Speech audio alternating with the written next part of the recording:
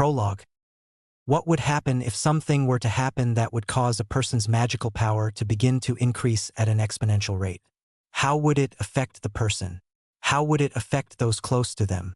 How would it, in the end, affect them physically and mentally? Some would say that this kind of thing could never happen. Some say that the effect of it would destroy the person.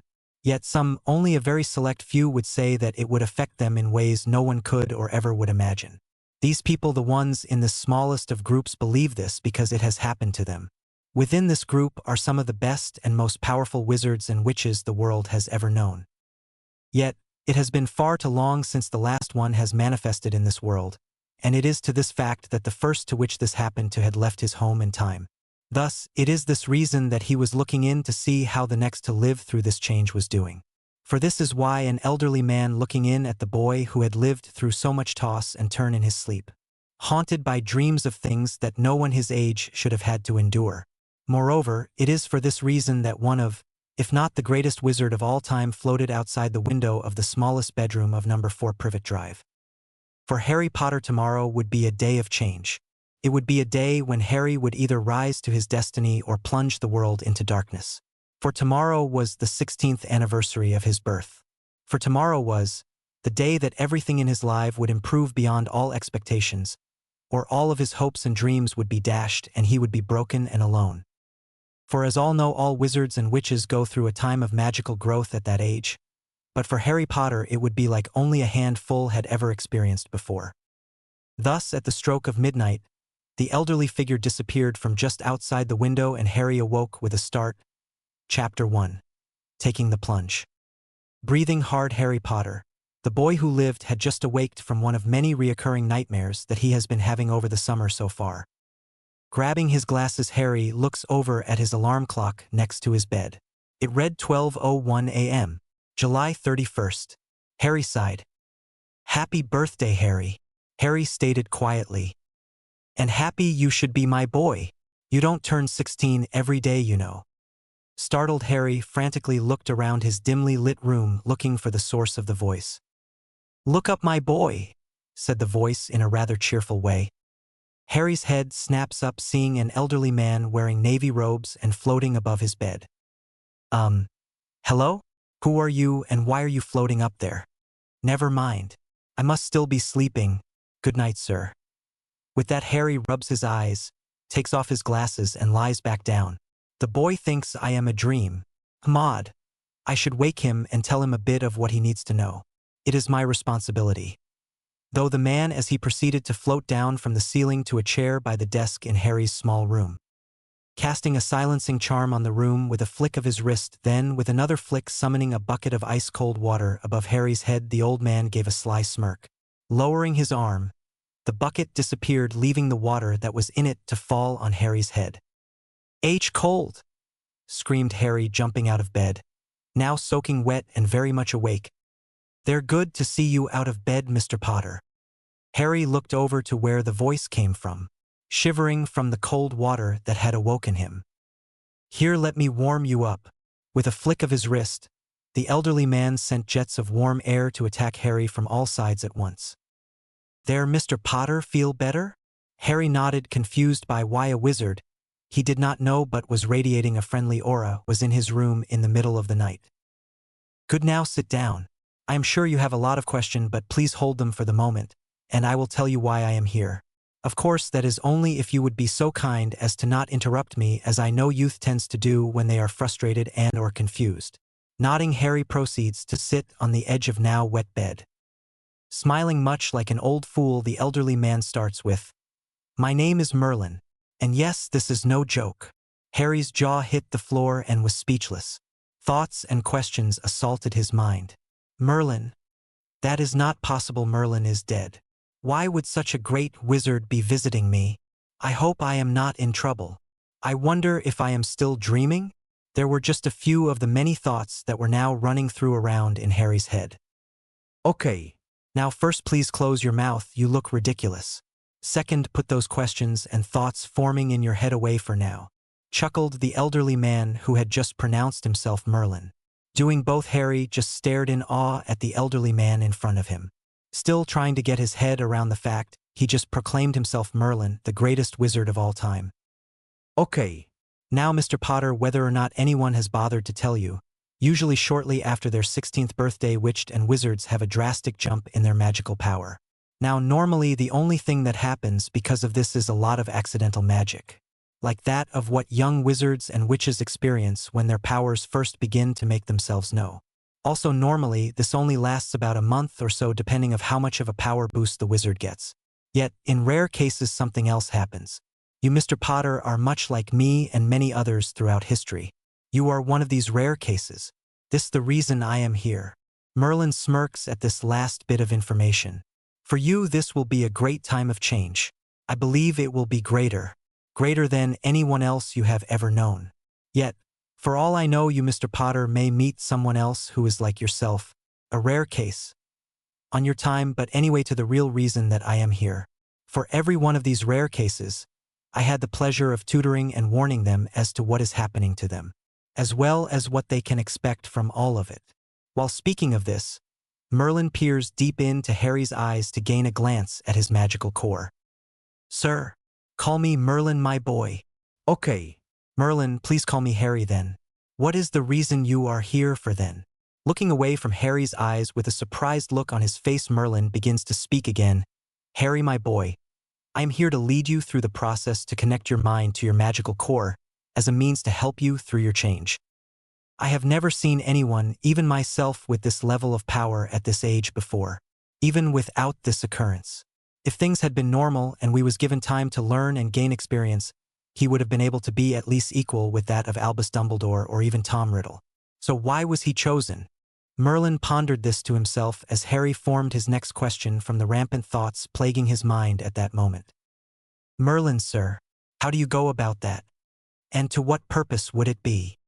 Startled out of his pondering, Merlin responds, "Two very good questions, and I will answer the second one first," states the friendly old man. Taking a deep breath, he begins, "The purpose of aligning your magical core with your mind is to allow you better control over your magic and to give you a better understanding on how it affects your body. As for how you do it, that is a rather easy task. You simply close your eyes and feel inside yourself. Search for the core of your magic. Once you do, just jump into it like you would a pool of water." Okay. "I will try," Harry states rather dryly, wondering if this is all just in his mind and he is just having a vivid dream, but decides to try it all the same. Harry closes his eyes and proceeds to try to find his core. After some time, Harry's inner self finds himself standing at the edge of a magical pool that was his core. If someone had called it a magical reservoir, they would have been correct. For that is what it appeared to be to Harry. It looked much like a Muggle reservoir that he has seen in a book from school before he went off to Hogwarts. Well, here goes nothing. And with that, Harry dived into what is his magical core, merging his mind and magic as one. Morning and letters. Awaking to the sun streaming through his window, Harry rolls over in his bed to try to block out the sun. Thinking back to the night before, Harry realizes that even with the horrible dreams of his godfather, and having long-dead wizards visiting him in his room, for all of this he was quite rest for once in the past month. Stretching and grabbing his glasses, Harry gets up. Looking out his window, he sees Hedwig and 4 other owls outside the window. "Oh, sorry girl, must have closed it last night." Harry opens the window, letting the 5 owls in, proceeding to untie the letters and parcel that the owls had brought. After giving each owl a treat, Harry let them go and Hedwig flew back to rest in her cage. Looking over his letters, Harry sees the one Hedwig brought was from Ron. Going through the rest of them, Harry found 2 with the Hogwarts seal on the back, one from Hermione, and the last had a seal on it Harry didn't recognize and found it to be addresses to Mr. Potter. The seal was of a griffin rearing up on its hind legs and of a phoenix facing it. Well, one of these will be my school letter with my owl results. Harry tossed those 2 letters aside for now. Harry smirks while doing this, knowing that Hermione would be appalled by this lack of interest in his marks. "This one is from Ron. How I visit there soon," Harry says as her opens the letter from one of his best friends. "Harry mate. Hope you are doing well stuck there with the Muggles.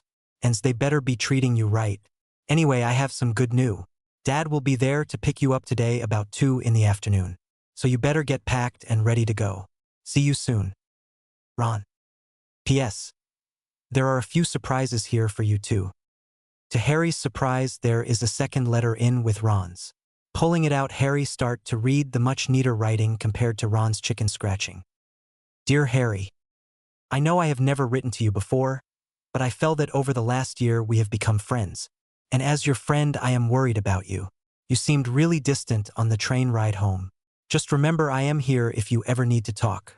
I know you, Ron and Hermione have been friends since your first year, but I know Ron can be quite thick and Hermione want to try to make the best of every situation or offer you her opinion even if you don't want it. So if you would like someone to just listen to whatever you feel like talking about, I am here for you. Also, just in case my git of a brother forgot to tell you, Dad is coming to get you today at about 2. Hope you are having a nice birthday so far. Happy birthday, Harry. Love. Ginny. P.S. Mom has been up since 5 a.m. so you better like your birthday dinner. Wow. It would be nice to have someone to just talk to that would just listen for once. Harry, though, setting down the letter, giving a bit of a laugh at the postscript on Ginny's letter. Setting aside the Weasley's letters, Harry picks up Hermione's letter next. Harry. Happy birthday. I hope you are doing well. I just got an invitation to stay at the Weasleys for the rest of the summer. I think it is fitting that we all get to go to the Burrow for your birthday. Since I will be seeing you there, I decided to just give you your gift in person rather than sending it to you with this letter. Hope to see you in good spirits. I will be getting to the Burrow around 3:30-4. If you could tell the Weasleys for me, that would save me sending another letter out. Love. Hermione. At Hermione's letter, Harry again remembered that it was still his birthday. He had, though, that his birthday was the day before with all that had happened last night. Harry was very happy to know he would be spending his birthday with those he loved and who he though were his family. Smiling, Harry got up off his bed where he was sitting and proceeded to get ready to go, packing and getting dressed. Good thing Harry did that too, for it was already 1 in the afternoon and Mr. Weasley would be there in an hour to get him. Towels and portkeys. Harry, having nearly packed all his belongings away in his trunk within the first half hour that he was awake after reading the letters, Harry decided he should have a shower. Of course, it would have done Harry well if he had bothered to take notice that it was 10-2 when he went to take the shower, but he hadn't. Harry, thinking that he had loads of time before he was to leave, did not rush through his shower. As the Dursleys had told Harry the previous day that they would be out, he did not have to worry about them. Mainly Uncle Vernon, complaining about him using too much water. So here we have Harry, returning to his bedroom on Privet Drive at 2:05, wearing only a towel and carrying his bedclothes over his arm, still slightly wet from the shower.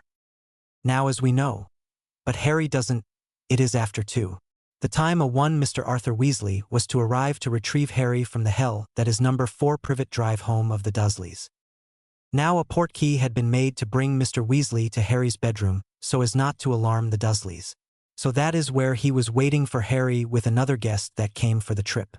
Neither Arthur nor the guest would have thought to see Harry as he was when he returned to his room. Mr. Weasley, Harry exclaimed, shocked to find the father of his best friend in his bedroom. What are you doing here so early? I thought you were informed that I would be here at 2 to pick you up, Harry? Yes, I was informed of that, but Harry's voice faltered at seeing the other person in the room for the first time. Ginny. Ginny, being startled out of her rather interesting line of though that was the product of a sight she only dreamt about. Harry in nothing other than a towel.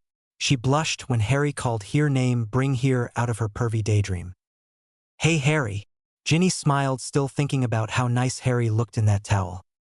Mr. Weasley, now remembering that his youngest child, and only daughter no less, was in a boy's room where said boy was wearing nothing but a threadbare towel, did not sit well with him.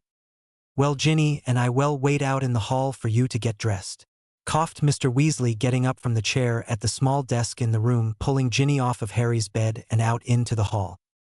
Harry himself was quite shocked by all this and was also blushing at being caught mostly naked in front of a girl. Not just any girl, though. No, it just had to be Ginny Weasley, a girl that for some reason had had a crush on him for years and then finally said she was over it. Harry also noted that she looked like she had grown a bit since the train, and he had noticed that her shirt seemed a bit tight. Not that it bothered him any. Of course, it just had to happen in front of Mr. Weasley, though, didn't it? Oh, what a wonderful way to start off a visit, Harry moaned to himself, knowing that he would never hear the end of this if any of the other Weasley children, mainly Fred and George, heard of this.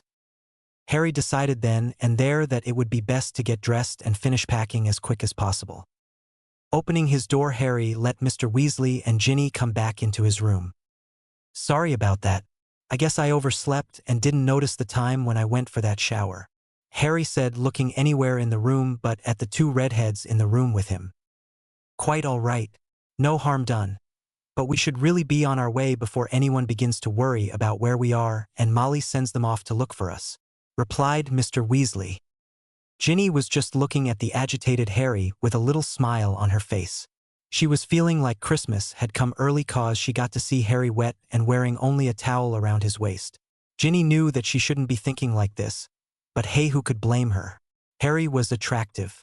No longer looking like a stiff breeze would knock him over. Harry had put on a nice bit of muscle to his skinny frame. This was thanks to the years he played Quidditch and all the other things Harry had to go through. Though Ginny had to admit that Harry looked underfed. But Mum would fix that right quick, Ginny thought. Well, Harry, all ready to go? Mr. Weasley asked, holding out an old teapot with the spout broken off. Nodding, Harry grabbed his trunk tight and placed a finger on the teapot. Ginny placed her finger on it as well. Mr. Weasley then tapped the teapot with his wand. Feeling the telltale pull of a hook behind his navel, Harry and company were launched to their destination. The Burrow. Surprises and apologies. Harry's arrival at the Burrow was filled with surprises. When Harry, Ginny, and Mr. Weasley landed, Harry nearly fell over from the trip. Harry noticed that they were in the back garden of the Burrow first off. Second, Harry noticed that all the Weasleys, including Percy, were there, along with Neville and his gran, or at least whom Harry figured was his gran, Luna, and whom Harry took for her father. Even Professor Lupin and Hermione were there, and her letter said she would be by later on today. To say the least, Harry was confused. So he decided to try to get to the bottom of this. Leaning towards Ginny, Ginny, what is going on? Harry quietly asked. Ginny looked at Harry and saw the look of confusion on his face. Harry, it is a party. You know, a birthday party. And a surprise one at that, Ginny said, smiling at him. Harry looked at everyone and smiled. Ginny, being next to Harry, could see tears pooling in his eyes. Harry, what is wrong? Sniffling, Harry took off his glasses and wiped his eyes with the too big sleeve of his hand-me-down jumper, mumbling a response into his hand. What was that, Harry? I didn't heat you? When Harry moved his hand, Ginny noticed that Harry looked happy, sad and a bit overwhelmed all at once, and said in a whisper that Ginny was strained to hear. I've never had a birthday party before. A bit louder. At least not that I can remember. Hiding her shock, Ginny decided to do something about that and grabbed Harry's hand and dragged him over to everyone else, as they had not yet noticed that they had arrived. Hey everybody, look who I got. Ginny was beaming. Harry. Everyone assembled shouted, Happy birthday. Harry, feeling even more overwhelmed, was overjoyed with the welcome he was receiving. Hermione and Mrs. Weasley tried to break a few of his ribs, hugging him. Ron and most of his brothers were either shaking his hand or slapping him on the back. Remus walked over and hugged Harry. At this, though, Harry's building emotions finally broke through and he broke down into sobs. Tears freely falling, and there was not a thing Harry could do about it as much as he wanted to. Harry, what's wrong? A concerned Remus asked with his hands on Harry's shoulders, looking into his eyes. I'm sorry, Professor Lupin. I saw you and you hugged me. I just remembered that you as well as have recently lost someone close. And I know it is not my fault. I have come to terms with that this summer. Yet I have to say this to you and to everyone here as well. Harry steadied his breathing and closed his eyes, trying to clear his mind so he would be able to do this now that he had started. While Harry prepared to continue, everyone found this outburst of emotion from Harry strange and very out of character for him. To say nothing to the fact that they were all shocked by this. Thus were quite speechless. For some reason, Harry was able to clear his mid and fix it on what he was about to say quicker than we had ever had before. This surprised him, but overall he recovered and continued before anyone else was able to speak.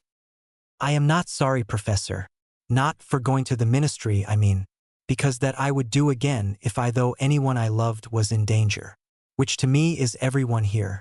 That includes you, Percy. Harry, meeting Percy's eyes, smiled. You may be a git, but your family would be utterly crushed if anything were ever to happen to you. And to that fact, I would do anything to help you as well. Harry then, looking back to Remus, continued. I feel that everyone here is in some way my family. Harry, taking a breath, lifted his head a bit and noticed Tonks over by a tree. Lifting his voice some, Harry called out, That includes you too, Tonks. Now get over here, I still have a fair bit to say. Everyone took that moment to look at Harry like he had gone mad. Harry, Tonks is not here, Ginny said after a bit. What do you mean she is not here? She is right over there by that tree, Harry replied as he pointed to a tree by the stone wall that was around the garden. With a shimmer, Tonks appeared. Everyone could now tell that she had been under an invisibility cloak. This again shocked everyone. No one had known that she was even there. Happy birthday, Harry, Tonks replied as she shook her head and looked quite startled at being found out. Now get over here, Tonks, Harry called. So with that, Tonks walked over to join the group, trying to figure out for the life of her how Harry had seen her. Wonder if Moody is going to be mad that I was found out. Stupid old man, I wanted to enjoy this party the whole time anyway. Well, if he is mad, he is mad. I am still keeping an eye on things here anyway. Though, Tonks. Okay now, everyone, I am sorry I dragged either you or someone from your family with me to the Department of Mysteries. I am sorry that they got injured, and if I could I would take all of those injuries onto myself, because I never wanted them to ever get hurt. Yet, I do understand that without them I would likely not be here. So along with this apology, I wish to offer my deepest thanks.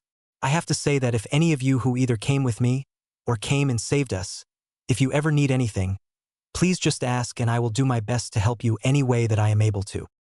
Harry, we know. And even though I am the only one saying this right now, I would bet that everyone here would agree that if you ever needed anything that we would help you as well. Remus said, still locking his eyes with Harry's. Everyone voiced their agreement with this, say that all he need was to ask. He's had to grow up so fast, but there is something different about him. I can see it in his eyes. Remus thought as he was watching Harry's eyes. Thank you, Professor Lupin, and thank you all of too. That really means a lot to me. Again, everyone shared hugs and handshakes and words of, it's okay, and you have grown, and thank you, Harry. Out of nowhere, George sent sparks out of his wand to get everyone's attention. With everyone looking at him, George yelled out, Okay, enough of this mushy stuff. Let's start this party. Fred finished. Gifts and wills. The party was a hit and everyone had enjoyed himself or herself. Harry most of all. Yet there was still one thing left to do. Presents. Harry was presently being dragged over to a table filled high with gifts by Fred and George. Sitting Harry down, everyone gathered round to see what Harry had received. Harry started with the present from Ron. It was very heavy. Taking off the wrapping revealed a large box. When opened, all that was in the box was a note saying that he pitched in with Hermione for a gift. Of course, that did not stop Ron from wrapping the note in a large box and filling the rest of the box with rocks that were invisible. Shaking his head, Harry then moved to Hermione's present. Well, Hermione's and Ron's technically. Opening it, Harry found a cloak. It was black as night with an emerald inner lining and was embroidered with golden runes along the bottom of the hem. The runes will protect the wearer from minor hexed and jinxes as well as fire. Also, it will keep the wearer comfortable no matter the weather. Though you could use it, Harry. Hermione smiled. Yeah, mate, you better like it, Ron said, sounding gruff but failing to show this by smiling. Harry was shocked by this gift. Once he had collected himself a bit, he thanked his two best friends for the gift, hugging both. This slightly made Ron feel weird because it was a full hug like his mum would give, not the half hugs that they usually shared. Harry received from Mr. and Mrs. Weasley some sweets and some summer clothes that would likely fit him much better than his hand-me-downs that he always wore. Also in with the summer clothes was a bathing suit. Thank you both. I think these are the first new clothes I have gotten that I can remember, Harry said, smiling. Holding up the swimming shorts a bit, Harry said, but if I am going to actually use these, someone will need to teach me how to swim. How can you not know how to swim, Harry? You did in the Triwizards tournament, replied Ginny. Oh, I had some gillweed, Harry shrugged. Anyway, enough of this chit-chat. Continue with the presents. Picking up the next present, Harry said, Neville, you got me a book before even opening it. Upon unwrapping the gift, Harry read the cover of the book. Plants and How They Can Protect You. It is a good book, Harry. There are lots of different plants that can protect you from various different hexes and whatnot. If nothing else, they can help you after you get hit with a hurtful curse. Neville said, slightly nervous. Thank you, Neville. I am sure I can find something in it to help me, Harry said to a very relieved Neville. Next came a gift from Luna, which was another book. This one was called Every Magical Creature Known and Some That Are Not Known. There are some very interesting creatures in there, Harry. Some even I have never heard of, said Luna, smiling. The faraway look usually present on her face was nowhere to be seen. Thanks, Luna. Is there something different about you, Luna? Giggling, Luna replies. Well, I only act that way at school to piss off my housemates. They never want to have any fun, just study all the time. I know that studying is important. How else would I have been sorted into Ravenclaw? But there are times I wish some of them would let up and have some fun once in a while. I bet it would do them a load of good. Luna was now blushing cause everyone was looking at her from her outburst. Ginny right away started laughing since being friends with Luna, she had heard Luna rant about her housemates before. Well, that was unexpected, George stated. Very much so. But how is it we keep getting sidetracked from the giving of gifts? Inquired Fred. I am not sure, my dear brother, but I think we should get the attention back to the opening of presents, as our generous investor has not yet opened our gift. I concur, dear brother of mine. Harry, mate, get back to the gifts. Everyone laughed at this and Harry got back to opening his gifts, but for their remark Harry decided to open the twins' gift last, or at least close to the end. The next gift Harry opened was from Bill, Charlie and Percy, but it looked like Percy was added at the end. Harry didn't care, it was the thought that counted. If they were willing to forgive Percy and let him put his name on a gift to him, then he was not going to get in the way of the family repairing itself. Unwrapping the gift, Harry found a pair of black dragon skin boots. Percy's eyes went wide at the sight of them, thus verifying Harry's, though, that his name was just added to the card. Okay, Harry, these boots have been enchanted to always perfectly fit the wearer, to always be comfortable, to keep your feet either warm or cool depending on the situation, and no matter what the situation, your feet will always remain dry while wearing them. Charlie said, looking proud that he had found them. Thank you, all three of you, Harry said. Bill smacked Charlie upside the head. You forgot one of the most important features. Turning to Harry, Bill continues. Harry, they have also been charmed to not make any noise when you walk and not to leave and trail behind you either. This bit of information shocked Harry and Percy. Thanks was all Harry could say at that before Fred and George, being impatient for Harry to open their present, shoved it in front of him and moving the boots away. Looking at the twins with a bit of a scowl, Harry decided that since there were only presents from Remus and Ginny left, he would open the gift from the twins. Okay, as your investor, I want to know if you have done any sort of prank to this gift. We are appalled that you would think that we would do something like that to you, Fred said, turning to his twin. Why would you be? You have almost always put a prank on every gift you have ever given, Ginny said before George could say anything to their defense. Well, we didn't prank this one dear little sister, George said seriously. This took everyone back. Okay, I will open it. It doesn't really matter if they had done something to it. I just wanted to know if I should expect something, not that I was mad if there was one. I like a good joke, Harry said as he opened the small box he had received from the twins. Inside was an envelope. Well, open it, Harry, said a smiling George. Carefully, Harry opened the envelope and pulled out a certificate from inside it. Looking at it, Harry asked, "What is this?" That, dear Harry, is a 1/3 of the shares in Weasley's Wizarding Wheezes, said Fred proudly. Yes, our dear Harry, we thought it right as you gave us our starting money, chimed George. What? That's where you got your starting money, bellowed Mrs. Weasley. The twins shied back from her at this. Yes, Mrs. Weasley, I did, and I believe that they are doing something good for this war. As you know, there are dark times ahead, and I believe that everyone will need a good laugh from time to time. Plus, that are doing very well in their business for a pair of students that didn't write their newts, Harry stated. Mrs. Weasley was stopped right there in her rant. Never before had someone given a good reason for doing something as he had. Most of her children would not stand up to her when she was giving out a tongue lashing to them. Yet, here was Harry standing up to his decision and stating that it was done and a reason for it being done as well. "How did you do that, mate?" asked Ron. "Do what?" "Stop Mum in the middle of her rant," replied Ginny. "I don't know. I just said what came to mind." Once everyone collected themselves, Ginny handed Harry her gift. "It is not much and I will understand if you don't like it. It is a bit girly, I guess," Ginny said while looking at her feet and blushing. Not sure what to think, Harry opened that small box that the present was in. Inside was a pendant. It was a light pink crystal prism about 3 inches long on a fine gold chain. "I saw it in shop. I thought it looked nice, and well, I know it looks more like something a girl would wear. But when I saw it I thought of you and had to get it. I hope you like it, Harry." Ginny was blushing even more by the time she finished. Harry, though, didn't even respond and was staring at the pendant with a strange look on his face. Then all of a sudden something clicked in his mind. Harry jumped up and ran over to his trunk, which had been left where they had arrived forgotten. Throwing it open, Harry rummaged around in it quickly, pulling out the photo album that Hagrid had made him at the end of his first year.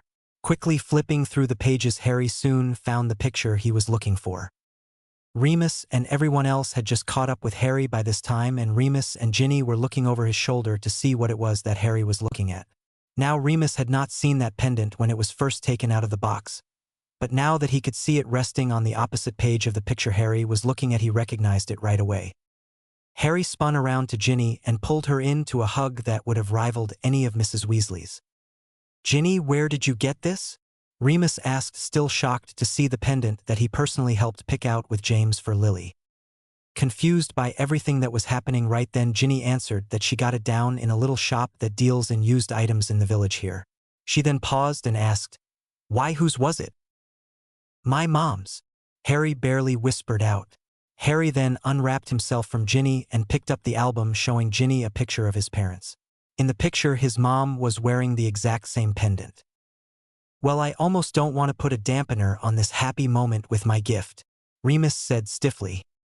Looking up at the old werewolf, Harry asked, "What do you mean?" "Well, this is not really a present from me. Harry, I promised Sirius that I would give this to you if he was not here today, your birthday." With that, Remus handed Harry a thick envelope. Right then Dumbledore popped into the tense mood with a smile on his face, holding a wool sock. A scowl formed upon Harry's face at the appearance of the aged professor. Yet he held his tongue. "Harry, happy birthday. I have some news, good or bad it may be. It will all be in how you perceive it." Dumbledore paused, taking a breath. Harry remained silent, still remembering the events of just over a month ago.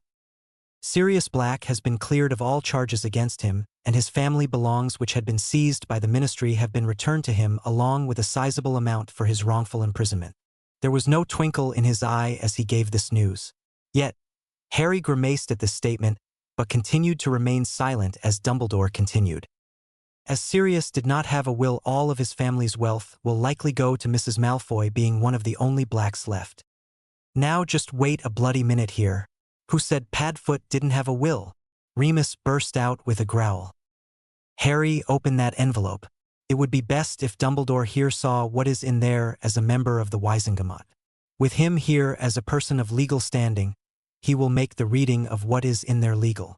Remus finished looking at Harry. Confused, Harry opened up the envelope.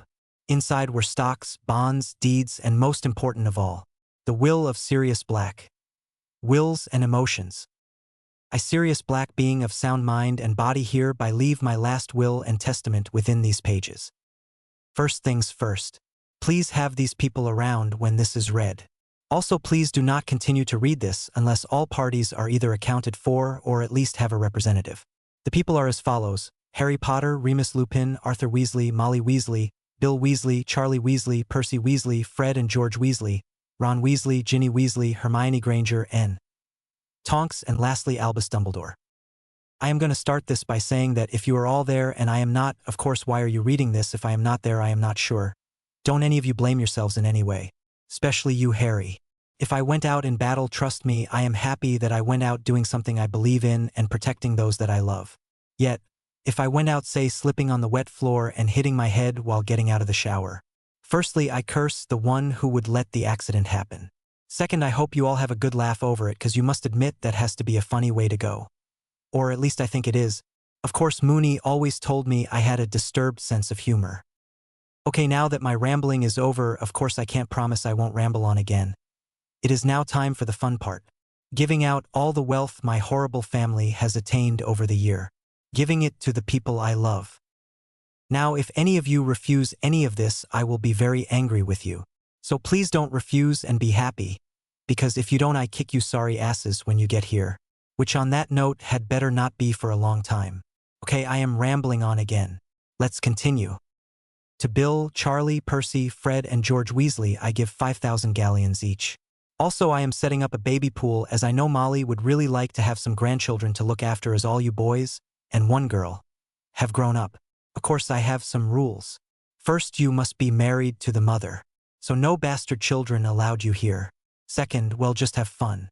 Okay, now the prizes for this pool. First prize is 10,000 galleons. That should be a nice nest egg, huh?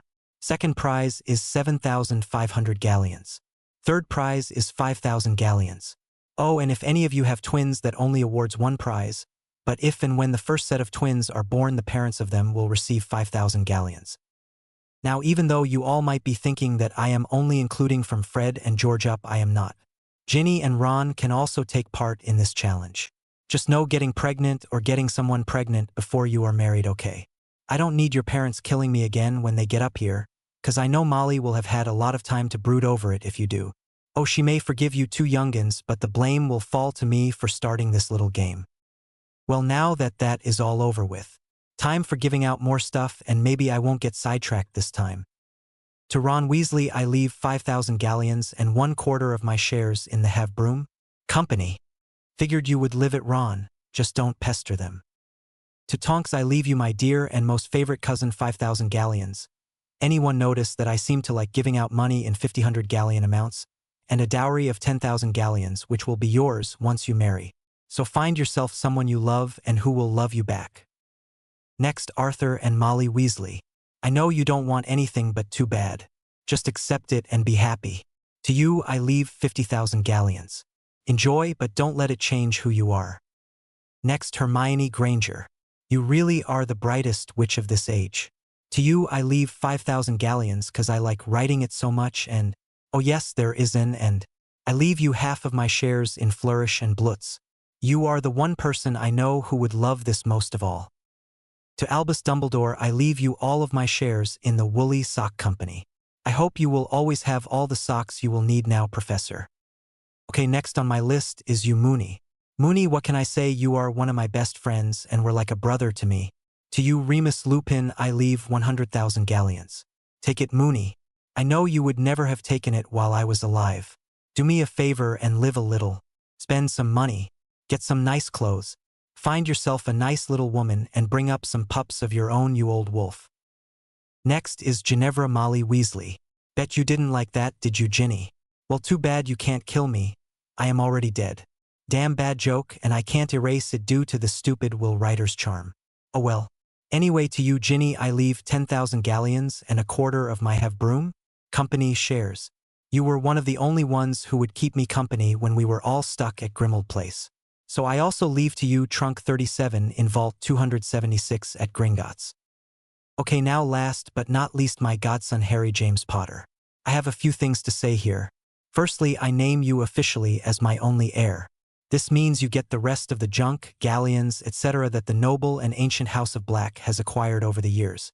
Second, as my last act as your guardian in the wizarding world, I now put forth that you shall be emancipated and are now a wizard in your own right. Thus, this should give you more time to train with your magic, being you will be able to use magic outside of school now. And now lastly, since you are technically now an of-age wizard, even though your actual age does not correspond with this, you now have full access to everything your parents left you in trust till you were of age. If you are wondering why there is a trust for you and why you never knew of it, I would suggest that you ask our dear Professor Dumbledore. How, Harry, I know we never got to spend much time together, but I want you to know that if you were my son, I would be very proud of you. I want you to live your life to the fullest and don't let anything that has been told to you about your parents or things to come to hang over your head. Just live and be happy, and if at the end you can't say you did at least that, then I would say you wasted your life. Well, that is my will, and I know all of you have heard it, as I placed a listening charm on this parchment. Strange charm only works with the charm for wills. That is why no matter how much you all have likely wanted to speak up, you couldn't. Now, as my last parting gift to you all, I prank you when this is finished, ha ha ha ha ha. Sirius Padfoot, Black. Long live the Marauders. With the last line read out loud by Harry, there was a cloud of pink smoke come off of the will, and everyone ended up with hair that was bright green and standing straight up. Harry sat down right there, clutching Sirius' will in one hand and his mother's pendant in the other. Everyone else was too excited and talking amongst themselves, forgetting it seems that he was even there.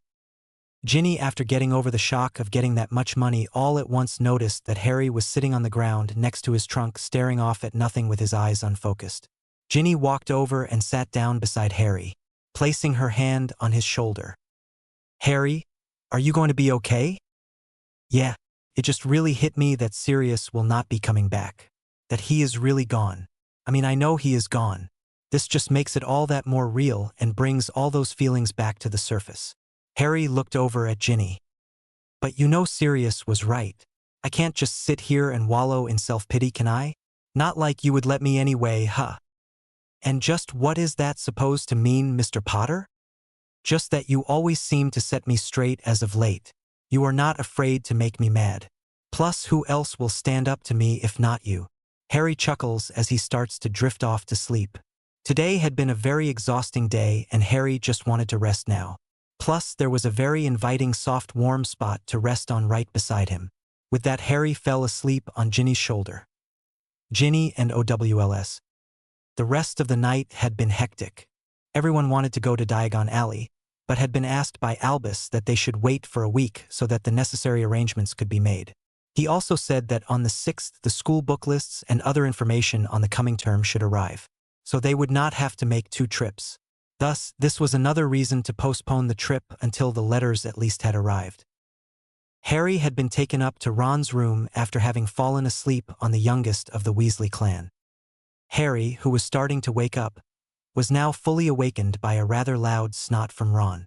Getting up, Harry slowly got changed out of the clothes from the previous night and put on some fresh clothes from his trunk, which was in the room with them. Dressed yet still a bit groggy, Harry headed downstairs, shaking his head over Ron. Ron could likely sleep through a herd of stampeding elephants, though his room, or whatever the Wizarding World equivalent is. Harry, though, as he left the room that they shared when he visited the Weasleys. Upon arriving in the kitchen, Harry was attacked by Molly. Harry could have sworn that she broke a few of his ribs with her crushing hug, but was pleased with it all the same. Harry dear, how are you? You didn't seem very well last night. Giving a weak smile, Harry replied, I believe I will be fine, Mrs. Weasley. Is Ginny up yet? Harry asked, blushing slightly. Actually, I don't know. Hermione is up. She has been up for about an hour or so. I was just about to go and ask her if she would go and get Ginny for breakfast. Oh, I could do that for you. If that is all right with you, that is. Molly gave this a bit of consideration before smiling and saying yes to Harry's request. With the approval giving, Harry smiled and sprinted back up the stairs. Figuring that Ginny was likely like Ron in her sleeping habits, he decided just walked in and wakes her. Opening the door, Harry was not ready for what he saw on the other side of said door.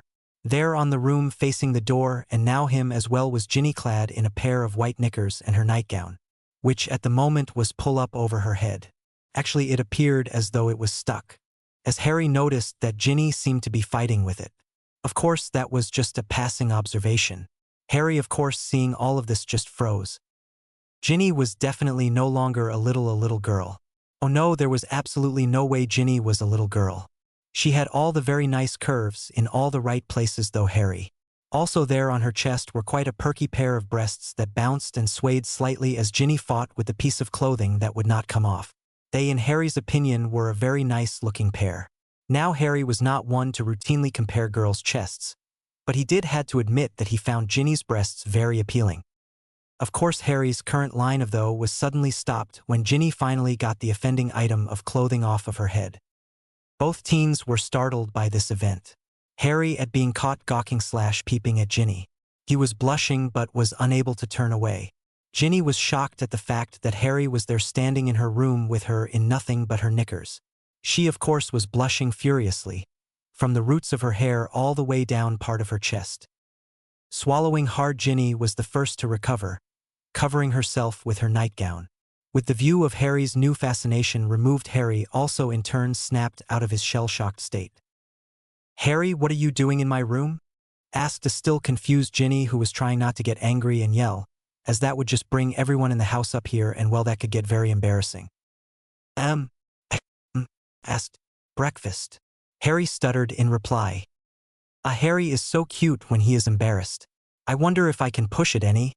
Ginny, though, with a slightly evil smirk on her face that resembles the twins when they think of a prank that Harry completely missed. "Well, since you are here, do be a dear, Harry, and close the door, so I can get dressed without everyone that walks by seeing me. I do like to retain some of my modesty. At times." The last part said very quietly. Harry, still very confused by all the swings, his arm thinking he closed the door. Even though Harry did not actually touch the door did indeed close. Ginny raised an eyebrow at this, then dismissing it for now. She shrugged and dropped her nightgown that was covering her from Harry's gaze. Harry's eyes nearly popped out of his head. Harry in no way expected the youngest Weasley to be this open. Harry was of course also finding that his pants seemed much tighter now than when he first put them on this morning. Ginny had to hold in a giggle that was threatening to escape. She was in no way any longer mad about Harry walking into her room like he did. She was also pleased that her almost naked form had this kind of effect on him. Growing up in a house full of boys has some advantages. It gets you at least used to being walked in on and being in many different stages of undress. Wonder if Harry is conscious enough to help me pick out a shirt to wear today. Smirking, Ginny turns back to Harry with a t-shirt draped over each of her breasts. "Harry, which t-shirt do you think I should wear today?" Blinking, Harry slowly pointed to the green one that was on her right. Ginny then dropped the red on that was on her left and slipped in on. She then pulled on a small pair of black shorts. Now dressed, Ginny walked over to Harry and patted him on the chest. "It is nice to know you like what you see, Mr. Potter. Now, if you don't mind, I am going downstairs for breakfast." "Excuse me." Just before she left, though, she looked up at Harry and shrugged. Standing up on her tiptoes, Ginny gave Harry a quick peck on the cheek. "Thanks for the help, Harry." With that, she walked by Harry and out the door and down to the kitchen, all the way giggling to herself with a bit of red staining her cheeks. Harry never did make it down to breakfast. The only move he had made was to move his hand to his cheek where Ginny had kissed him. Thus, when Ron had finished breakfast, which when there was no food left for breakfast, he went to look for Harry. It didn't take Ron long to find him. As Ron was heading up the stairs to check if Harry was in his room, he saw Harry standing just inside of Ginny's room. Walking in, he noticed the shocked look on Harry's face. Lightly smacking Harry's cheek with his open hand, Ron tried to snap him out of it. In the end, though, Ron went and got a glass of water from the bathroom and threw its contents in Harry's face. Ron, what was that for?" Harry sputtered, taking off his glasses to dry them off. "Well, you were standing there with this frozen look on your face. Figured I should snap you out of it. You missed breakfast, you know. What's up?" Well, could we go to your room to talk about this?" "Sure," Ron replied. With that, both boys climbed up to Ron's room. "So what is this about, Harry?" "Well, first I want you to promise that you won't get mad or kill me or anything like that, okay?" "Sure, just tell me. You have got me more than a bit curious now. What is this all about?" Okay. "Well, I got up early and went down to the kitchen and found out Ginny had not gotten up yet and Hermione had. Your mom was going to get Hermione to go and wake Ginny. Well, I wanted to talk to her, so I volunteered to wake her. Well, I went up and I figured since you are a heavy and late sleeper, Ginny would likely be as well. So I just walked in and she was not sleeping." Harry paused and looked at Ron, trying to figure out how to continue and keep Ron from killing him. "Well, I know that Ginny was likely up. So what did you do, walk in on her naked?" laughed Ron. No. "Not exactly. She did have her knickers on." "Are you serious?" "No, that is my godfather," Harry joked, trying to lighten the mood. Ron just looked at him. Harry sighed. "Yes, I am serious." "And this is the first time?" "Of course. What you think I get off peeping on your sister? No, it is just that Ginny, when at home, does not have much in the way of modesty. Hell, until I was like 10 I actually though, or at least treated Ginny as a boy. She went swimming with us in just swimming trunks. Hell, she even wanders around the house in nothing but her knickers. She basically was brought up in a house full of guys that didn't give her much in the way of privacy. So she had to ditch her modesty. Around family and people she trusts, she has little to no modesty. The only time she really does is when Dad is home. Her running around with her bits showing bothers him, so she wears her clothes when he is home. Shocked by this, Harry asked, "So you are not mad at me about this?" "Harry, I have seen her naked. She even wanders around that house like that sometimes. Mind you, I would prefer if you didn't see her like that, but I can't really stop it if she say were to walk into a room you were in like that, could I? Just don't stare and or gawk, okay?" "Oh, so I guess that means Ginny trusts me then, huh?" "Yeah, Harry, she trusts you. And I know that Ginny can take care of herself." Ron sighed. "Even though I play the overprotective brother all the time, I still know she can take care of herself. I also know that if you ever take advantage of Ginny in that state, you will have the entire Weasley clan after your hide." With a smirk, Ron asked, "So Harry, if she had this much of an effect on you, does that mean that you fancy my dear little sister?" Harry was blushing as soon as those words left Ron's mouth. Yeah, Ido. Harry quietly said as he found the floorboards very interesting at that moment. Thinking to himself, she is not all that little anymore though. Well then, I only have this to say. Hurt her and I will kill you. You know that, right? Yeah, I know. Thing is, she doesn't know this, and didn't Hermione say that she was over me? I can't believe I am going to say this, but... Ron takes a breath. Harry, just tell her and lever the decision to her. Girls in general are better at these things than us guys. Yeah, I guess, Harry said with a sigh. Looking up at Ron with a smirk, Harry asked, "So do you fancy Hermione?" It was now Ron's turn to blush. "Yeah, I do." "Good of you to admit it. Now take your own advice and tell her." "Oh, and I feel that Hermione is the closest thing I have to a sister, and I love her as one. So you hurt her and I will kill you, Ron.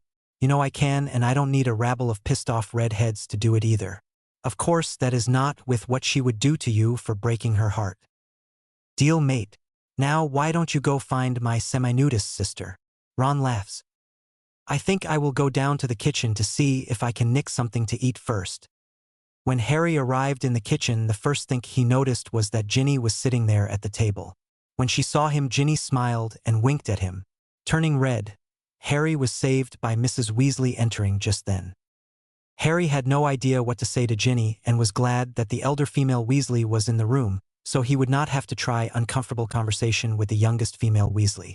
If Ron was right, Ginny trusted him, and there was a good chance he would get to see her like that again. Harry smiles at this thought of the young Miss Weasley. Bad thoughts, Potter. Get your mind back where it is should be in all of this, and not on the fact that Ginny looks very nice without a top on. Harry dear, are you okay? Can I get you anything? You missed breakfast. Ginny, be a dear and make Harry heat up some eggs and some toast. I have to go and do some shopping. Be good. With that, she was gone, and Harry was again alone with Ginny. Swallowing hard, Harry forced himself to face Ginny. When he looked to the spot where she had been, she was surprisingly no longer there. Feeling a tap on his shoulder, Harry jumped nearly a foot in the air. "Jumpy, aren't we? So how would you like your eggs?" Ginny asked, smiling sweetly. Scrambled, I guess." "So where were you during breakfast?" "Your room still." Harry calms a bit. "Oh, why were you in there? Not trying to sneak peeks at my underwear, were you, Mr. Potter?" Ginny taunts with a smirk on her face. Harry's eyes went wide and he began to stutter. "You know, Harry, if you want to see my knickers, all you have to do is ask. I might even model them for you," Ginny said, sweetly winking at Harry. "I wonder if he is going to pass out? That looks like a lot of blood in his head," Ginny thought as she teased Harry. She never realized how much fun it would be and was very pleased with the results. Harry, of course, felt that all the blood in his body had gone to one of two places. The first was his head, and was shown by how red his face was, partly blushing from embarrassment and partly from arousal of the though of Ginny in just her knickers modeling them for him. The rest of his blood he could have sworn was collecting with in the head between his legs, which was becoming uncomfortable. Swallowing hard, Harry looked over at Ginny. She had just finished making his breakfast and was bringing it over to him with a slight sway in her hips. Harry groaned at the lovely sight before him. All thought of "Bus, she is Ron's little sister" had left his mind, and thoughts of "Damn, she is beautiful" had replaced them. Unknown to Harry, Ginny had noticed how Harry's pants now fit him tighter and smiled to herself. Setting the plate down, Ginny turned to walk away. "Ginny, can I talk with you?" "Sure." Ginny turned and sat down. "Actually, do you know anywhere where we could be alone? I don't want to be interrupted." This statement alone caused Ginny to blush. "Harry wants to be alone in private with me." "Yes." Ginny then just nodded and waved for him to follow her, all the while trying to hid a smile that was there, wanting and trying to come out. Leaving his how-forgotten breakfast on the table, Harry followed Ginny outside to the forest near the burrow, all the while watching her fine bottom as they walked in silence. "Here we are," Ginny announced. They were in a small clearing in the forest. The branches above filtered out some of the light except for a large patch in the middle. Over all this gave the clearing a nice soft amount of light throughout the clearing. There were wildflowers all around and a light breeze going through it as well. All in all, it was a very quiet and relaxing location. "Wow, Ginny, this place is amazing." "Yeah, I know. I found it when I was a lot younger and would come here when I wanted to be alone." Ginny smiled. "Also a great place to nude tanning." Ginny smirked. "No tan lines for me. Even with this horrible fair skin and red hair. Redheads burn far too easily." Harry forcefully pushed those thoughts out of his mind, actually just tucking them to the back of his mind for now. He would think about that later. "Okay. Ginny, I think that maybe you should sit down for this. I got a fair bit so say, and I don't know how long it will take to get it out okay." Looking at Harry oddly, Ginny sat down under a tree with her back against it for support. "Okay, first I am going to ask that you try to not interrupt. I know that might be a bit hard, but please try." Ginny nodded to this and sat down, getting ever more curious now than she was before. "Okay, let's start off with a new revelation of mine." Harry takes a deep breath to steady himself. "Ginny, I fancy you." "No, that is not it. I think that I love you, or at least really like you, and not in the brother-sister way either." Harry blushed as he said this, all letting out his feelings in a rapid manner, like that of a rambling fool. But hey, this fool was in love. Ginny, for her part, was stunned. If someone had told her that today Harry Potter would confess that he has romantic feelings towards her, she would have called them a liar and proceeded to hurt them for making fun of her old crush. Of course, this was coming from the horse's mouth, so to speak, so her stunned state was expected while her brain processed this new information. Her brain catching up with the line for conversation, along with the incredible feeling that was welling up inside her, she acted. Ginny jumped up from where she was sitting and grabbed Harry and pulled him into a firm kiss on his lips. This, of course, took Harry by complete surprise. His only real experience with this sort of kiss was with Cho, and well, she was blubbering all through that. This, though, was much nicer, and Harry was enjoying it. Once the shock of it was over, Harry relaxed and returned the kiss to the small girl who was now in his arms. "I take it you like me too." Harry chuckled when they broke for a breath. Smacking Harry, Ginny replied, "Harry, I have loved you in so many different ways since I first heard of you. And believe me when I say that this is not some schoolgirl or hero-worshipping crush. I love you, Harry Potter, and I always will." Sitting down, Harry pulled Ginny onto his lap. After a moment, the smile faded off of his face and was replaced with a more serious look. "Gin, there are some things I really need to tell you," Harry said, holding Ginny tight. "What is it, Harry?" Ginny looked into Harry's eyes and hugged him back. "You can tell me." "Okay, you know about the prophecy that old Voldy was after at the Ministry. Well, even though it was broken, I still know what it says. You see, Dumbledore was there when the prophecy was first given. So he showed me what it was. I have to say, Gin, it is not something I really want to deal with, but nothing in my life is easy." Harry then proceeded to tell Ginny what the prophecy was and what it entailed. With streaks from tears on her face, Ginny turned and looked at Harry. "Oh, Harry, I am so sorry that it has to be you to do this. But if you think for 1 minute that now that I got you, You are going to scare me away with talk like that. You are sorely mistaken. You are going to beat Tom, and that is final." Harry let out a breath that he did not know he had been holding in at her outburst and realized that he was very glad she was going to stick with her through all of this. Looking into her eyes, Harry saw what looked a fire burning in her eyes. Seeing this, his face broke out into a huge smile. This took Ginny aback. Harry was smiling at her after she had just yelled at him. It slightly unnerved her, so she decided that the best way to approach this was the direct approach. "Harry, what are you smiling?" "Oh, just thinking how beautiful you look when you are worked up. You get what looks like this fire in your eyes that is amazing," Harry replied, smiling. Ginny then noticed that something was pressing against her leg. "Odd, I am sitting on Harry, what could I—" "Oh," Ginny smiled evilly. "Mr. Potter, you had better be thinking about me right now, or you are not going to be smiling for much longer." Harry's eyes shot open. How did she know? "Come on, tell me." Ginny semi-glared at him. Swallowing hard, Harry was blushing so much one might have mistaken him right then for Weasley, who had colored their hair black. You know, like how you were dressed this morning, but with that look in your eyes." To say that Ginny was floored again would have been yet another understatement of the year. From those words along, Ginny was blushing so much so that she was a right match for Harry now. Sure, she didn't have much modesty when it came to stuff like that, but having someone comment on it in a way of approval like that was something she was not used to, but liked a lot. Ginny, I was talking to Ron and he said that you trusted me. And that is why you didn't kill me when I walked in on you this morning when you were, changing," Harry said in a whisper. Ginny giggled. "Yes, Harry, I trust you, and don't be surprised if you see me like that more." Ginny winked. "All I can say is keep your hands to yourself. This is for 2 reasons. First, my brothers would kill you. So if you do, make sure it is someplace you could touch if I was wearing all my clothes, and that would not get in trouble in the first place. Second, even when we are alone, you can look but not touch yet. I don't know if I am ready for that yet." "Ginny, don't worry. Neither am I, but I will say this. You do have very nice curves." "So Gin, why do you run around here almost as a nudist would?" Harry asked, wanting to know her answer, just not what he heard from Ron. "Well, you try to get some privacy in that house. Boys all over the place, coming and going through all rooms.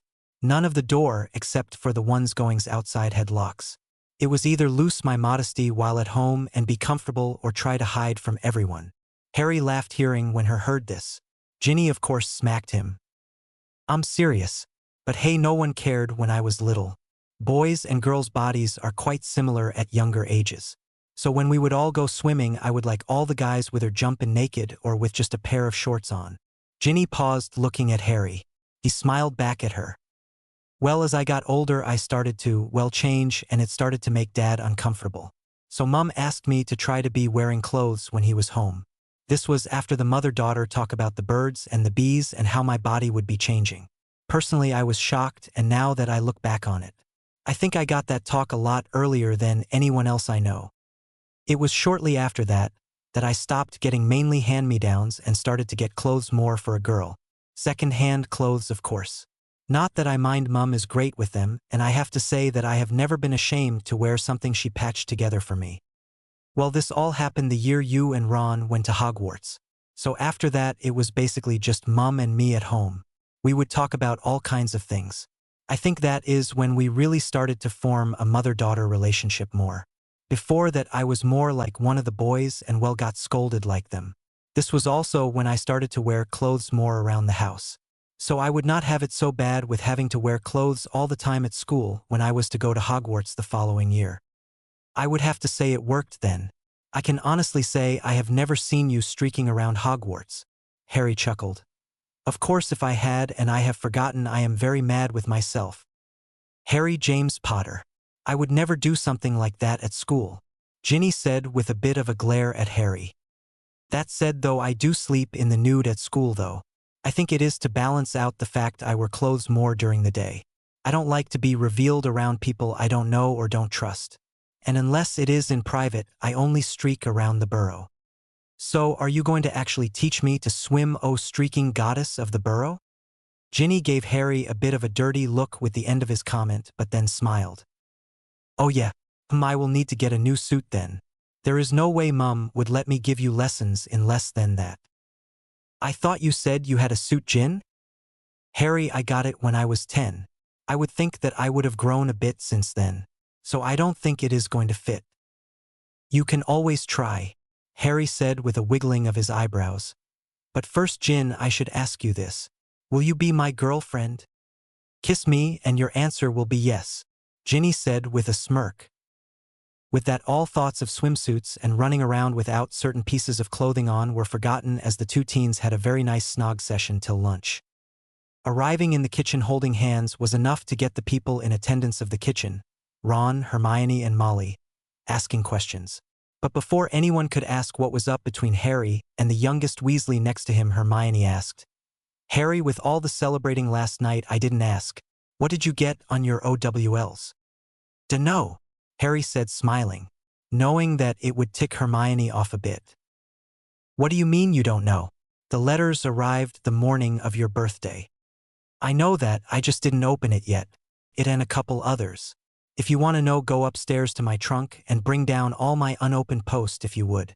Hermione did just that and ran upstairs to get everything. Hermione did not take long and was back as soon as she could and was a bit winded when she arrived back in the kitchen. She proceeded to set the 3 letters and the parcel on the table. Here you go, Harry. Looking at the 2 envelopes, Harry looked around the room, then asked, So if our school lists are to come later in the week, what is the second letter for? Harry, it is a new teaching method that the ministry came up with and has Hogwarts testing for them, stated Hermione. Looking at the letters, Harry at random opened one of them. Inside was the educational decree. It stated that the ministry believed that the testing of magical power would be beneficial to the instruction of some weaker students. Also would show which students are slacking off in their magical studies. Tossing it aside, Harry figured they would likely inform everyone of what was happening at the welcoming feast on September 1st. Opening the next letter, Harry was in for a surprise. Mr. Potter, I am happy to see that even though you seem to be lacking in class, you are most definitely learning. OWL breakdown. O, 2 OWLs. E, 1 OWL. Anything else will result in no OWLs rewarded. Listed are the overall marks in each subject. Astronomy, E. Care of magical creatures, E. Charms, U. Defense against the dark arts, O. Divination, P. History of magic, E. Potions, E. Transfiguration, U. Additional OWL. Total 11 OWLs. The arrival of your book list will arrive within the next week and a half. Deputy Headmistress Minerva McGonagall. Harry just stared at the page, not full comprehending what the results meant. He was confused that he had done so well with all of the distractions. Annoyed that Harry was taking so long, and now that Harry was just looking off into space, Hermione grabbed Harry's OWL results from his hands. Oh wow, Harry, you did really well. 11 OWLs. At this, there was many voices that chorused congratulations. Harry, though, just sat there in shock. He had not gotten into Snape's Newt's Potions class, and he could not decide if this was a good thing or not. Castles and swimming. The results of the OWLs were cause for celebration. Hermione had gotten, to no one's surprise, all O's. She, of course, was quite pleased with herself about that. Ron had done well also. Scoring 9 OWLs overall was quite respectable. Mrs. Weasley fussed over everyone and set right away to making a suburb meal for that evening, and she was already done with lunch as it was on the table. Of course, everyone was brought back to the other letter by Ginny. Having no results of her own this year, Ginny was more curious about what was in the box and whom the letter was from. Harry, I know you don't even care about your results. Can you please open your other letter? I want to know who sent it. Ginny pleaded, looking as cute as she could at the same time. Chuckling, Harry turned to Ginny and said, What do I get for sating your curiosity, fair lady? Ginny, in response, looked to the ceiling to think of a response. This, Ginny said, smiling just before she placed a rather heated kiss on the lips of the one and only Harry Potter. Wow, was all Harry could say when it was over. Potter, what do you think you are doing with my sister? Ron bellowed. He had never actually thought that Harry would say anything to Ginny and was now in overprotective brother mode. Harry seeing more of Ginny than he would like was not something he could do anything about, as that is just how Ginny was. But this was something that Ron could stop. Something he could protect Ginny from. As soon as those words had left Ron's mouth, everyone had their own opinion about it. Ginny, who does he think he is? I can take care of myself. Harry did nothing. I am the one who kissed him. Bloody prat. Hermione, Ron can be some a prat at times. Can't he see Ginny is happy? Gods, how did I fall for someone who could be so pig-headed? Mrs. Weasley, oh, my little girl is growing up so fast. I will have to start planning the wedding. It will be so beautiful. Harry is so good for her. The twins, they had just arrived for lunch at the time of the kiss. Oh my. When did our little Jin learn to kiss like that? Harry, I thought Ron and me talked about this. Oh well, best keep Ginny from killing him. I hope he appreciates this. Ron, before you try to hit me or whatever it is that you are thinking of doing to me, stop. Stop for just a moment and think of what Ginny would do to you. Also, didn't you tell me yourself to go and tell Ginny how I felt about her? Harry paused, looking at Ron. He could see the gears turning in Ron's head as his words soaked in through his thick skull. Harry then reached over and places his hand on Ginny's arm. Upon the touch, Ginny relaxed noticeable. Now, Ron, you can't have it both ways. You can't have it that I tell your sister here that I have feelings of more than friendship and not expect her to act on that, when she herself had feelings to match. Looking Ron right in the eye so he could not mistake that is who he was talking to, Harry said, Ron, I asked Ginny to be my girlfriend and she said yes. If you can't handle that, then maybe I should just leave. Everyone was stunned at this statement. Ron just sat there, his mouth opening and closing like a fish out of water. Giving himself a bit of a shake, Ron spoke. That won't be necessary, Harry. I'm sorry I yelled at you. Ginny kissing you and you more or less flirting with her caught me off guard, and I guess I overreacted. Apology accepted, Harry said with a smile. Of course, at this moment there was not way Fred and George could remain quiet anymore. Harry, mate. How in the world? Did you get Ron here? To back down like that? George finished. Turning to the twins, Harry replied, just told him what he already knew and threw back what he had told me in his face. Ron was now blushing in embarrassment. Well, I for one applaud you, stated Fred. Yes, well done, old chap. Well done. But what do we do about that kiss, dear brother? Fred inquired to George. What indeed? I say we get them to do it again and see if they really mean all this or if it is just some elaborate prank on our dear little brother here, posed George. Yes, lovely idea. Ginny, don't keep us waiting. Fred laughed. With a smirk to rival the twins themselves, Ginny stalked over to Harry, grabbing his shirt and pulling him down to her. When he was at her level, Ginny wrapped her arms around his neck and placed a very sound kiss on the lips of a very pleased Mr. Potter. Wow, Ginny, you really need to stop doing that. Then again, forget I said that, Harry said as he plopped down into his chair with a silly grin on his face. That enough proof, or shall I do it again? No, that is enough, said Fred. You sure? 'Cause I don't mind doing it again if you like. Ginny smiled, seeing the twins squirm. Her kissing a boy was not something they really wanted to see. Yes, dear Jin. I don't think we could watch another kiss like that. Yes, too weird thinking of our little Jin like that. Isn't it, my dear Forge? Very much so, my dear Gred. Good then. 3 down, 3 to go. Ginny smiled. Turning back to Harry, Ginny asked, now about that letter, Mr. Potter.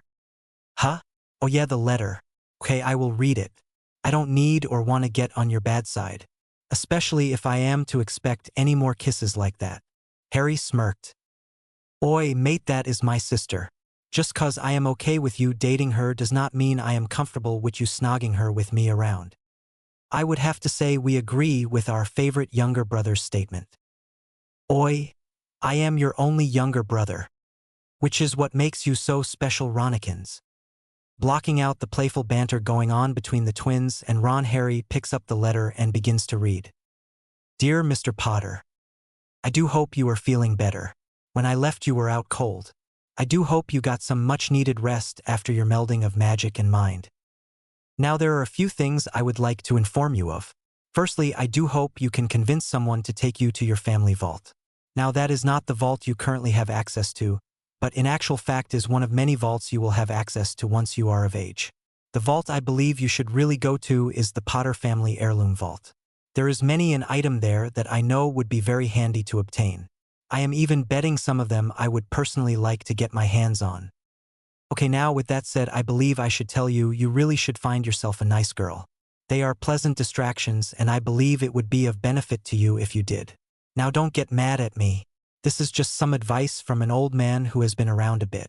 I have been doing some research, and just so you know, you should look for a redhead.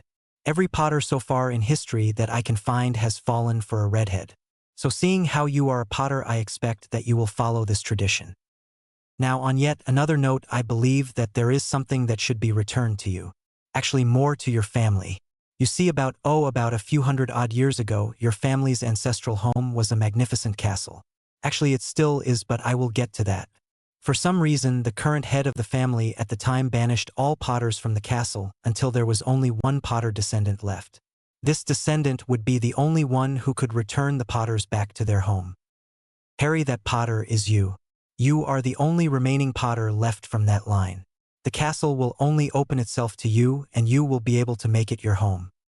I can only tell you of a general idea of where the castle is. I believe it is somewhere in northern Scotland. The castle itself is in a valley surrounded by huge mountain peaks. This castle is unplottable and is greatly warded, but let me tell you more about the area first.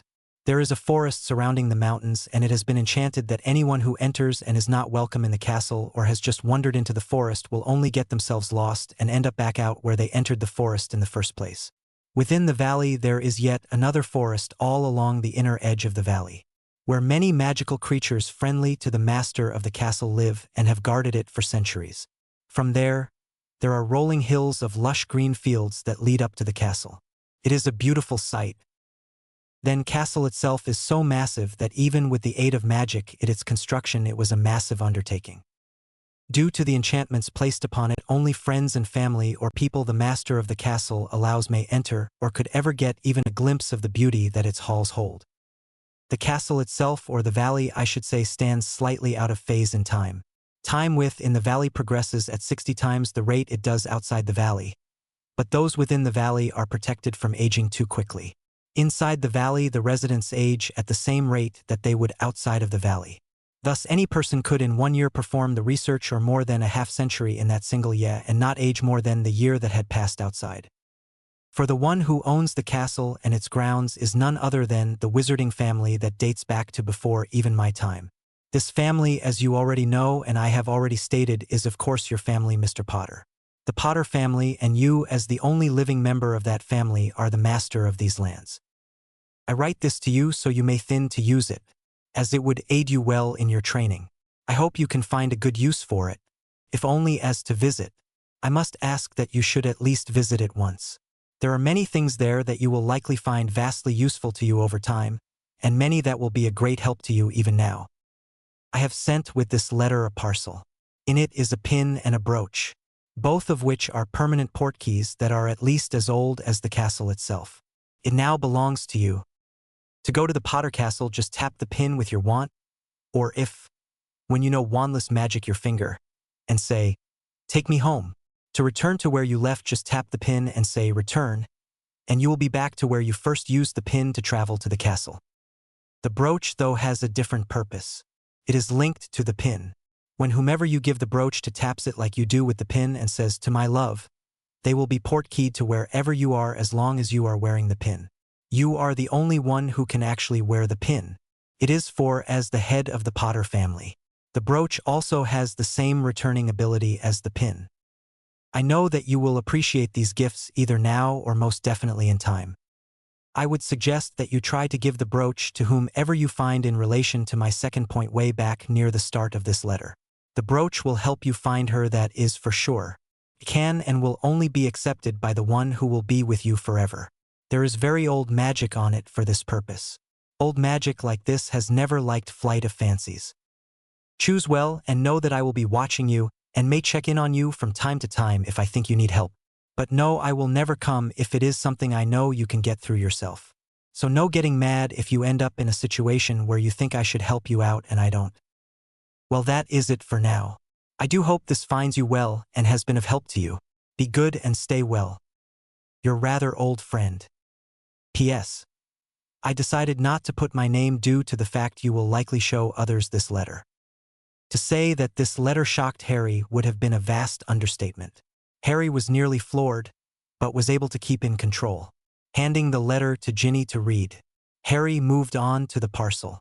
He wanted to see this pin and brooch that had been mentioned in the letter.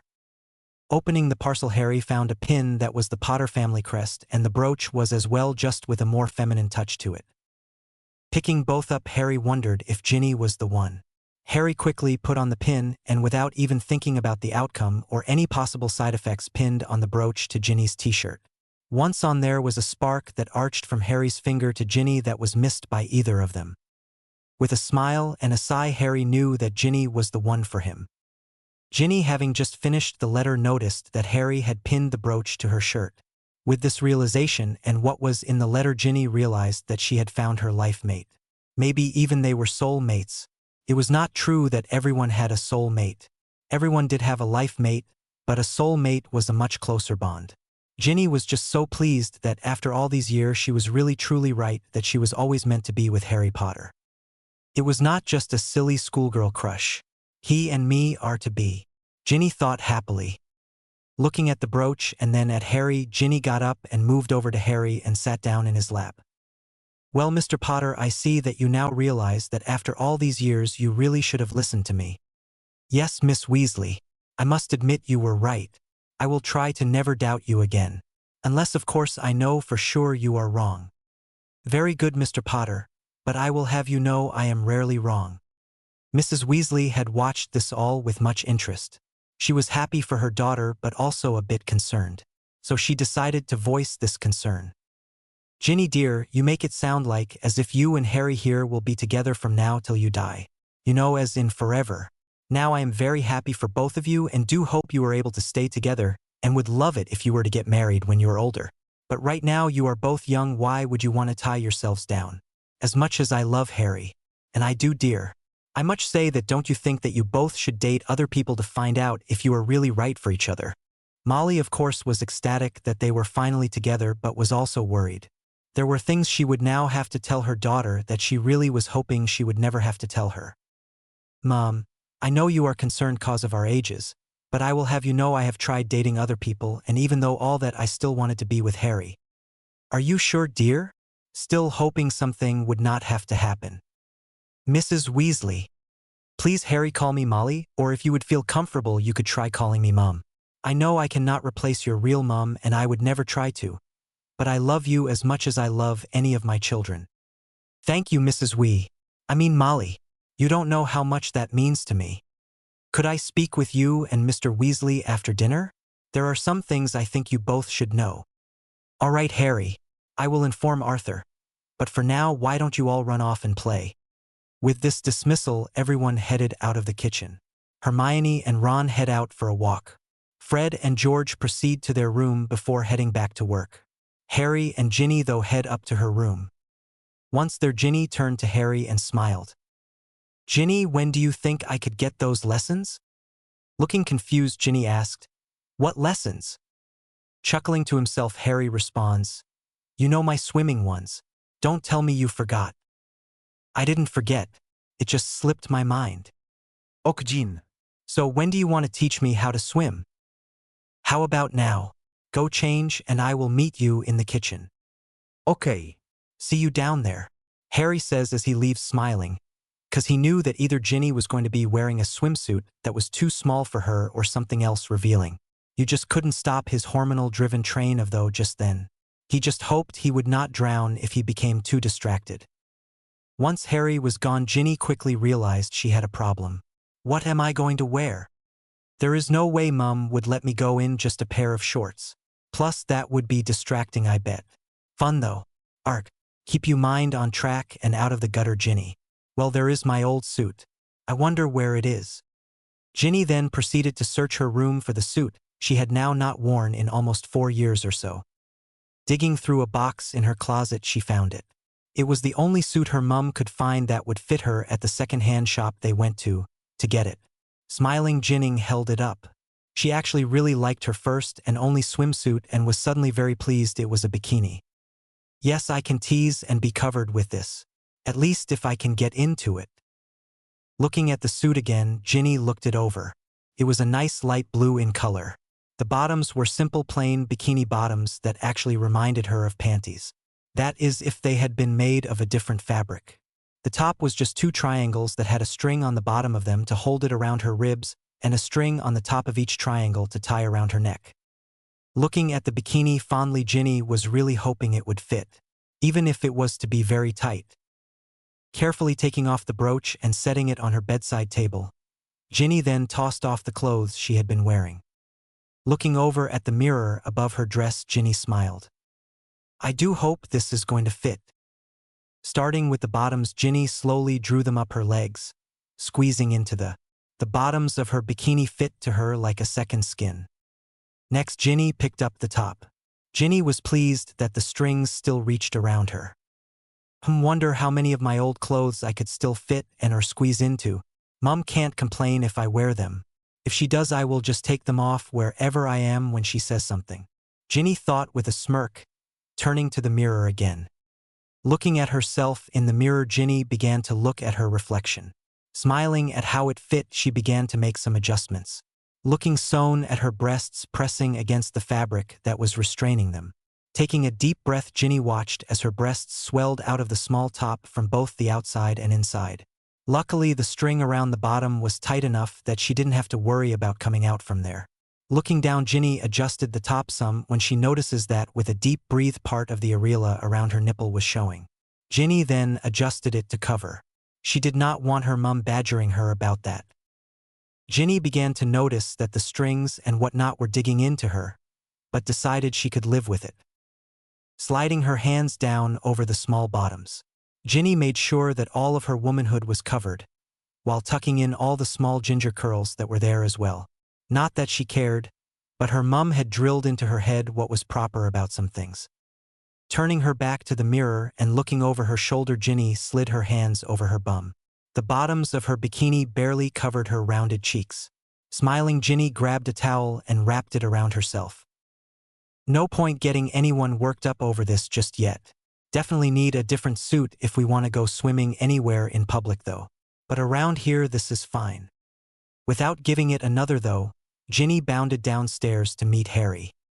Back with Harry while Ginny was changing. Harry sprinted up the stairs to the room he was sharing with Ron, quickly changing into his new swimming trunks. Harry then headed down to wait for Ginny in the kitchen. Seeing Harry come into the kitchen, Molly smiles, seeing Harry is wearing the swimwear that she and Arthur had gotten the young man. Hello, Harry dear. Who will be giving you some lessons? Ginny will be Mrs. Molly. That's nice, dear, Molly said. Wait a minute. Ginny hasn't had a new suit since her 10th birthday. I hope she is planning on wearing something, and she had better be covered. I don't want her giving Harry the wrong ideas about what she is willing to do. So Harry, any idea on what Ginny is going to wear? Actually, I don't. Why do you ask? Well, do you know? Harry interrupted Molly by asking, is this about her habit to, well, not wear all that clothing she should? Yes, Harry, it is. How do you know about it, though? Well, it is kind of the reason I missed breakfast. When I went up to wake her, I just, walked in. She was in the middle of changing. I was frozen and had basically lost any ability of coherent thought. Harry said quickly, hoping that the eldest female in the Weasley clan was not going to be mad. Well, dear, how did she take it? Better than I did. At first she looked mad, but then she relaxed. Molly, is this about our relationship? Because if it is, we have had a talk. Ginny and she told me that basically other than kissing, hugging and holding hands and maybe an affectionate touch someplace proper, that I am to keep my hand to myself. Molly smiled at this and then asked, do you think you can do that, Harry? Yes, I do believe I can. I have at least 9 very good reasons to be a proper gentleman. And what might those be? The first 6 are, well, her 6 older brothers. I am even more afraid of what she might do to me, so there is one more reason. The last two of the 9 are you and Mr. Weasley. I don't want to be a disappointment to you. Even though Mr. Weasley does not know about Ginny and I want his approval and am not willing to risk that by, if you will forgive my wording, feeling up his daughter. Molly could not be more proud of the young man in front of her than she was just then. He was putting his feelings and most likely his urges aside to make sure Ginny was comfortable and as a point of respect of her and Arthur. Harry dear, I am pleased to hear that. But I do have a question. If put in a situation where Ginny was willing, how far would you be willing to go with her? Harry at that moment went from slightly red to full-on Weasley blushing. Clearing his throat a bit and taking a deep breath, Harry looked at Molly in the eyes and said, I would not do anything illegal. But even if it was not illegal, I would want to wait till I was married before doing that. If that is what you are asking about, that is. Harry, I am very pleased to hear that. I know you will likely regret saying that to me though in just over a year. Be that as it may, I will stick with it. I respect Ginny too much to sow something like that if we were not completely sure we would be together forever. Even though I know we will be already, thought Harry. But the way you were talking before earlier, it sounded like you believe you will be together for a long time. If you are asking that, then I am pleased you did not invade my privacy and read my letter, but I guess you should know. Ginny and I are meant to be together. Harry, you both are so young and have only just gotten together. How do you know this? Molly, I know this is all a shock, it was to me too. But if you like, I would like it if you would read the letter, paying close attention to the bit about me finding a nice girl near the beginning and the bit about a brooch near the end of the letter. I think that will tell you what you need to know. It is also what I was going to talk to you and Mr. Weasley about after dinner. All right, Harry, I will read the letter, but only the part about the brooch and the part about you finding a nice girl, as you put it. I don't want to invade your privacy like that. All right, Molly. It is the first and last pages of the letter then. It also talks about my pin as well. I think you know what it all means more than I do in the end as well. Molly then nodded to him and went over to the cabinet where she had put the letters for safekeeping. As she was getting the letter, Ginny walked into the kitchen. Ready to go, Harry?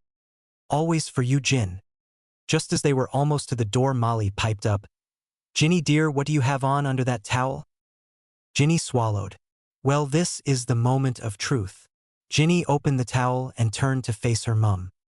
Harry looked like he was in shock. When I think she can't look any better, she goes and does something like this. I don't know if I am going to be able to not kill anyone who looks at her while at school this year. Though Harry. My word. How in the world did she squeeze herself into that old thing? Oh well, it is better than nothing. Wish is what she will wear if I say anything. That girl is far too strong-willed for her own good. But of course it might come in handy for dealing with Harry. I think we need to get you a new suit when we go to Diagon Alley. Don't you, Ginny? Yeah, that would be nice. She is not telling at me. That is good. Well, get going you two. And be careful. Both teens nod and head outside. Wow. I am surprised she let me out in this. What would you have done if she said you couldn't, Gin? Taken it off right there in front of both of you. Ginny smirked. Think she might have thought of that and figured a really small tight suit was better than none at all? How and when did you get so smart, Mr. Potter? You mean you did not think of that, Miss Weasley? Actually, no, I had not. So what do you think? Ginny asked, reaching the pond by the burrow with a twirl. Well, if you don't kill me for saying this, I would have to say that it looks very sexy on you, Gin. Ginny blushed at this. No one had ever told her she was sexy or even looked sexy before. It made her feel desirable and she liked it. Well, Mr. Potter, thank you for your wonderful observation. I think we should start the lesson though, don't you? Yes, I think we should. With that, Harry pulled off the shirt he had been wearing. Oh my God. Harry looked so yummy. So what is first, Gin? This snapped Ginny out of her daydreaming. Sure, Harry had put some muscle onto his frame. That did not mean she should let herself get distracted. Well, getting in the water would be a good idea, I think. Harry took off his rather cheap watch that he had got from a corner store near Privet Drive earlier that summer and proceeded to follow his girlfriend into the water. Ginny, for her part, was a good teacher. She started with floating and then a bit of swimming around and whatnot. After about 2 hours, Harry seemed confident in his ability. He would still have to practice but was enjoying swimming quite a bit. "So, how did I do with my lessons, Harry?" Ginny asked as she tilted her head to the side slightly with a bit of a grin. "Well, I have to say that you did a very good job, Jin. I can swim around now. And even float too." Harry smiled as he laid back and floated around a bit. Out of Harry's notice, a smirk formed on Ginny's face. One that if Harry had seen it, he would have been at least a little bit prepared. Out of nowhere, or at least that is what Harry though, a wave splashed over him. Ginny was in a right state when Harry surfaced. She was giggling uncontrollably at what she had just done. Ginny had splashed him. "What was that for, Ginny?" Harry sputtered. "Fun." Ginny smirked and proceeded to splash Harry again. This of course started a bit of a water war. Water was flying everywhere. Both teams were splashing each other and were enjoying themselves quite a bit. Taking a short break and breathing hard, Ginny looked over at Harry. "How does Harry's hair stick up even when wet?" Ginny though to herself, "Why does Harry have that odd look on his face? Makes him look weird." Unknown to Ginny, she had come out of her Raider small top and Harry was now taking in the lovely view that this situation offered. After all, she had told him he could look all he wanted. Ginny of course soon was able to put things together when she noticed Harry's line of sight. Ginny giggled to herself, and though it will not be hard to keep or even get this boy's attention, maybe I can get him to buy me a broom with some incentive. Nah, Harry would buy me one if I asked, I bet. And it would not go over well with Mum if she found out I let Harry ogle my breasts in return for a broom. Of course, as we all know, all good things must end at some point, and Ginny was brought out of her thoughts but a bellow from the shore. Oi! "Potter, what do you think you are doing gawking at my little sister?" Charlie yelled from the edge of the pond. The yell brought Harry back to his senses, sort of. In actual fact, it startled him. As a result of Harry being startled out of his trance-like state of mind, he lost his balance and fell back into the water. The water quickly rushed over and around him as he went under. Startled and now disoriented, Harry was starting to panic. Sure, he knew how to swim now. Sure, the water was not that deep. But Harry didn't remember any of this at the time and tried to take a breath. All he received for his trouble was a mouth full of water, which then moved on to his lungs. Ginny was stunned upon seeing Harry fall back. Then took in the bubbles that come to the surface. Then nothing. No, Harry. No more bubbles. Nothing. "Harry! Harry! Harry!" Ginny yelled. Dining under the water, Ginny went straight to looking for Harry in the semi-murky waters of the pond. As luck would have it, that and the fact she saw where he went under, Ginny did not have a long wait to find Harry on the bottom on the pond. Quickly grabbing him, Ginny pulled Harry up and out, and on the bank of the pond. Looking at Harry, the first thing Ginny noticed was that he was not breathing and that his lips were starting to take on a bluish tinge. "Help, someone! Help!" Ginny cried. Charlie stood there shocked. He never thought that this could ever happen. Hearing Ginny's cry, Hermione, Ron and Molly ran out to the pond. Hermione and Ron in their swimwear as they were just about to come out and join Harry and Ginny in the pond. "Oh my! Ginny, quick, what happened?" Molly asked her distraught daughter, hiding the panic in her own voice as best she could. All she could do was stare at the unmoving body of the boy she loved like a son. Harry was surprised and fell back under the water and didn't come back up. "I dived in and then pulled him out, and now he is like this," Ginny sobbed. Hermione knew what was wrong right away. Having taken swimming lessons before going to Hogwarts, she ran right over to Harry and checked to see if his heart was still beating. It was. She then proceeded to perform mouth-to-mouth resuscitation on the still form of her best friend. Shortly after Hermione had started, Harry began coughing up the water that was in his lungs. She quickly rolled him over and rubbed his back as his body forced the evil water from his lungs. Ginny, seeing everything happen, was elated and also concerned and mad. She was elated that Harry was breathing now and looked much better. She was concerned cause Hermione had put her lips where she really did not want Hermione's lips. So her concern was laced with jealousy. The anger, which was now starting to take over the rest of what she was feeling, was directed at her second oldest brother. Before Ginny was able to go over and start yelling at Charlie, Ron asked a question that she actually wanted to hear the response to. Hermione, what did you just do to Harry? Ron asked. Blushing, Hermione responded, well, Ron, it is a muggle thing called AR or artificial resuscitation. She then went into boorworm mode and explained it to everyone. Harry had stopped coughing up water and was now just lying there thinking how he got there. Trying to get up, he let out a moan. As to get up, he took a deep breath, and while his lungs were still a bit waterlogged, even if they only had the water in them for a few minutes. When Ginny heard the moan from the boy she had loved for all these years, all anger at Charlie left her mind, and was replaced with concern for the boy how that day had decided that he would actually tell her he loved her back. Dropping to her knees, Ginny helped Harry sit up. Harry, are you okay? Ginny asked with the concern very dominant in her voice. This brought a smile to his face. Yeah, Gin, I am pretty sure I am going to be fine. Don't worry about it, okay? But you almost drowned. Yeah, but Hermione stepped up, and look, I am more or less all better now. Of course my lungs don't like being used as water bags. Harry chuckled and then coughed. Ginny felt a bit of that jealousy flare back up. Harry took that moment to look into her eyes. Gin, don't get jealous about what Hermione did. Just think that if she didn't do that, I would be dead now. Harry James Potter, how could you say that? And I am not jealous. Ginny pouted. Okay, you are not jealous. And I am sorry for the poorly placed joke. But could you do me a favor? Everyone had started to listen to Harry and Ginny's conversation by now. Maybe, what is it? Remind me never to do that again, okay? Harry chuckled. Okay, Harry, I can do that for you. Harry nodded and then hugged Ginny. Feeling tired, Harry closed his eyes to rest after all that had happened in the last little bit. Harry also came to a very nice conclusion. He found that he really liked falling asleep on Ginny. With this fleeting though, Harry was quickly resting peacefully, showers and requests. For almost then next entire week Harry had been bedridden. This of course was not his idea. After the incident at the pond, Madame Pomfrey was called to come and check on Harry. She had said that he would be fine but should spend the next 5 or 6 days in bed. This in Harry's opinion was not a nice way to spend a week, but Ginny had spent every waking hour with him, so he found that it was not quite so bad. Harry had asked Ginny about what her brothers would say about her spending all her time up there with him. She had responded by telling him that after he had been taken off to bed, she had let Charlie have it.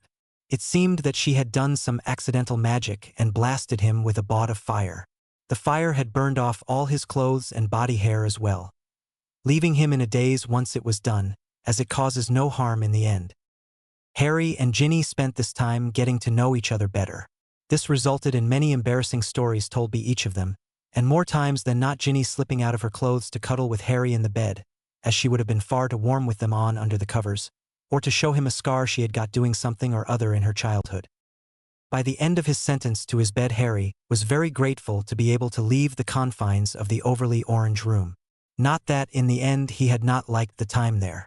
It was just nice to finally be able to move about freely again without someone talking him to the loo or something on the off change. He might just not be well. Harry had just gotten up and was getting some clothes for the day from his trunk. It was still early yet, far too easily for Ron to even consider being up.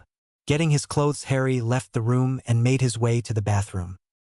Harry had a nice shower, but as luck had it he was interrupted just as he was getting out. This of course was unknown to him. Someone else had just entered the room. Harry stretched before grabbing for his towel. This of course gave the intruder a wonderful view of, well, everything. Now even if Harry had been looking over at the door, he would not have been able to make out who was there, as he was not wearing his glasses at the time. And why would he? He was in the shower. Ginny, upon walking into the bathroom, was suddenly very glad she couldn't sleep and had decided to go and have a shower. Smirking and very much enjoying the view of her naked and wet boyfriend, Ginny just could not help but comment. Well, I do hope there is enough hot water for me, Mr. Potter, Ginny said, closing the door behind herself. Harry, hearing this, quickly grabbed his towel and wrapped it around himself, blushing. Ginny, what are you doing up? Well, if that is how you want to greet me, then maybe I should go back to bed. No. No, Gin. It is great to hear you this morning. You want these, Harry? Ginny asked, spinning Harry's glasses around by one arm. She had just gone and picked them up from the sink. Please. Ginny handed Harry his glasses. Harry, nodding his thanks, slipped them on. Now being able to see again, he looked over to where he knew that Ginny was. Seeing her, Harry nearly fell from shock. Ginny was standing there completely naked. Now Harry had seen all her parts at one point or another during the past week.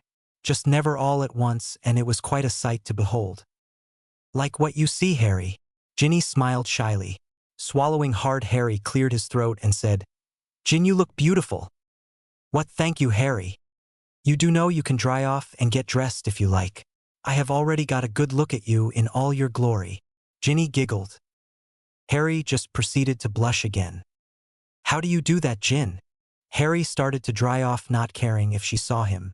Harry didn't understand it, but he felt comfortable around Ginny and was not too embarrassed about being naked with her in the room. Plus, like she had said, she had already seen him already, and well, it was only fair as she was naked as well. Do what, Harry? Ginny questioned as she ran her fingers through her hair. Make things so easy. I am normally very modest. You just seem to make me open up like there is nothing wrong. Even though I know we would get in so much trouble for this. I don't really care as long as I know you will be there with me. Ah, Harry, that is sweet. Ginny walked over to Harry with a slight sway in her hips. This had the desired effect that she was aiming for. Now, Harry, love, don't go and get too excited, smiled Ginny, looking up at her boyfriend, and stood up on her toes and gave Harry a quick kiss. I am going to have a shower. You get dressed and go downstairs. Our school list should be here today, and that means that we will be heading to Diagon Alley tomorrow, or maybe if we are lucky today. Yes, dear. But don't be long, Gin. Harry quickly dried off and got dressed, leaving his towel for Ginny. When Harry arrived downstairs in the kitchen, Molly was already there and making breakfast. Morning, Molly. Good morning, Harry dear. Would you like some breakfast? Molly asked as she brought him over a plate of food. Not waiting for an answer. Thank you, Molly. This all looks wonderful, Harry stated, smiling at the Weasley matriarch. You are quite welcome, Harry. It is nice to her that someone appreciated me around here. Everyone appreciates you, Molly. They just show it in different ways. I know, dear. So do you know if anyone else is up? Molly inquired. I only saw Ginny, so I don't know if anyone else is awake. I know Ron is still sleeping, though. Yes, he does like to sleep, doesn't he? Harry dear, I was wondering if you would do something for me? Molly asked, her voice getting a bit more serious now. Sure, Molly. Anything as long as I can able to, that is. Harry sat up a bit straighter now. His curiosity piqued. When you get back to school, on the 11th of September, would you please spend the entire day with Ginny? I will even give you permission to miss classes for the day if you have to. I just don't want her to be alone that day at all. Don't leave her side at all on that day, please. Molly asked with a look of pleading in her eyes. It seemed like she almost thought something bad would happen on that day, Harry, though. Okay. I don't know why, but I guess you have your reasons. One condition, though. Okay, what is it? You have to tell Ginny that I will be doing this. Also, even if you can't tell me why, I think you should tell her. All right, I will tell her, Harry, but not until after her birthday. Please don't tell her either. I will inform her to tell you what I tell her if and or when she feels comfortable to tell you when I tell her what I need to tell her. As confusing as that sounded, I think I understood it. Thank you also. Harry then turned back to his breakfast. He just knew today would be a very busy day. He could feel it. Gringotts and kidnapping. When Harry had thought that today would be a rather hectic day, he was right. The schoolbook lists had arrived that morning, and as Professor Dumbledore knew this little fact, the outing to Diagon Alley was also set for that same day. Everyone except Harry and Ginny were running around trying to get ready for their day out. Ron was bringing his normal disorganized self and could not find his other sock. Funny thing is that his sock had found him, as it was currently stuck to the back of his shirt. Hermione was in a right state as one, she had slept in, and two, well, let's just say she was not in a good mood. Molly was just trying to make sure everyone was ready on time. In the end, everyone was ready to go. All right, you lot, grab hold of the teacup here, Molly instructed. Everyone did as they were told. As soon as everyone had touched the teacup, it was activated. Thus, the feeling of a hook being their navels was felt as they were transported. Everyone arrived on the back room of the twins' shop. This, of course, had Harry on the floor. "Mate, you really need to work on your landings," Ron said with a smirk. "Whatever. I think I was just never meant to travel by Portkey or even flew for that matter," Harry said, brushing himself off as he stood. "Well, glad you all could make it," stated Remus from a stool that he was sitting on in the corner. "Moony," Harry smiled. "How are you doing?" "I'm good. Hear you and the young Miss Weasley here finally got your acts together." Harry and Ginny both blushed at that. "Well, we best get a move on." Remus stood. "Gringotts first. The whole lot of you need to go there. Are you the only Order member here to, mind us?" asked Hermione.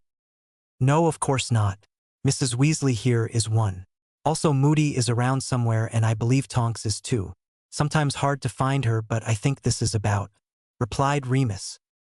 They all nodded at this and then headed out to Gringotts without an incident from the twins. Harry was first in line to see a goblin about going to his vault.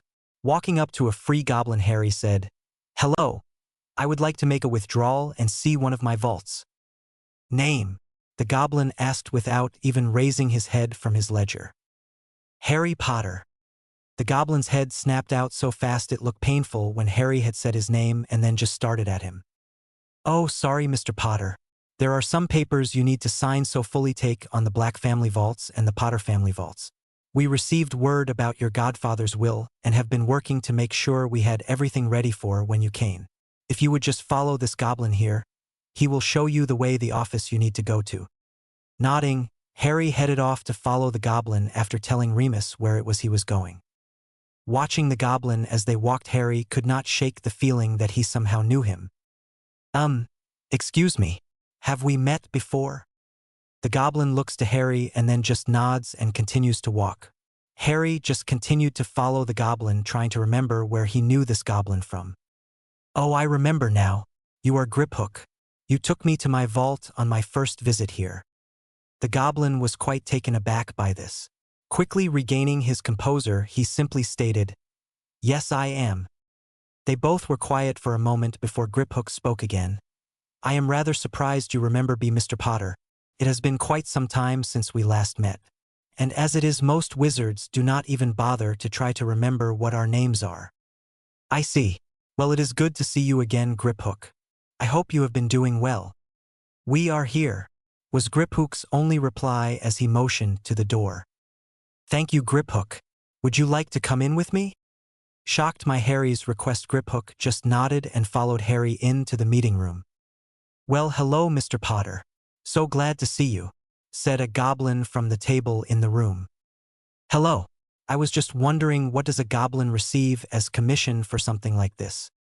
"Well, Mr. Potter, I don't believe that is important at the moment, is it?" "Oh, but I do. Griphook, what will this goblin here receive for his role in all of this today?" Being shaken out of his shocked state by this question, Griphook answered, "He would get a bonus. This would be because he will be handling your accounts for you. You see, Mr. Potter, you are now one of our largest customers." I see.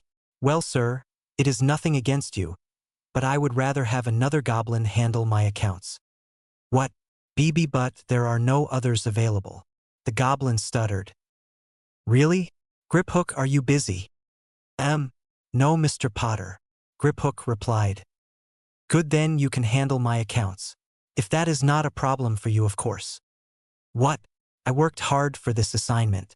I deserve it," said the goblin at the table. "That is well and good, but I believe that I am able to pick my own manager of my accounts. If you don't like it, tell your boss. We will wait." The goblin got up and stormed out, looking flustered for a goblin to find his supervisor. "Mr. Potter, are you sure about this? Not that I am not grateful, but I don't want you getting into any trouble over this," Griphook said. Harry could tell that Griphook was very pleased to be able to handle his account, but was worried about how it would work out. "Griphook, I am sure. Now, is there any way to make sure my friends know I am all right? Maybe even have one or two of them join me here?" "Of course, Mr. Potter, on both accounts." "Thank you. Would you please have them notified that I will be held up, and also ask that Miss Ginny Weasley, and if he is able, a Mr. Remus Lupin, to come join me here." "Right away, Mr. Potter," Griphook said. He then went to the door and told a passing goblin to deliver the message and to bring the parties that were invited. 30 minutes had passed before the disgruntled goblin returned. Ginny was there as well as Remus. Both were seated to either side of Harry. Griphook was also seated just off to the side as well. When Griphook saw who came in with the goblin, he was startled, but was able to hide it well before anyone noticed. "May I present Ragnarok, president of Gringotts London branch and current head of Gringotts worldwide," the goblin announced smugly. Remus took in a breath. No wizard ever got to meet Ragnarok. Standing, Harry then bowed to the elderly-looking goblin. "Greetings, Ragnarok. I do hope I am not taking you away from gaining any profits. I would like to introduce you to my mate Ginny Weasley and a close friend Remus Lupin." Ragnarok nodded to each of them and then took a seat across from Harry. Once he was seated, Harry returned to his seat. "I hear you have a problem with the account manager that you were assigned, Mr. Potter, and that you proceeded to fire him. I do hope you know that there is a fee for doing that," rasped Ragnarok. Is that what you were told? Well, personally, I have yet to sign a single document, so I would believe that he would not be under my employment. Thus, if that were the case, I would not have the ability to fire him. I just told him his services would not be needed. So if you were told I fired him, then I do believe that someone is not telling the full truth. So from this, if it was that goblin that told you this, I am most glad. His is not under my employment, as he is not truthful." "Is that so?" Ragnarok replied as he glared over to the goblin in question. "What, I was assigned to Mr. Potter here. That is as good as being hired. And then he wants that low-ranking goblin there to handle his accounts," argued the goblin, pointing at Griphook. "I see. You are dismissed. We will speak about your punishment for impeding the processing of these accounts later." Ragnarok started firmly. Dropping his head and looking ashamed, the goblin quickly left the room. "I am sorry for that, Mr. Potter.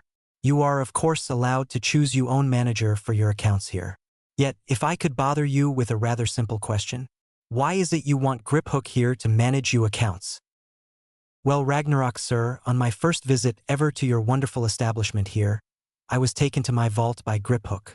When I arrived here today, her was given the assignment of escorting me to this room for a meeting where I would have to sign some documents. Along the way, I recognized him. But to the point, I have a feeling that he is a hard worker and that I can trust him. The goblin that was assigned to me did not give off that feeling of being trustworthy. At least to me, that is. So I decided then and there that I would prefer to have Griphook handle my accounts." "I see, Mr. Potter. Very good. I will be happy to allow Griphook here to me, your accounts manager. That is, if he would like that job, that is," stated Ragnarok. "Yes, sir. I would much appreciate being able to handle Mr. Potter's accounts." "Good. There you have it, Mr. Potter. I do hope you will have no further problems. And I do hope, as our now current largest customer, you will be treated well." Ragnarok nodded to Harry and got up to leave. Harry followed suit and stood. He then bowed to Ragnarok, saying, "I do believe keeping my valuables here will be good for both of us. I do hope you have a profitable day." "Thank you, Mr. Potter. If you ever need anything, just ask Griphook here to get a hold of me. You are a very courteous wizard. If there were more like you in that aspect alone, then maybe out two people could live in more harmony." "Ragnarok, sir. Thank you and good day to you."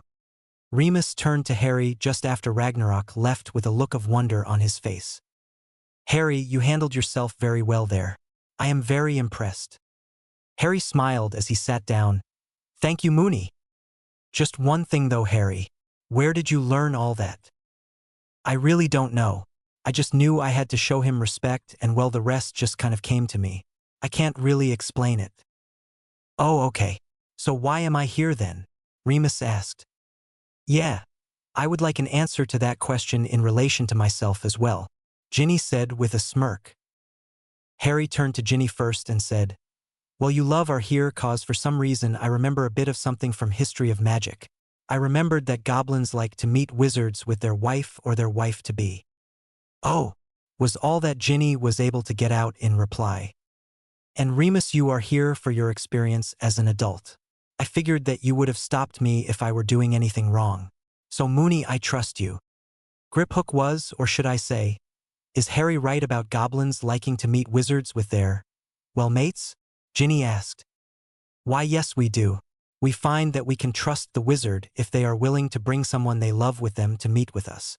Griphook answered as he continued to organize some papers. Well, Griphook, I would believe that my friends have been waiting for close on to an hour now, and I still need to visit a vault. What all do I have to sign, and exactly why am I signing it? Also, before I sign something, would you please be so kind as to explain the document to me first? Of course, Mr. Potter. For the next hour, Harry listened and signed different bits of paper. When Harry had realized just how long this was going to take, which took about 10 minutes, he told Remus and Ginny that they should leave and get the shopping done. Remus agreed to get his books and a few other items he needed, but Ginny wanted to stay with him. So instead of arguing, Remus just took both of their lists and headed out. After 2 hours, Harry was actually done, an hour per family.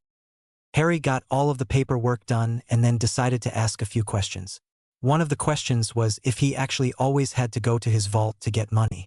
Another was if he could have his trust vault's balance returned back to what it was when he was 11 and set aside for when his children would need it. There were other questions involved as well, but most were sorted out easily. When all was said and done, Harry and Ginny, who had a nap while waiting, headed over to the carts. Harry now had a new wallet and belt pouch. The wallet was enchanted to hold about 100 pounds in average-size bills and also contained a card that was basically a credit card for larger purchases. The pouch was much the same except that it held 1,000 galleons, both refilled after some was removed. If change or received currency was placed in whither it was transferred directly back to Harry's vault. The ride to the Potter heirloom vault was a rather long one. Harry noticed that Ginny, unlike Hagrid, seemed to really enjoy the ride.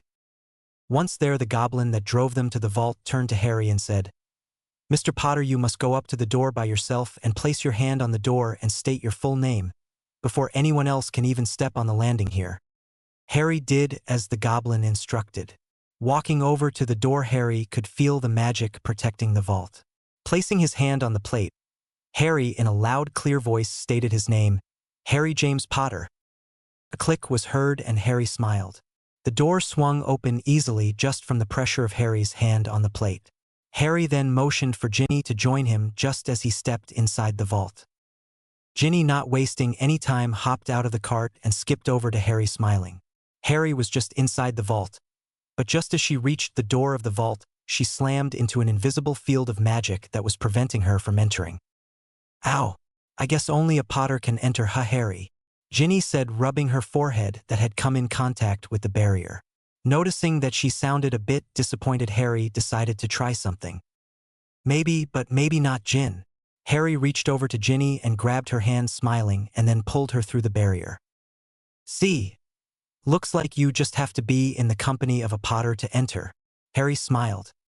Yes, well, I just wish we had known that before I ran into an invisible wall, said Ginny, stilly rubbing her forehead. Upon entering the vault, they both noticed that they were actually in a bit of a hallway instead of actually being inside of the vault itself. Proceeding down the hall, they entered the bulk of the vault. It was huge and had trunks and wardrobes and small piles for various valuables all over the place. After taking this all in, Harry noticed something moving towards them from behind a rather large trunk. Fingering his wand that was in his pocket, Harry watched to see what it was. Slowly, the figure came into view. Harry was surprised because it looked like a house elf. Well, not exactly like a house elf. I was about 6 inches taller and look very old. Of course, this pause in his thinking was enough for the elf. With a snap of his fingers, both Ginny and Harry were against the wall and the elf had their wands. Hey, those are ours, and put us down, Ginny shouted. And who might you be? Questioned the elf. Ginny Weasley. Who are you? You, Miss Weasley, are not a Potter, and I don't know how you got in here, but I do not have to tell you anything, or for that matter let you in any further, snapped the elf. This shocked both Harry and Ginny. One thing, the elf did not speak as most house elves did, at least not like any they had met anyway. Second, he stood up for himself and did not back down to a wizard. Harry decided to put an end to this and said, "I am Harry Potter." Startled, the elf placed both teens back on the ground and then said, "Oh, I see. I am truly sorry, sir. Is Miss Weasley your guest?" replied the elf. Yes, she is. Now could you answer her question?" "Yes, sir. I am the keeper of this vault. I am Vulcan." "Okay, and what do you do?" asked Harry. "Well, sir, I am the one who keeps all of the items here in pristine condition. Also, I am to keep out anyone who does not belong here out." "Ah, I see. So what should I see first, Vulcan? What do you believe is important for me to see?" "Well, sir, I would recommend that you go to the heirs room. Your lady friend will not be able to join you, though." "Oh, I see. Ginny, just let me take a quick look." Och, Harry. Vulcan. Let Ginny wander around in here and do answer any questions about anything she asks you about. "Yes, sir." Harry nodded to Ginny and then proceeded to the room that Vulcan suggested. The heirs room was mostly empty at first glance, but upon closer examination Harry noticed that things closer to the wall were just blurry. Now that I think about it, this reminds me of when everyone could not see Tonks at my party, thought Harry as he looked around. "Ah, young Mr. Potter, welcome." Harry shouted and jumped at the voice. Slowly, an orb made from crystal that was set into the ceiling began to glow. A beam traveled from the glowing orb to the floor. Slowly, it expanded, revealing a rather three-dimensional representation of an elderly man. "Hello there, my young decedent. How are you today?" Hello. I am quite good," replied Harry. "So, lad, what is your name?" the projection asked. "Harry Potter, sir." "Ah, and who are your parents? And for that matter, where are they? They should have brought you here." "They were James and Lily Potter." Yes, I remember young James. Quite the rascal he was. But you said were. What happened to them?"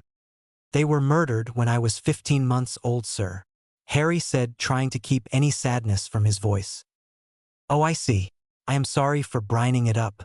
But on to business then, if that is okay with you, of course." "Yes, that is fine. You didn't know, so I cannot hold it against you." "Yes, very true. Well, I would wager that you are wondering who you are having this wonderful conversation with." "Well, yes, I have been a bit, sir.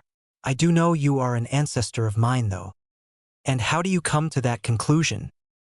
"Well, you did call me your descendant." "Ah, good. I see you listen. That is a very good trait to have. Now you are a bit older than I am used to, so I won't bother with all the silly tricks to get the young kiddies smiling and to like me." "What do you mean? And why is it I have to come in here alone?" "Well, every Potter visits this room shortly after their 10th birthday usually." "Wait, you said alone. Does that mean there is someone else here? How did they get in if you are the last Potter?" "How do you know I am the last Potter?" "Well, that is easy. If you were not the last Potter, an older Potter would have brought you here on your 10th birthday. Now back to my question, how is there someone else in here? The barrier stops any non-Potter from entering." "Oh, well, she did slam into the barrier, but I just reached through and brought her in the hand. Vulcan is taking care of her at the moment." "Ah, she is it. I take it that she is not your wife, as you look a bit young for that. So is she your girlfriend or just a girl that is your friend?" "My girlfriend, Ginny Weasley. Actually, she is more than just my girlfriend. I believe we are what are called life mates. Or at least that is what I was told. I know I love her, and when we are old enough I will very most likely ask her to marry me," Harry said, blushing. "A young love. Well, she might as well join us in here. You will be here for a bit anyway. No reason for having her wait out there for you. Also not as if she will be able to see or hear me either." "Why is that, sir?" "Ah, yes, I guess I should explain that so you don't look stark raving mad to your lass. You see, the orb above me scanned your magical resonance frequency and is projecting my image on that wavelength, thus making it so only you can see me, as it is that no two wizards or witches are born with the same frequency." "Okay, I understand, I think. I will just go and get Ginny then." Harry went out and asked Ginny to come in as well, all the while still slightly confused by all of this. Well, you really are a Potter. Went after a cute redhead too, I see. Careful of their tempers, though." The projection laughed. "Harry, why is that?" Whatever it is poking fun at me? You can see him, Jin? Of course I can. Why wouldn't I be able to see what looks like a colored ghost in the middle of the room? 'Cause he said you wouldn't be able to. Yes, young lady, you should not be able to see or hear me. How strange. Whatever. So why are we here? Ginny asked. That I can answer, but first to answer a question by young Harry here. Who am I? That is easily answered, even though I have taken a bit to do so. I am Logon Potter, first successful technomancer of the Potter line. I made this room here in this vault. I also made the orb that is projecting my image. As for why I built this and thus the reason you are here, well, at least why Harry is here is because I wanted to help all my descendants out a bit. You see, every person, muggle or wizard, has magic in them. It is what gives us life. Thus every living being and some non-living things have magic in them. Of course there are a few living plants that are a strange exception because they are magically neutral. But enough about that, back to why you are here. Through some research on mine and my wife's part, we found out that every wizard has a hidden potential within their magic. This potential also contains various powers and gifts as well. A few muggles have it as well, and if it were to be released, then they would be a wizard or a witch. This also includes squibs as well. If they have the hidden potential, then they could be made into a wizard or a witch. Now, once we realized this, my wife, who was a potions master, decided to try to concoct a potion to unlock this dormant or hidden power, as it were. This, of course, was a success. The thing is, when we first tried it, it was very painful, so she decided to make a few more potions to help with that. You see, the pain was from the rapid growth of one's magical power. She had to do this with a few potions. In the end, she made a completely painless way of doing this. As Ginny and Harry were both taking this all in and trying to process it all, another fussy form appeared in the room and shouted, "No, Harry, don't drink any of those." "Huh? Who are you to deny my descendant his birthright as a Potter? And how did you get in here?" Second question first. I am a projection of myself. I have been monitoring this situation and don't think this would be a wise course of actions. As for how I am, I can answer that in one word. Merlin. Both Ginny and the projection of Logon were completely shocked. Ginny had heard the story from Harry about Merlin visiting him, but though that Harry might have dreamt it, she was sure that he hadn't now and was now mad at herself for not trusting or believing him. Logon, on the other hand, didn't know what to believe. His memories believed that Merlin was quite dead, but here was a projection of the impressive wizard. "Okay, you can all stop staring now," smirked Merlin. Both Ginny and Logon visibly shook themselves. Ginny smiled and Logon turned to him. "So why can't Harry here take the potions? It is not going to hurt him any." "Well, Logon, that was your name, was it not?" Logon nodded. "He already has an ungodly amount of untapped potential that is already at his disposal for someone his age. He has more than some full-grown wizards even. He does not need more. Plus, on top of that, he is to soon be on the receiving end of the rite of magic. And you shouldn't be fooling around with his magic when he this close to that. His first spike could be any day now." "Oh, isn't that just wonderful then? Merlin, my good man, is there a spell that would allow us to know when that first spike may be? I just really want to know if it will be within the next week or not." "Yes, but as you most likely know, projections do not have the power to cast spells. And it is not an incantation that he can perform on himself," was Merlin's only response. "Well, it is good then that we have another youngster here, isn't it then?" Logon smirked. "Yes, she could cast the spell. Well, girl, what is your name?" Shaken out of her shocked, wonder-filled state by this question directed at her, Ginny replied, "Ginny Weasley, sir." "Well, Ginny, come here, I need to teach you a spell," Merlin said with a smile as his projection pulled out its wand. "Logon, is this room warded against detection spells?" Harry asked. "Yes, but why do you ask?" "Well, Ginny and I are both still underage, and the ministry states that underaged wizards and witches cannot perform any magic outside of school." "Well, it is a good thing this vault is warded against that sort of thing then, isn't it?" Logon replied with a smirk. "Logon, sir, how is it that Ginny can see you?" "Well, Harry, I have given that some thought. The only thing I can come up with, though, is that her frequency when she was born was close to yours. And from the way you look at each other, I take it you spend a lot of time together. Harry just nods to the statement and blushed. Well, Harry, I do know this. When wizards and witches spend a lot of time together. Close together, that is. If one is more powerful or their frequencies are close to one another, or even both for that matter, your frequencies will start to resemble the others. After some time, the will actually become in sync. So basically you are saying that Ginny and my magical frequencies are in sync then? Harry postulated. In short, yes, and that is why she can see me. At least that is my only explanation for it. Okay. Well, it looks like they are done. Harry says, looking over at Ginny and Merlin. Ah, that they are. That they are. Ginny proceeded to walk over with a bit of a smirk on her face. Okay, so what do I have to sew, Gin? Not much. Just stand still and be a good boy. At that, Ginny leveled her wand at Harry and muttered the incantation. A white beam shot out from her wand and struck Harry in the chest. For his part, Harry only felt a slight tingling feeling where the spell struck him. Slowly, a counter appeared above Harry's head.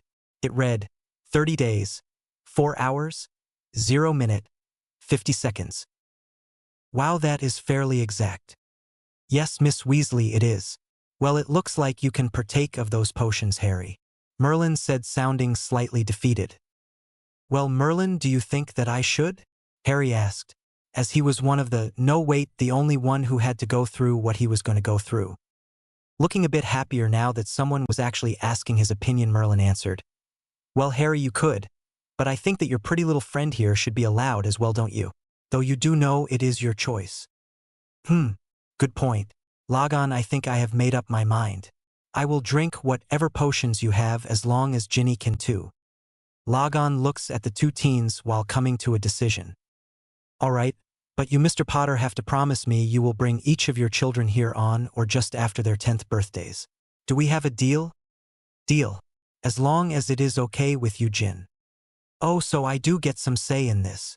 Ginny said, doing her best to look mad. Harry saw that Ginny was mad and swallowed hard. Ginny, though, seeing this and the though of her and Harry's kids, could not take it and cracked a smile. Yes, Harry, I would love to take the potions as well. Releasing the breath he was holding in, Harry smiled at Ginny. He then turned to Logon and asked, so what do we have to do? 2 hours later, both Harry and Ginny felt as though their tongues were wrapped in cotton. Both would swear that licking the inside of Ron's shoes would have tasted better than any of the 7 potions they had just drank. They were currently now headed back out of the belly of Gringotts. Each was carrying a leather bag that held in their hands. The last thing Logon told Harry and Ginny was that they could not use a wand for the next week, and during that time they also would not be able to access their magical cores. Also, he suggested for the week that they take their wands in for servicing. Merlin, before he had disappeared, also suggested that at least Harry might want to inquire about seeing if he could have it, that is, his wand, could be modified to take more power and not splinter or explode in his hand when he casts a spell later on. Merlin, where have you two been? Everyone is done shopping. Did you get what you needed? Asked a perturbed and bored werewolf. Moony, we are fine, and I take it you have done most of our shopping for us, inquired Harry. Yes, I did. I do so hope you had your fun. Loads, Ginny said sarcastically, then working her tongue a bit in her mouth as it still felt odd. Well, all you both really need is to get any little things you may need or want now. Yes, first stop I believe is Ollivander's. Why there? Harry, is there something wrong with your wand? Asked Remus as they headed out of the bank. No, we just figured it would be a good idea to have them check out. You know, a tune-up. I guess. But won't you be worried about not having your wand? Honestly, Remus, yes, but that is why I have you. Plus, it is not like Ginny here is allowed to use hers. And anyway, it is not like it will take long. They should be back to us in no more than a week. Harry smiled as they approached the wand shop. Good afternoon, Mr. Potter, Miss Weasley, and you too, Mr. Lupin. What can I do for you all today? Asked Mr. Ollivander. Well, sir, I would like for you to check our wands. Give them a physical. Ah, yes, well, let me see them. Both Harry and Ginny dumped their wands out of the bags without touching either piece of wood. Logon had told them that touching a wand would likely ruin at least one of the potion's effects on them. and it was at least one of the more important ones. So they were following this rule as well as they could. Mr. Ollivander looked at each wand on his counter. Miss Weasley, I do believe I sold this wand to one of your older brothers. Don't you think that you would be better off with one that was better suited for you? Maybe, but I have never had the money to do that before. So maybe I should, but I can't today, Ginny said. And why is that, Miss Weasley? Asked Mr. Ollivander. Yes, Ginny, why is that? Asked Remus. Harry quickly told Ginny to go over there a bit and tell Remus about Logon and his potions. He then turned to Mr. Ollivander and said in a rather hushed voice, Sir, I was wondering if you could make a modification to my wand. Actually more of an upgrade than a modification. Possibly, Mr. Potter. It all depends on what you are asking for. Well, sir, I was wondering if it would be at all possible to increase the amount of power that the wand could take. I have been informed that I will be on the receiving end of a rather large power increase over the next while, and I was hoping my wand would be able to make it through with me. I see, Mr. Potter. I will see what I can do. I would not want to see a fine wand such as yours splintered or shattered if that were to happen. Thank you, sir. I will not be needing it for about a week, I would think. I will be, to my knowledge, at the Burrow. I do believe that it would be fine for you to send them there. And also there is a good chance we will be back in before the summer is over to get Ginny a new wand. That is fine, Mr. Potter. If you are going to be anywhere else, please inform me if you would. Also, how will this be paid for? Just take what you need out of my vault.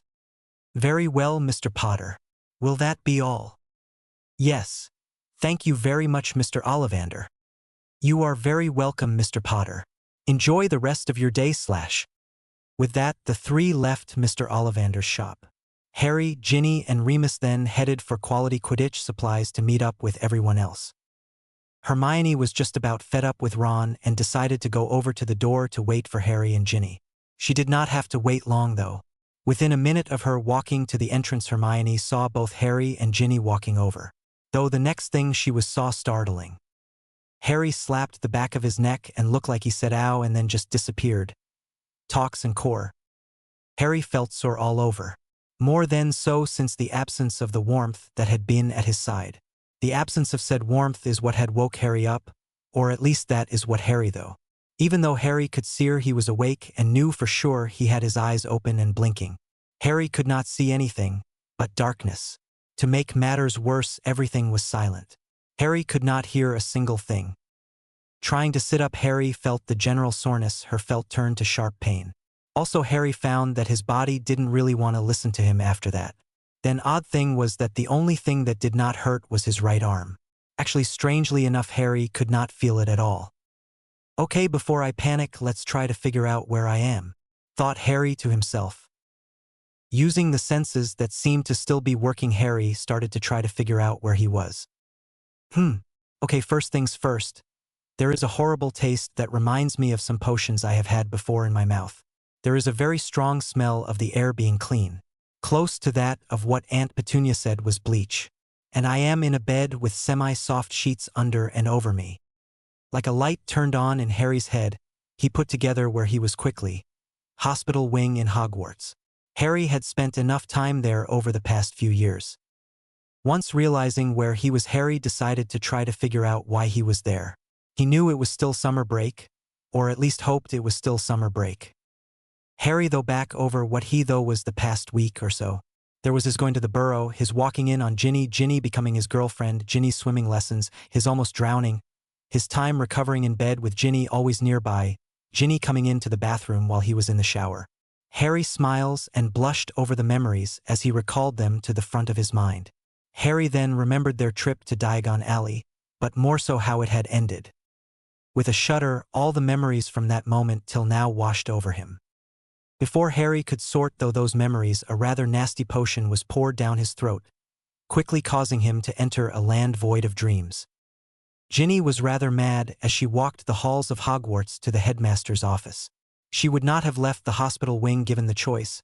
Bet Dumbledore had threatened to have her mother brought to get her out to walk to him. This fact, and that everyone was worried about Harry, brought her to see the headmaster of Hogwarts. Of course, none were more worried than herself though. Harry had been gone for exactly 72 hours. Dumbledore had told everyone that is how long he would be gone for when he discovered out whom exactly it was that had taken him. All Ginny had been told about the group was that they were never very nice to who they took and that they were all Exealers, but the most important bit she knew is that they were not loyal to Voldemort. As she walked, Ginny was trying to remember why she had overheard about their name. It went along the lines of triple something or other. Rubbing her forehead as she drew closer to the gargoyle, Ginny suddenly remembered. Triple Egresco. Their name was meant to mean 3 ways to do harm. At least that is what she had been told. How this mattered to the situation, Ginny was not sure, but she was intending to find out. Personally, Ginny had never heard of them, but it was a very hard hit to Remus, who was at the Burrow when Dumbledore had come and told everyone at the Burrow. Ginny remembered crying for those 3 days. Even her birthday did not help, as it fell on the day Harry was to come back. Nothing helped at all. Not her family being there, not even her party. Nothing helped till that fire call from Dumbledore saying that Harry's body had just appeared at the gate and that Madame Pomfrey and Hagrid were on their way to retrieve him at that moment. After his head had disappeared, Ginny wasted no time fleeing to Hogwarts and dashing past the headmaster to the hospital wing. Ginny smiled at the memory of the last few days.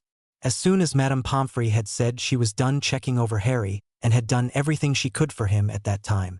He was fairly dehydrated and some cuts and abrasions, but that was easily fixed. Once Madame Pomfrey left, Ginny slipped out of her dress and sandals. Wearing only her knickers, she climbed into the bed with Harry on his left side and held him. I still remember the look on Madame Pomfrey's face when she came back seeing me like that. Priceless. Ginny thought to herself. No one was able to get her out of the bed either. It seemed in his semi-coma-like state that Harry was in his arm, had snaked around her and had held her tight. Until now, Ginny had only left Harry's side to use the loo or if Madame Pomfrey wanted to check on Harry's condition. With the second, she stayed beside his bed. Until now, she had only been wearing her knickers as well. But to meet the headmaster and wander the castle, she had slipped back on her sundress and sandals. Arriving at the gargoyle, Ginny realized that she did not know the password and was mad at herself for not asking for it. Looking at the hunk of stone in her way, Ginny just decided to glare at it till it moved. There was a slight flash of light, and then the gargoyle jumped to the side, looking a bit scared of Ginny. Smirking, Ginny passed by and headed up the stairs, knocking on the door at the top. "Please come in, Miss Weasley," came Dumbledore's voice from within the office. Opening the door, Ginny did just that. Sitting down, Ginny was glad for the warmth of the fire within the office, as a sundress, sandals and knickers did not fight off the chill of the halls of Hogwarts. "Hello, Professor." "Good morning, Miss Weasley. I hope your stay with us has been pleasant thus far." "It has been as good as can be expected with the situation we are in. I would feel much better, though, if you would tell me everything that is wrong with Harry, sir." Dumbledore sighed. Ginny had been trying to find out everything she could since she had arrived. At least once she calmed down, that is. "All right, I will tell you." Dumbledore sighed and lost a bit of the twinkle in his eye. "But first I would like you to tell me what you know of his condition. That way I will not be telling you things you already know, and we will have a more informative conversation." "All right, sir, that sounds fair." Ginny paused and then started. "Harry's right arm has been removed at the shoulder and his eyes had scars on them, but Madame Pomfrey has already fixed those. Other than that, I don't know, sir. Is there anything else wrong with him?" "Alas, I am sorry, there are other things to go along with what you know of Harry's condition. First of all, Harry is currently blind. And yes, I am well aware that Madame Pomfrey fixed the scars on the surface of his eyes. But there is more damage than that. Currently, we are looking at a few ways to fix this problem. Something you do not know is that Harry is also deaf. His eardrum was pierced and the 3 small bones were shattered. As well as that, his inner ear was also assaulted and completely made useless. This is also being looked into and may be fixed today if Harry wakens today. Lastly, there is one other thing that you do not know of. There is proof that the Triple Egresco also use a very strong curse that causes a wizard's or witch's magical pathways to become disrupted. There is no counter curse to this spell, and it is standard of this group to do this as well. As of yes, I have no heard of any of their victims ever recovering from that curse." As Dumbledore finished, he truly was looking his age. "So you can fix his sight, hearing, and arm? There is a very good chance that we will be able to restore both Harry's sight and hearing. His arm, though, is beyond what can be done with magic. It is not possible to regrow someone's arm once it has been removed. Repairing or reattaching the arm can be done. But without Harry's arm, there is nothing we can do for him. So Harry will then have to learn to do magic with his offhand then, I guess. You seem to think Harry will recover his magic? Of course, he didn't have it when he left. So how could anyone take it from him? Curious about this statement, Dumbledore asked Ginny to explain what she meant by this. Ginny then gave an edited version of their visit with Logon, telling him about the potion that they took that sealed their magic for a week. I see, and has your magic come back yet? Not as of yet, sir, but it should sometime in the next couple of hours. If there is nothing else, sir, I would like to get back to Harry. No, Miss Weasley, that is quite all right. You may go. Dumbledore sighs as Ginny gets up. Oh yes, you may wish to know that Professor Snape will be by later this afternoon with a potion that should return Harry's hearing to him. If it works, Harry should be able to hear your voice this evening. Ginny paused at the door. Sir, what would the potion do to someone that is not damaged? The same it does to someone who does have damage. It would remove and then reconstruct everything you need to hear. We are not fully sure what the end results will be. This is a rather old potion and has not been brewed for a few centuries. But from what we have read about it, it should do the job just right. All right then, please have Professor Snape bring 2 douses of the potion. If Harry is going to take it, then so am I. I want you to be sure it will not hurt him instead of cure him. I will not have you experimenting on him. If you don't think that it will hurt me and it is safe for me to take as well, then you can give it to him. Otherwise, I will fight you giving him any more potions. Are you sure, Miss Weasley? Yes, sir. Any potion you want to give to Harry to try to bring back either his sight or hearing, I am to take as well, or else he will not take it.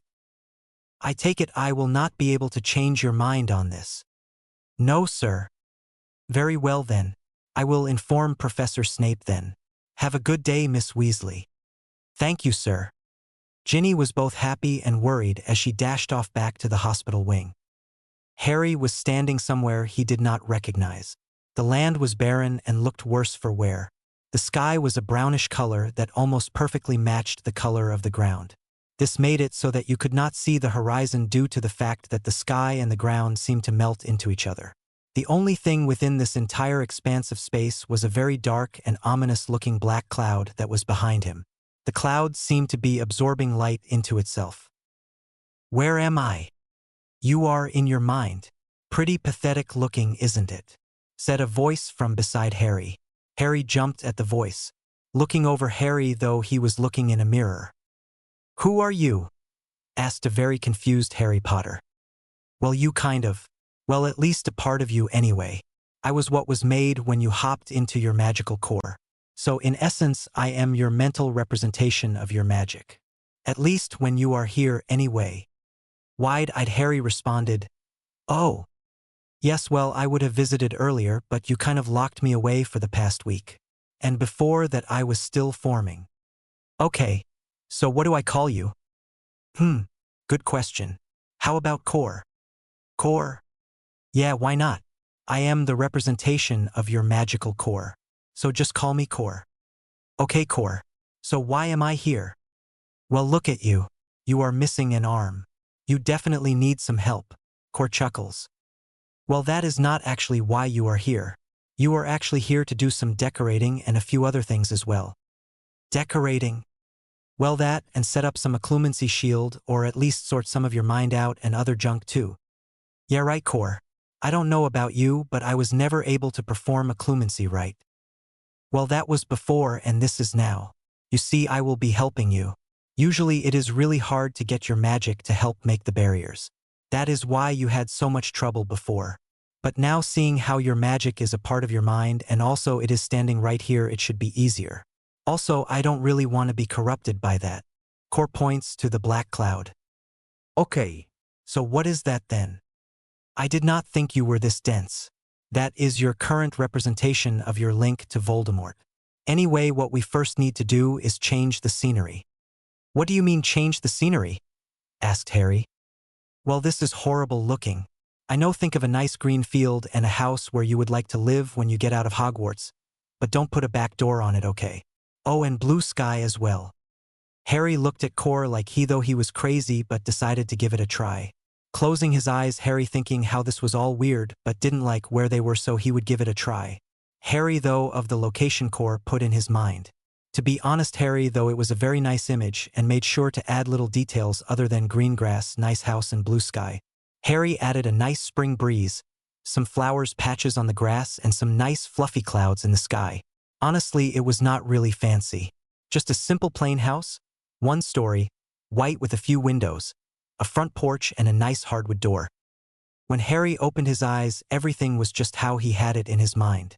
All the little details were there and everything. Congrats. You did it. Now let's go inside. Both Harry and Cor entered the house. First thing that either of them noticed was that the inside of the house was just one big room. The odd thing was that there at the back across from them was another door other than the one they had entered the room from. It stood out black against the white of the walls. Good, it is here.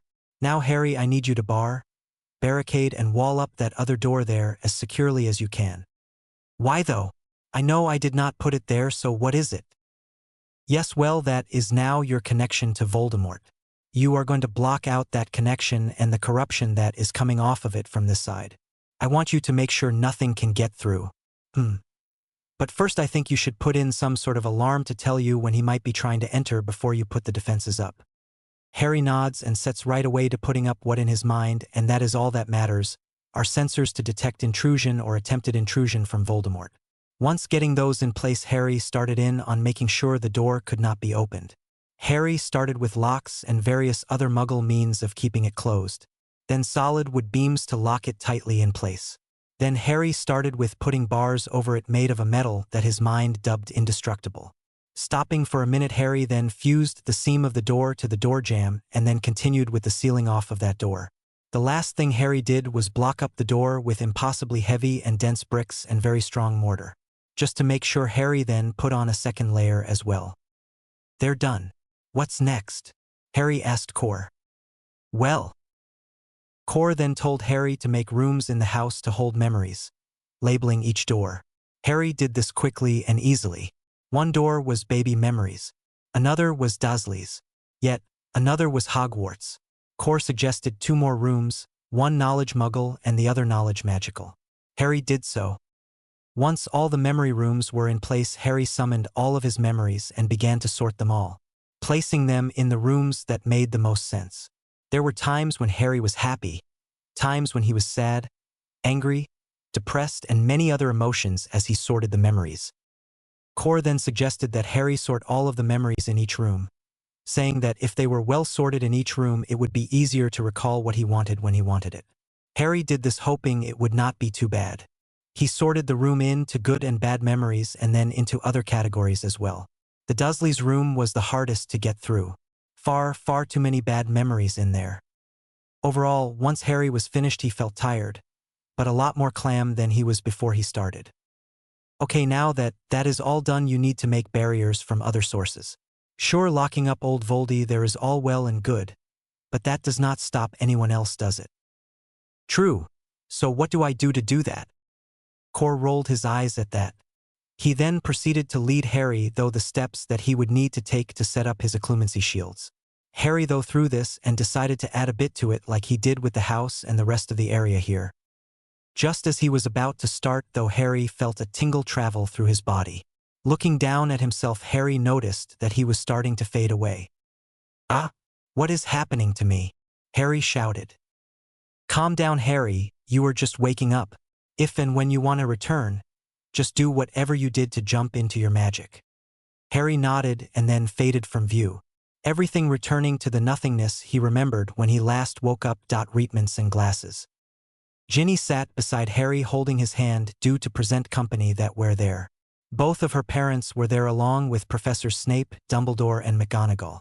She would have much preferred to be laying next to Harry like she had been for the last few days. But that was not to be.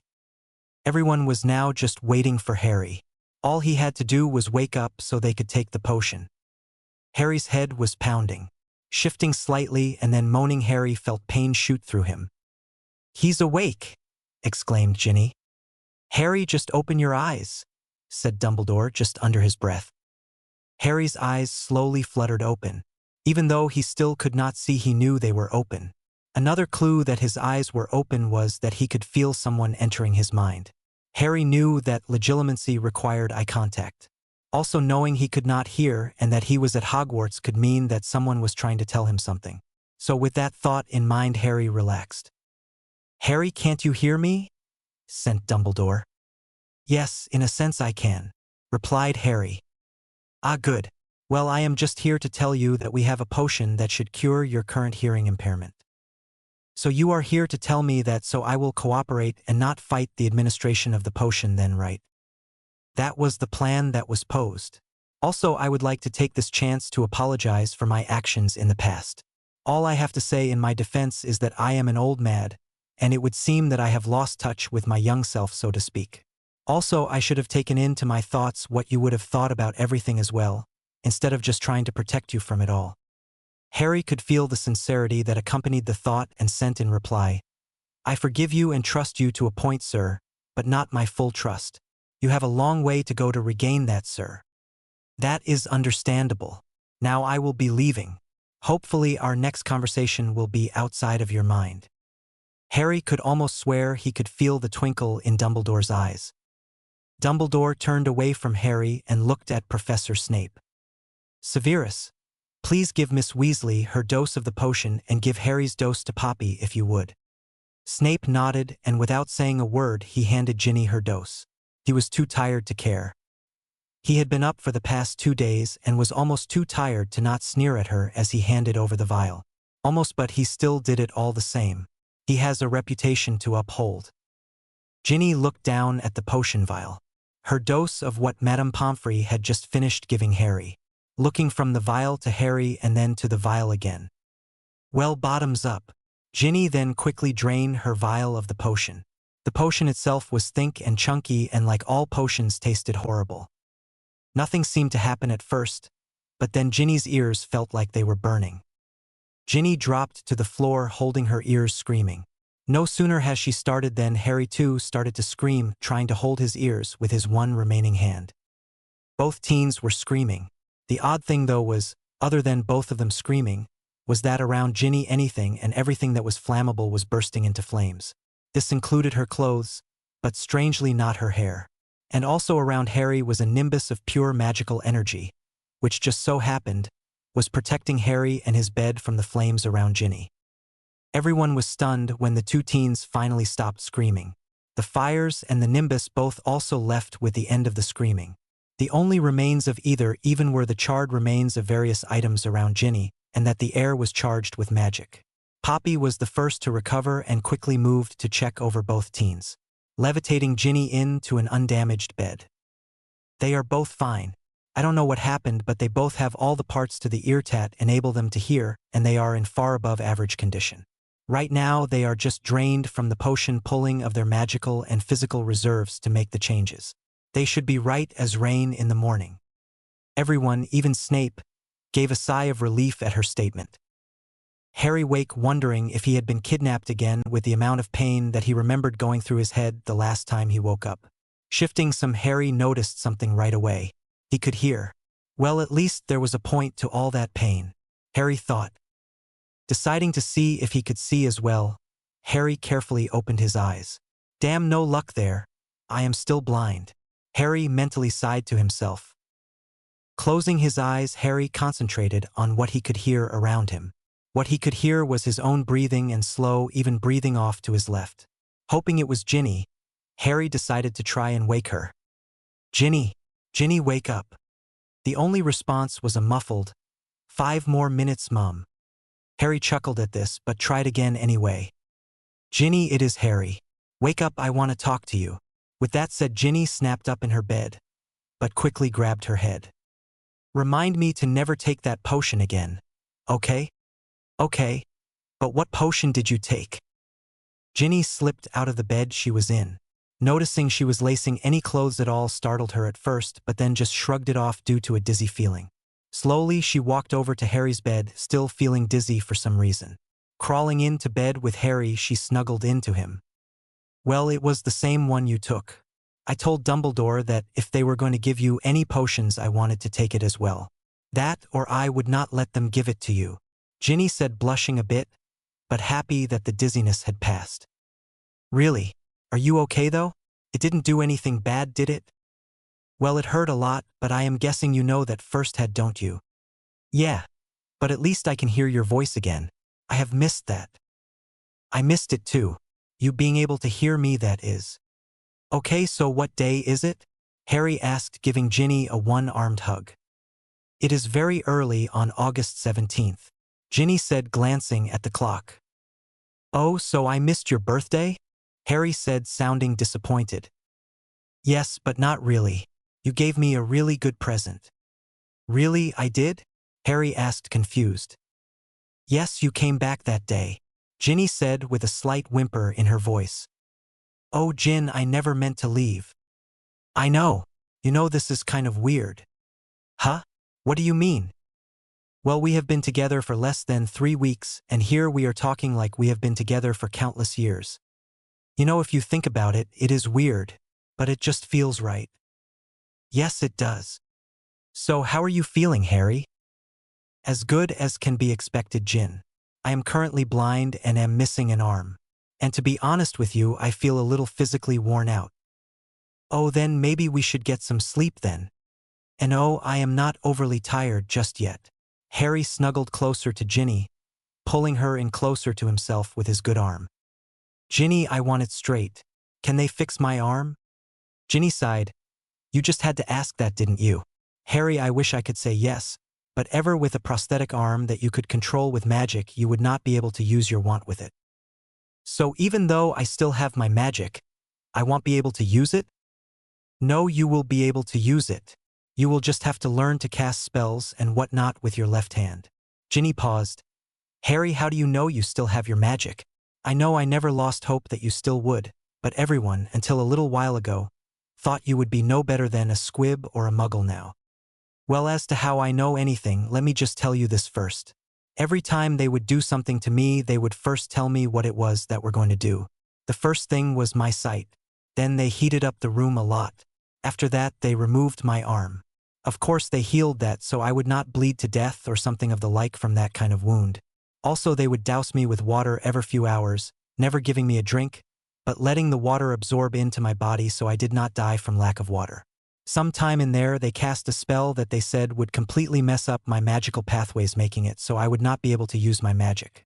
Then, of course, at the end, they took my hearing. That was one of the most painful parts. Of course, each part was painful in some way. Ginny gave Harry a squeeze after hearing that. She knew he had really sugar-coated it and made light of everything that had happened, but she could tell Harry still did not want to think about, and she could not blame him. Just hearing this bit caused tears to pour in her eyes, and she had no idea what she would do when she heard everything that had happened in detail. Taking a deep breath, Harry continued. Now, as to how I know my magic is back, well, I could just say that I just know. But that would not do, would it? Well, to be honest, I can feel it in me, and well, I know this may sound a bit crazy, but I had a chat with my mental representative of my magic. Harry then went into an explanation on what he had done in his mind with Cor and who Cor was. Wow, Harry, that is wow. I don't know what to say.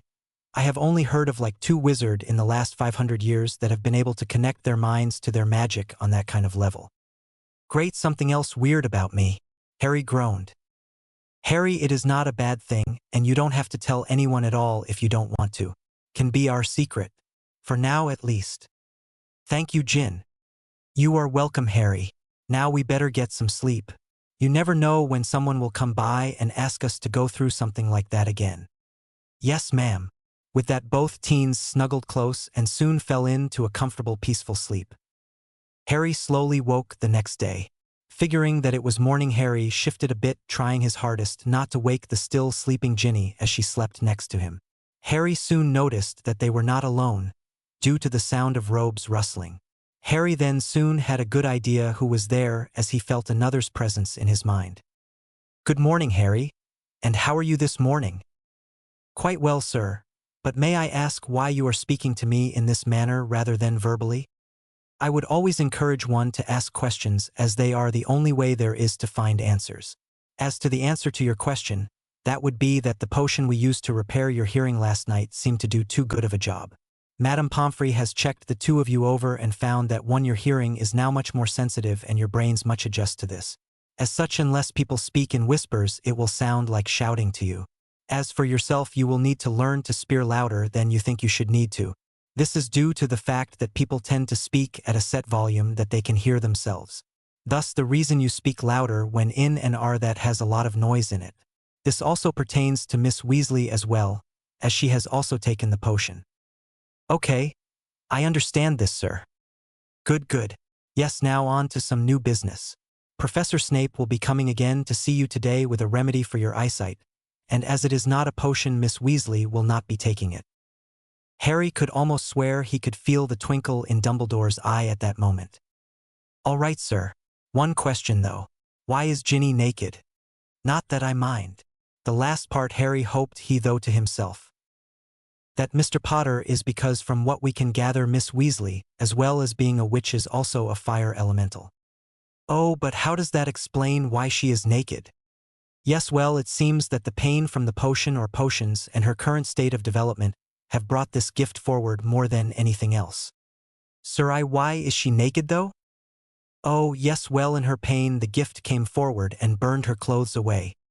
Okay, I see now, sir. Sir, I don't believe this is the first time her power has manifested. Oh, what do you mean by that? Well, she did try to incinerate Charlie when he indirectly caused me to drown while swimming. Yes, I do remember hearing something about that, and it would make more sense to be from her new powers rather than a bit of accidental magic. Even though this and that still fall under accidental magic. Sir, I have a question about my next treatment. Will it in any way enhance or correct my vision? This I do know, as there is more documentation on the method than the last one we used. Your vision will be returned to the way it was prior to its loss. All right, so I will still need glasses then, I guess. Where will I get them? Actually, Harry, as I did not really get you a present for your birthday, and that you will soon have a need for them, I have gone out and purchased you some new glasses I hope you will like. If nothing else, you should find them more interesting than your last pair. Really, sir, you did not have to do that. Nonsense, my boy, it is the very least I could do. So are you going to tell me about them, or am I to wait till I can actually see again? As I do not have them with me at the moment, I think we should wait for their explanation until you actually have and are able to see once more. All right, fair enough. Yes, well, I best be going. Please tell Miss Weasley that there are some clothes at the bottom of the bed for her. I will thank you again, sir. You are very welcome, Harry. And with that, Dumbledore ended their connection and left the hospital wing. Sometime later, after Ginny had indeed gotten up and dressed, Professor Dumbledore, Snape and McGonagall along with Mr. and Mrs. Weasley arrived in the hospital wing for the last bit of major healing that could be done for Harry. Dumbledore, again using his vast skills, entered once more into Harry's mind to pass along a message. Hello again, Harry. I do hope your morning was pleasant. Actually, Professor, I have to say I can't really complain about it thus far. That is very good to hear, I must say. Professor Snape is here for your last major treatment, Harry. Everyone has been instructed to be as quiet as possible for you and Miss Weasley. Thank you, sir. That is most considerate of you. Yes, well, just to let you know what is going to be happening, Professor Snape will be applying a paste over your eyes that will start to absorb into your skin and eyes. When it is approximately half absorbed, he will then apply a second layer over your eyes. Once this is fully absorbed, Madame Pomfrey will then wrap your eyes for an hour. Then once that hour is up, she will then again unwrap your eyes and see how your vision is at that point. If there is no result, or if the result does not bring your vision back to where it once was, then we will do the process over again until your vision is restored to its previous state. Of course, if your sight is restored to how it was after the first application, then it will all be over. All right, sir, that does not sound too bad. Will there be any pain with this procedure? I am sorry to say that from what I have read about this treatment, it is quite painful. Well, then I will ask Ginny to hold down my one arm, and I ask you to help hold me down as well. I do not want to injure myself by trying to move around too much while in pain. Also, could you please place a silencing charm on me so I do not hurt Ginny's or my own hearing? Your requests are reasonable, and I will make sure they are done. I will now inform Severus to begin. Dumbledore then ended the connection. Harry turned to Ginny and in what he though was a normal voice but to everyone else was barely a whisper said, "Gin, I need you to hold down my arm for me. I don't want to hurt myself by trying to say claw my eyes out if this hurts too much." "Okay, Harry, I can do that," was Ginny's response. She then climbed into the bed that she had left when everyone had arrived and held on tightly to Harry's arm. Snape, walking over to Harry, took a deep breath. Even though he may loathe the Potter brat and at time he would not receive such special treatment, he have never wished such excessive pain on the boy. With this in mind and Dumbledore's magical restraints, Snape calmed himself and schooled his expression and proceeded to apply the paste to Potter's eyes. Once the second application was applied and Madame Pomfrey had applied the wrapping around Harry's eyes, his world was engulfed in searing pain originating behind his eyes and moving forward to fully engulf his eyes. Harry's back arched up and strained against the magical restraints that were in place and let out a soundless scream as the silencing charm had been put in place. Even with all this, Harry was still able to writhe around in pain and against the restraints and people that were now holding him down. After 3/4 of an hour of this, Harry finally calmed down and was only breathing heavy. Everyone was worn out as Harry seemed uncannily strong for someone of his size, and everyone took shifts trying to help restrain him more than what the magical restraints were doing. And everyone but Ginny had been thrown off of him in his pain. Once the hour was over, Madame Pomfrey carefully removed the bandages on Harry's eyes. Professor Dumbledore removed the silencing and restraining charms he had placed on Harry. Ginny got Harry a glass of water, which he was very grateful for. And lastly, Professor McGonagall dimmed the lights in the hospital wing. Harry slowly and carefully opened his eyes.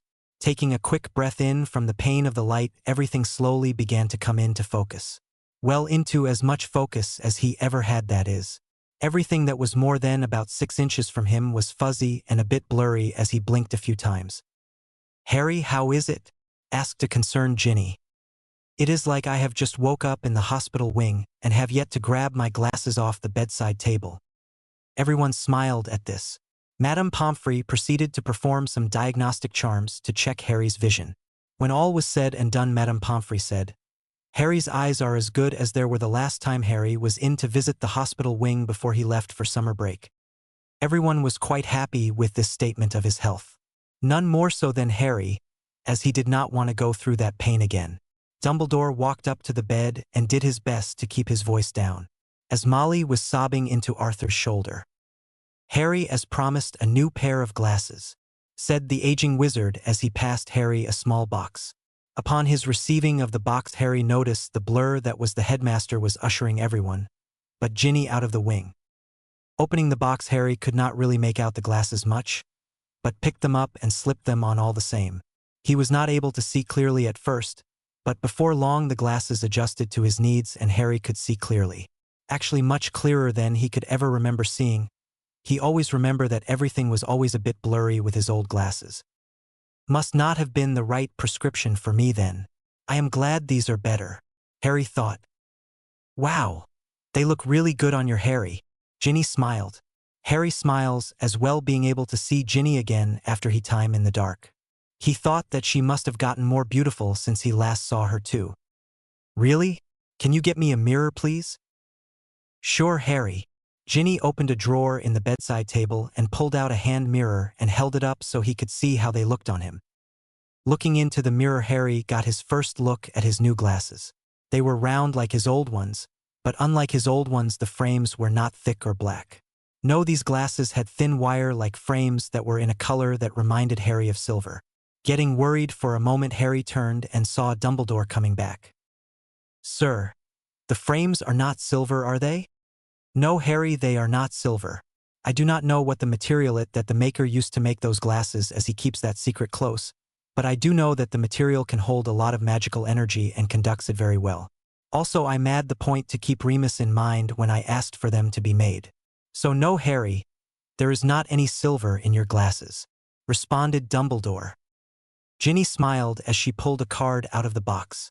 On it was the description of the different enchantments, abilities and/or features that had been placed on the glasses.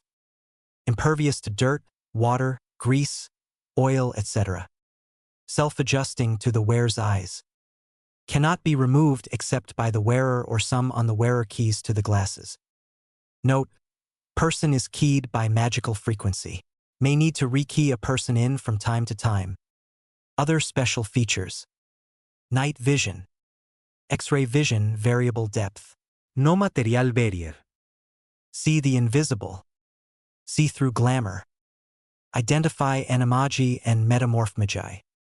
Gives a general power readout, basic, gives total, upgradable. Note, all of the other special features can be turned on or off at will of the wearer. Wow, Ginny stated. You better not let Fred or George get a hold of these. I would hate to see what kind of mischief they would get into with them. Yes, well, I believe that you both should be getting some rest now. Madame Pomfrey had some things she wanted to speak with you about in the morning. Yes, sir, replied Harry.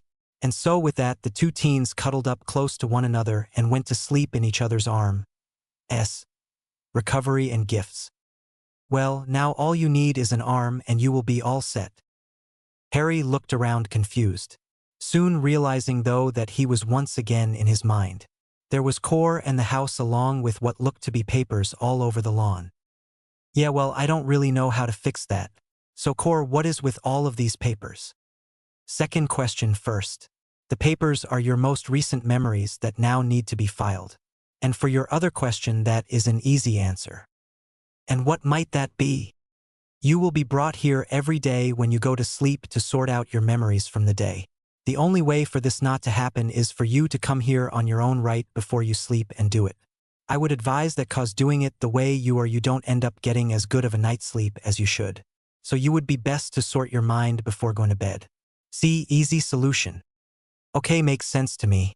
So how about while I sort this all out, you tell B about how to create my defensive walls?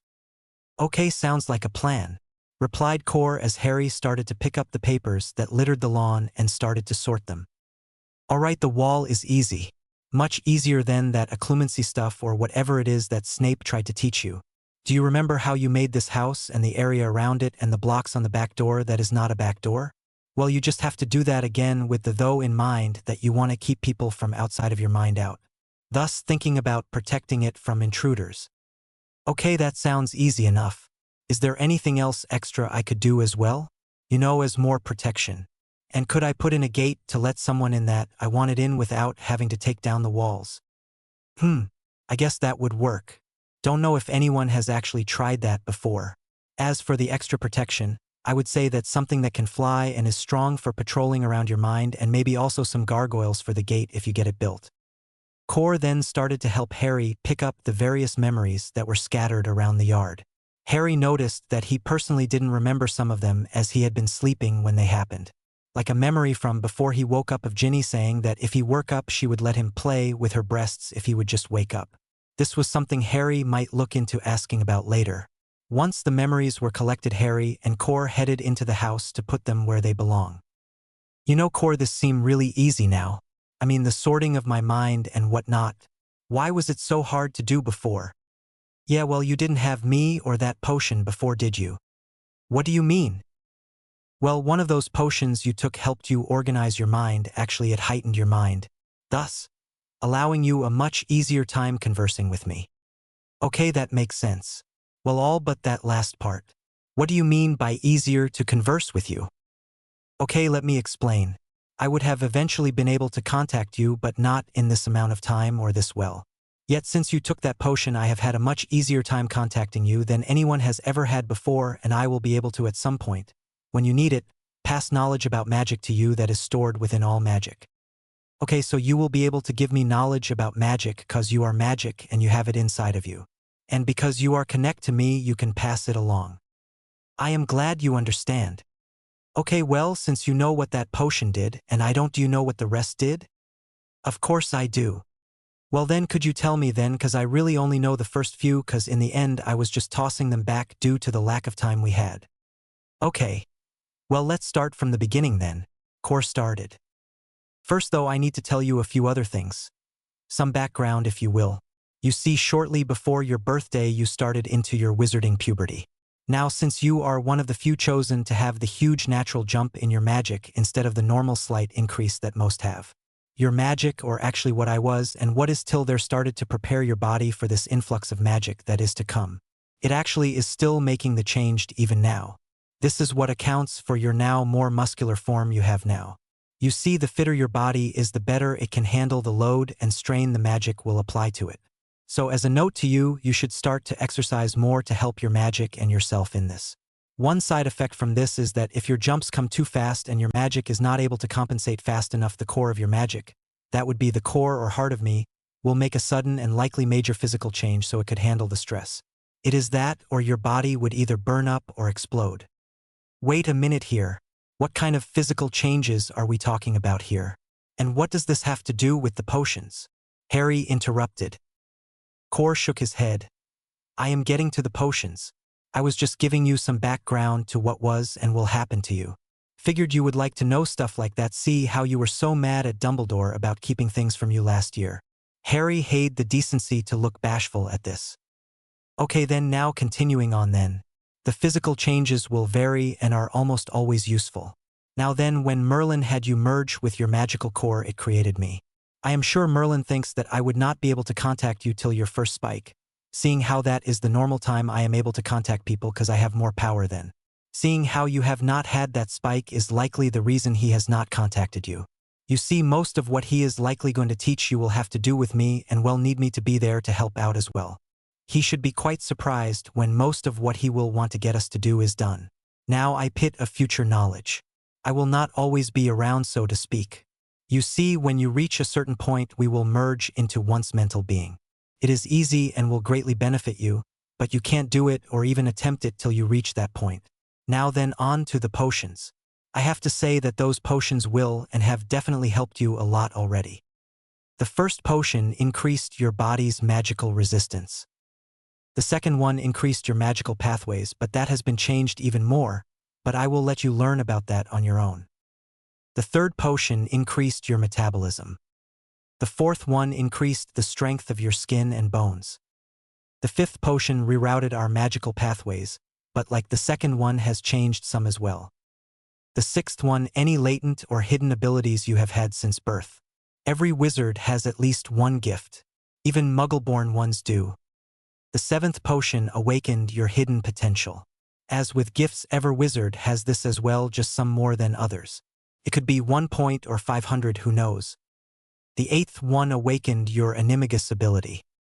The ninth potion is the one that enhanced your memory and mind, giving you an eidetic memory. And lastly, the 10th was the activator for all the rest and the one that cut you off from your magic so the potions could do their work the fastest they were able to. Wait a minute, I only drank 7 potions. Yeah, a few had double abilities, but your body separated them and counts each part. You may have only drank 7 potions, but your body registered 10 potions. Okay, I guess that makes a bit of sense. Of course it does. Why wouldn't it? Stated Core. Okay. So do you know what my abilities are, and why would I want my metabolism increased more?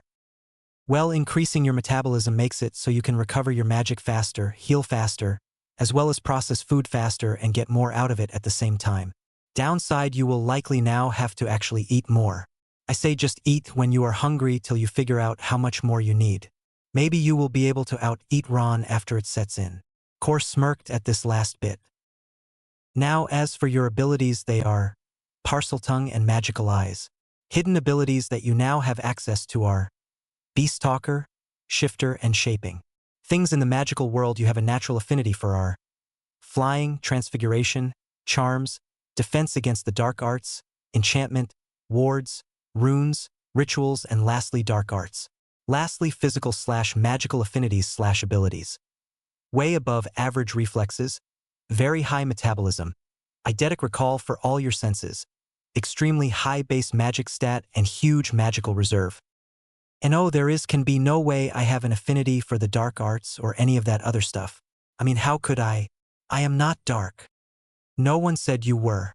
Just cause you have an affinity for it does not mean you can do it or have the mindset to be able to properly cast the spells that are truly dark. Just because you have an affinity for it does not make you dark or evil. It just means if you were to learn they, you would not have a hard time at it. But just cause you learn them does not mean you can or will use them.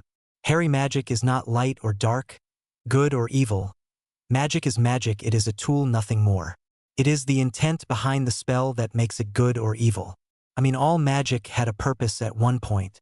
Take the Unforgivables, for instance, they were all made by healers to help in some way. Imperius Curse was originally used to help people get over phobias. Cruciatus Curse was used to stimulate nerves in people to help regain feeling in them. Then there is the Killing Curse. It was used on critically ill patients who were in pain and there was no way for them to get better. It was used to end their suffering, that is why it is said to be painless. So do you understand what I am saying, or do I need to beat it into you? No, I think I understand what you are saying, Core. But that does not explain you. Are you saying that you are a tool? That is different. I am basically still magic, but I am also you. Yes, I am still a tool, but now I have a say in things and can help you. Magic records everything it does and how it is done. I have a vast knowledge that I may share with you if you need it or if I am feeling generous. Okay, but why do people who use the dark arts go evil then? If, like you say, magic is not good or evil, why do people who use the dark arts go evil?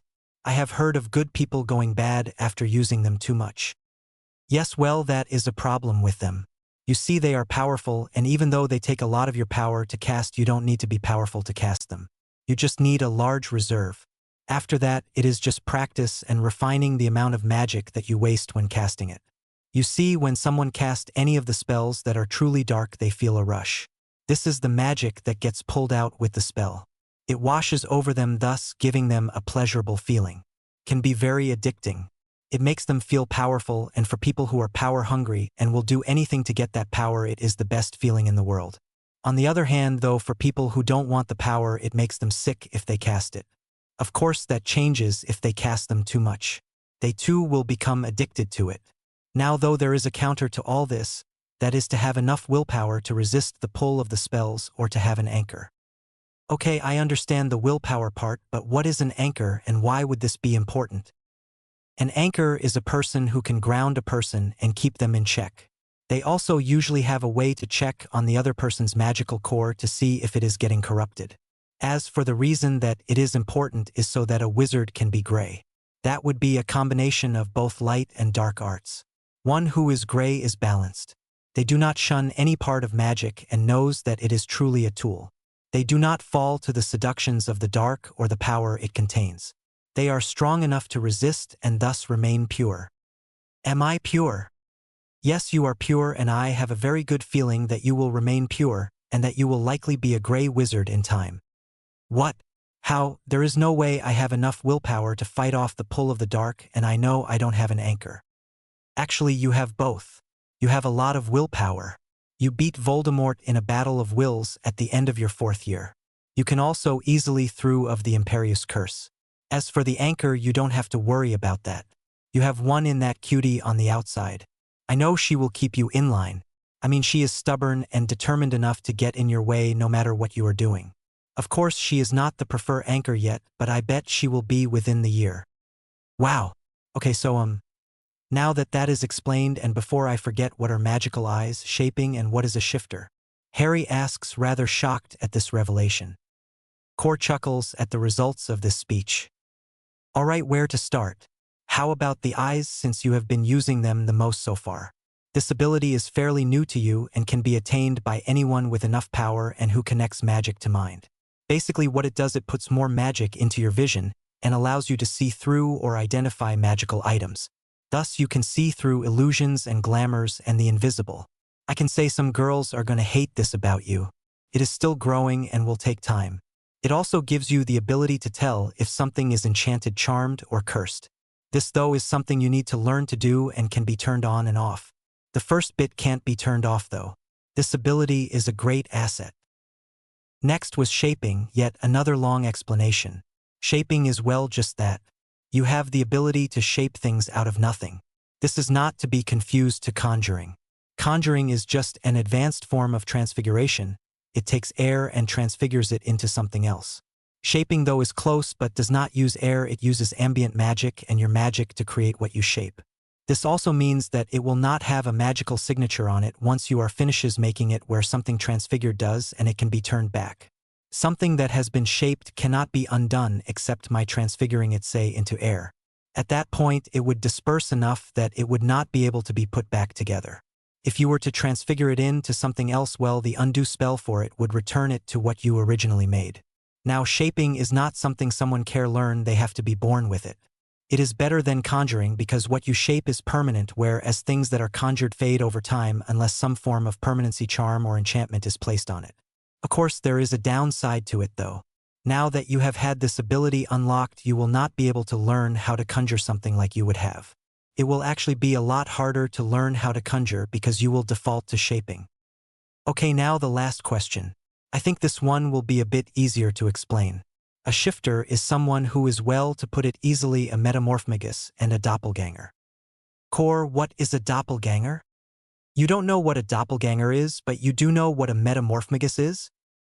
Yeah, Tonks is a metamorphmagus, but I have never hear of a doppelganger. Oh, okay, well, a doppelganger is kind like a metamorphmagus. They can take on another shape, but they also gain its abilities. So for example, let's take your friend Tonks. She can say mimic a vampire in looks but does not gain any of its strengths or weaknesses when she does. Now, when a doppelganger takes on the form of, say, a vampire, they take on the form of a vampire they have seen, thus copying it exactly. Strong doppelgangers can actually alter the form slightly, thus getting rid of any weaknesses. Going back to our example of a vampire would be, say, to sunlight. They could then have the strength, speed, and all that other benefits of a vampire and still go out in the day. Also, one thing about a doppelganger is that it is not limited to humanoid forms. It can also copy animals, both magical and normal. Okay, so what are the restraints on a shifter? Well, there aren't really any. You have the full mimic featured of the metamorphmagus and the copying features of the doppelganger. Plus, you don't need to see what you want to turn into exactly. You still need to see it, and it does have to exist. But all you really need is a picture of it or a really good description of it, then your magic will take care of the rest. Okay. You said animals as well, does that mean it is also a form of being an animagus? Yeah, I guess it would, but more of a multi-animagus though. Okay, so is there anything else I need to know about this ability? You need to tell Madame Pomfrey once you start using it more, cause it changed the way you heal and how your body reacts to certain potions and healing spells. Great, so now I have to let it out. You do know this would have been something that would have been great to hide, right? Yes, I know that, but you could always make her swear an oath to not reveal it to anyone, and you don't have to tell her just yet. You still need to learn how to control it first. Okay, but how am I going to do that? Oh, I will teach you. Depending on how fast you need to learn will determine how I teach you. Don't worry about it right now, just get better. You need to do that before you can learn anything. Okay, I think that this is all a bit much. I think I should just go work on my defenses now. Okay, good idea, Harry, Core said as we headed into the house. Harry then shook his head at Core and plopped down onto the ground and closing his eyes. Harry first started with creating a huge impenetrable wall around his house to keep people out. Once he had succeeded at creating a solid wall within his mind, he started to modify it to have a gate. The gate itself was massive. It had huge doors that were both strong and heavy along with braces, and 2 portcullises, one on the outside and one on the inside to help brace the door from any attacks. Harry then moved to the outside of the gates. There he began to work on the guardians of the gate.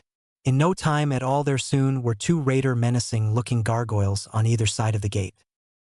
Returning again to the inside of the wall, Harry soon realized that someone could climb or maybe even fly over the wall. Sitting down one again, Harry began to think this problem through. He did not want it to look dreary here within his mind, he did not want to box himself in.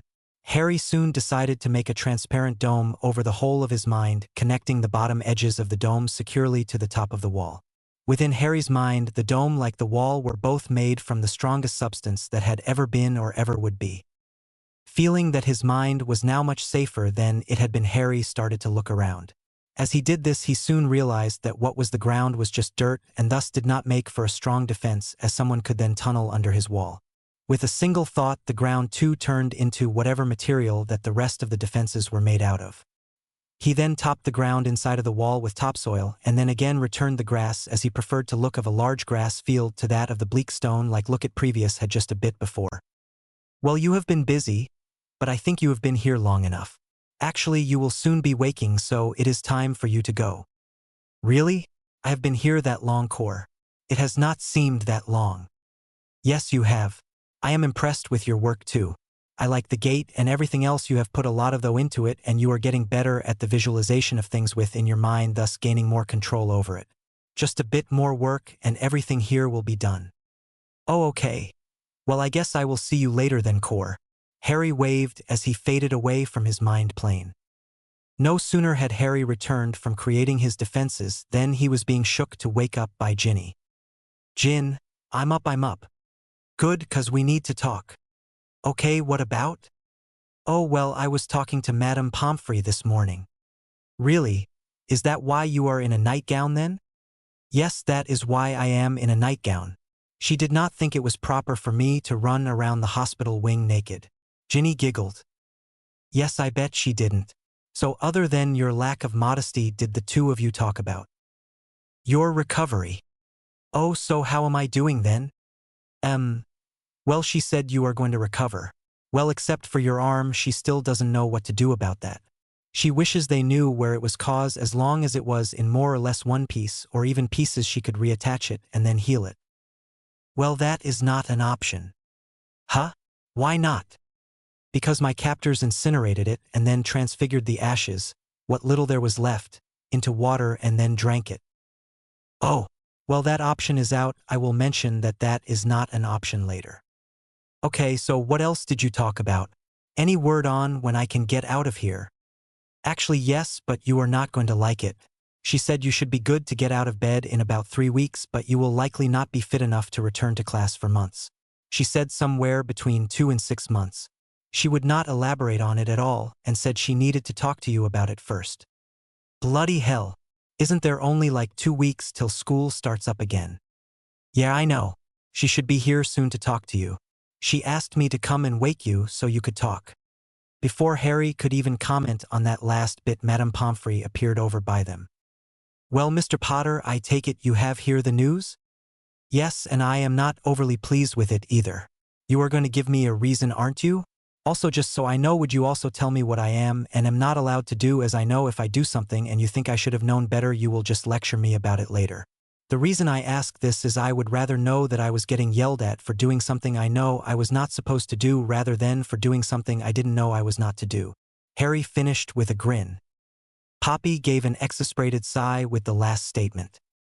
Well, Mr. Potter, you do not need to stay here for long. You may leave in 2 to 3 weeks depending on your recovery time. After that you may leave, but I would much rather you remain here till you are fully back to your normal self. But since I know you, I might as well be making that request to a wall, because you will not remain in this ward longer than you have to if I know you at all. There is one thing you need though if you leave, and that is someone to watch over you. I know you likely hate to be hovered over and whatnot, but you do need someone to make sure you do not stress yourself too much early on. Also, you would benefit from peace and quiet, so remaining at the school outside of the hospital wing would not be advised. Now, as for what you can do. You may walk around for short periods within the hospital wing as long as you have some aid. This is due to the fact that you will tire easily, and we do not need to falling and injuring yourself again anytime in the near future.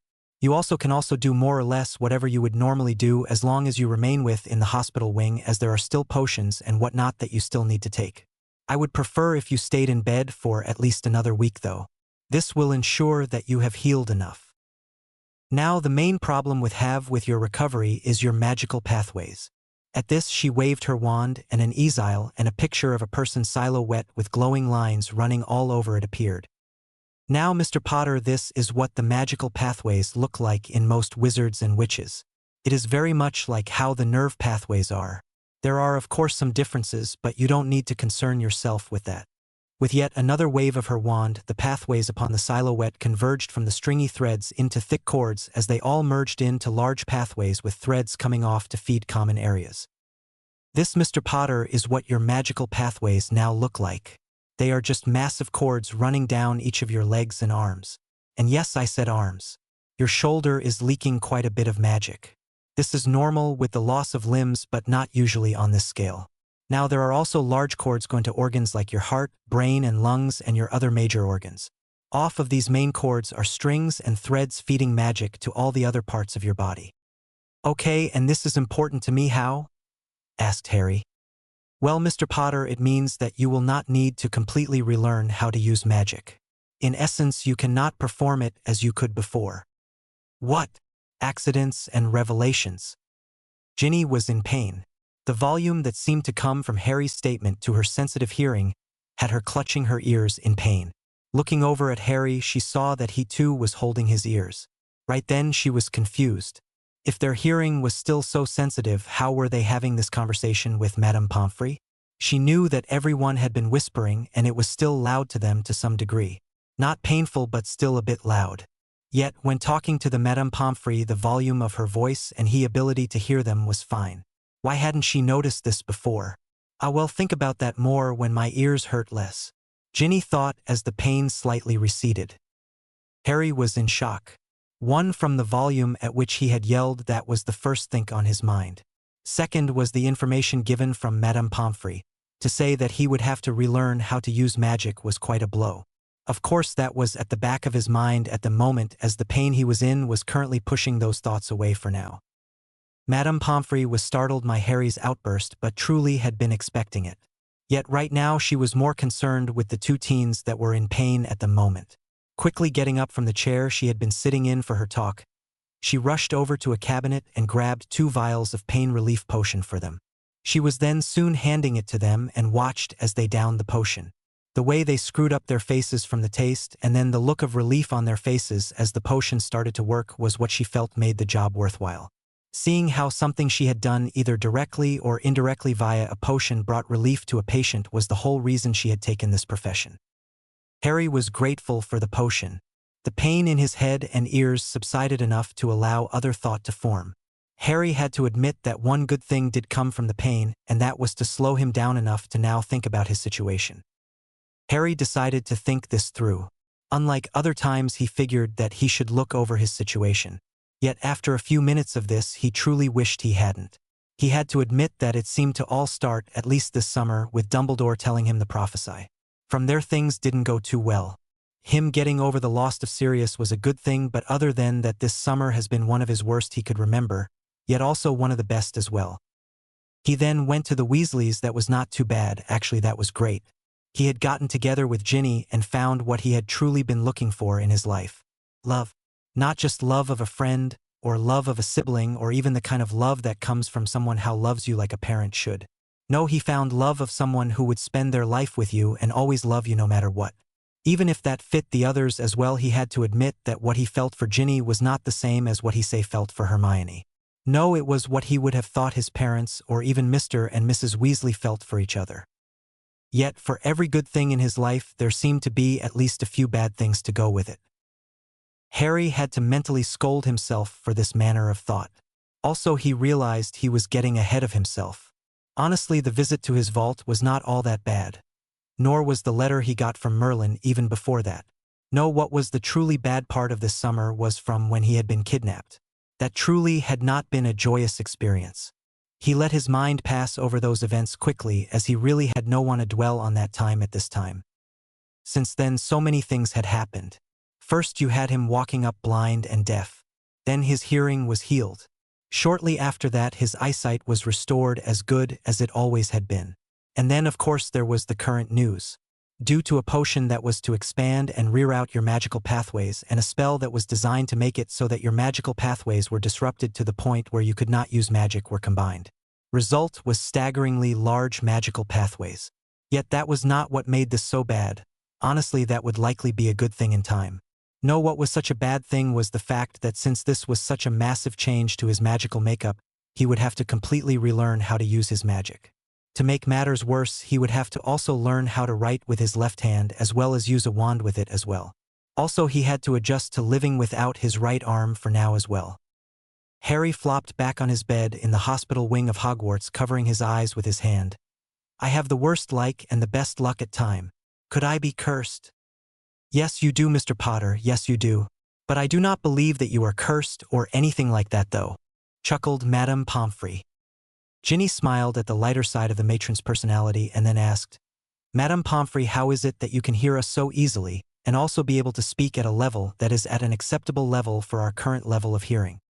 Well, now that is a bigger question on your mind over the predicament of your magical pathways? Ginny nods. Well, at the moment it is, but that is a big one too. Will I have to retrain as well? I took the potion to widen a person's magical pathways as well. Well, now I did not know that. I will have to check you over later. You will likely just need some power training. Usually this is used to help someone strengthen their spell work, but it also allowed for more control in people who have a tendency to use too much power. Now though, for you other question. The reason I can hear you is because of a charm for healers to be able to monitor their patients. It allows you to make sure they are recovering easily and to hear them when you are close by. You see, it allows you to amplify or dampen their words to an acceptable level. And I have used the Quieta spell on myself without the Sonora spell first. Also, I have put a silencing charm on my shoes, so walking won't echo and reverberate in your ears. Harry smiles after finally coming out of his mental stupor. Madame Pomfrey, what do you mean I have to relearn magic? Does this mean Harry has to go back to the first year and start over? 'Cause I think he is a bit big for that. No, Miss Weasley, that does not mean he is returning to the first year. What it does mean, though, is that Mr. Potter needs to relearn how to connect to his core and then how to regulate the power of his spells due to his now huge pathways. He would be a danger to himself as well as others if he just let a spell fly as normal. Also, it would become very draining casting spells at his full capability. Harry and Ginny nod at her explanation. So then how long will this all take? When can I start to practice, and then how long will it take to relearn? Those are both responsible questions, Mr. Potter, and also very good ones as well. The answer to the first is that you should be well enough by the middle of September, so about a month away. As for rest of it, that is unknown. It will depend on how long it takes you to learn to control the flow of your power. It could take days or it could take years. It all depends on how well you take to it and how much effort you put into it. Years? Well, I guess I will have to really work on it then. So when can I leave to start that? Oh, not until you are well and fully recuperated, replied Poppy. With this reply, Ginny gave Harry a look that said, I will stay with you. Damn, I can't stay here.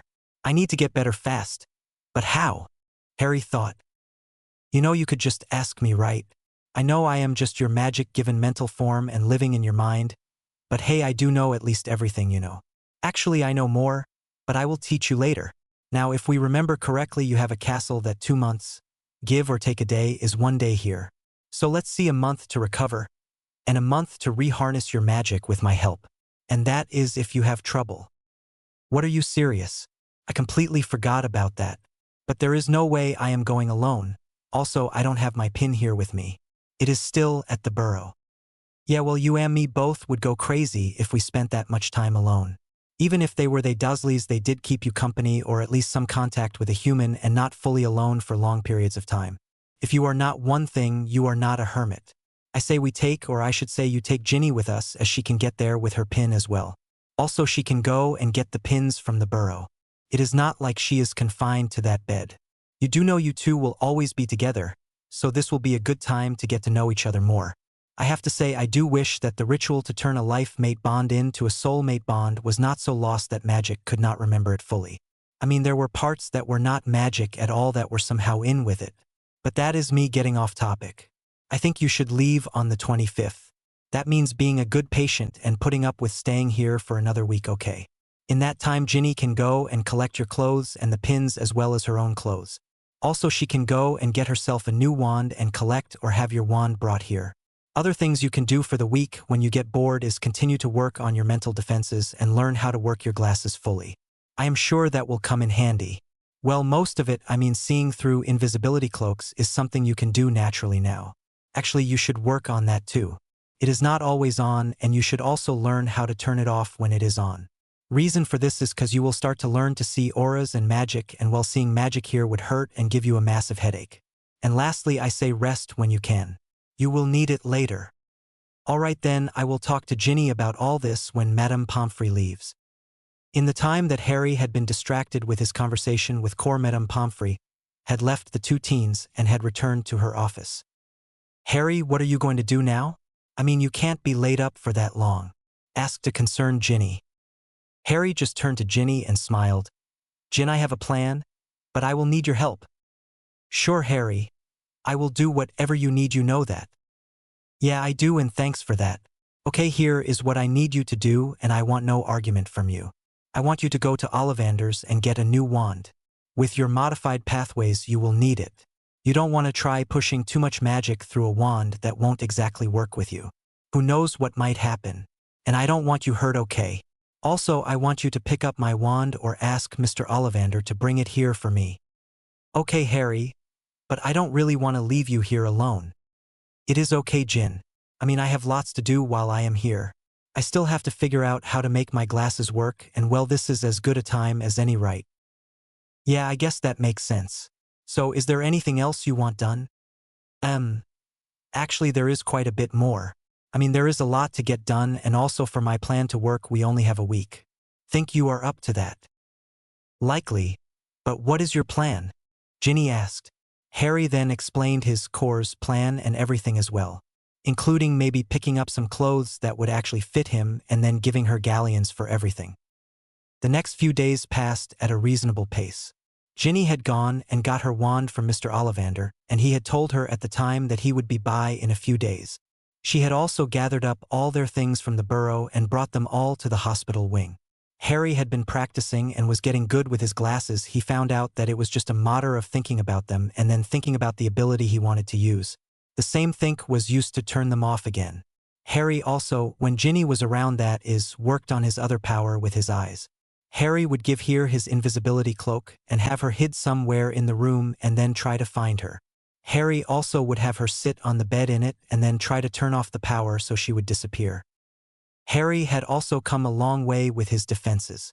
Within the walls, he had built a stable of sorts and created some magical creatures in it. In it were 2 dragons and 4 griffins. These here there to patrol and assist the gargoyles fend off an attacker. It was finally the day for Mr. Ollivander to come, and it was all Harry could do to stay in bed from his excitement of having his wand back. He really didn't know how much he missed having it until it was not there anymore.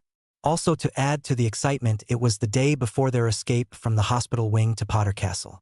With having to constantly push Harry back into the bed, Ginny was noticing something that had been bothering her so far this summer.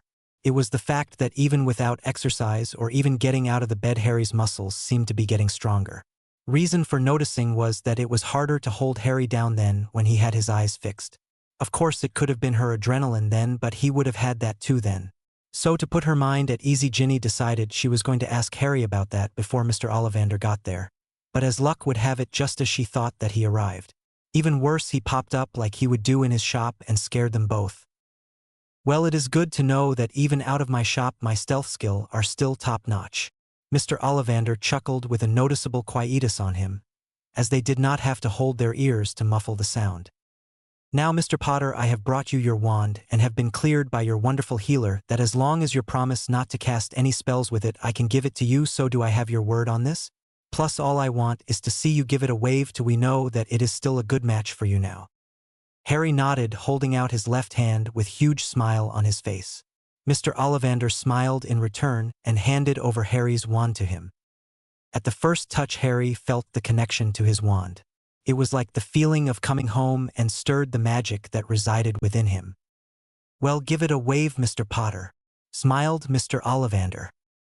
Returning the smile, Harry lifted his arm and began the swing of the wand. Even as he started this action, he felt something strange with the action. Well, not really strange, but definitely different than he had ever experienced before. For you see, as a side effect to the strengthening of the wand, caused the wand to pull harder on a person's magic to ease in the casting of spells. This, along with Harry's newly expanded magical pathways, caused a steady pulse of power to flow into the wand. Halfway through Harry's wave of his wand did the wand begin to heat up and also vibrate at the same time. The only thing that Harry acknowledged before this entire world went black was a strong string of cursing from Core and what sounded like a phoenix's song. Ginny watched as the wand was passed to her boyfriend, her Harry. She watched as he stared to give it a wave.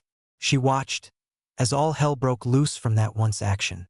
Well, maybe not that bad, but what did happen was definitely not good at all. Just as Harry was halfway through the wave of his wand, did something out of the ordinary begin to happen.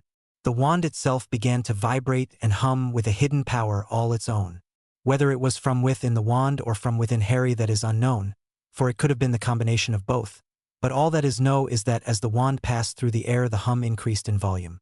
As the wave of the wand reached its end, the hum formed a noticeable tune. The tune of the wand was that of a phoenix's song. Yet even with this wonderful event, and with everyone present basking in the short tune played from the wand, did the event occur. With the conclusion of the wave did everything go completely wrong. And you do not know how much I wanted to end right there, but we'll continue on. Everything was dark. Harry found himself again captured in darkness.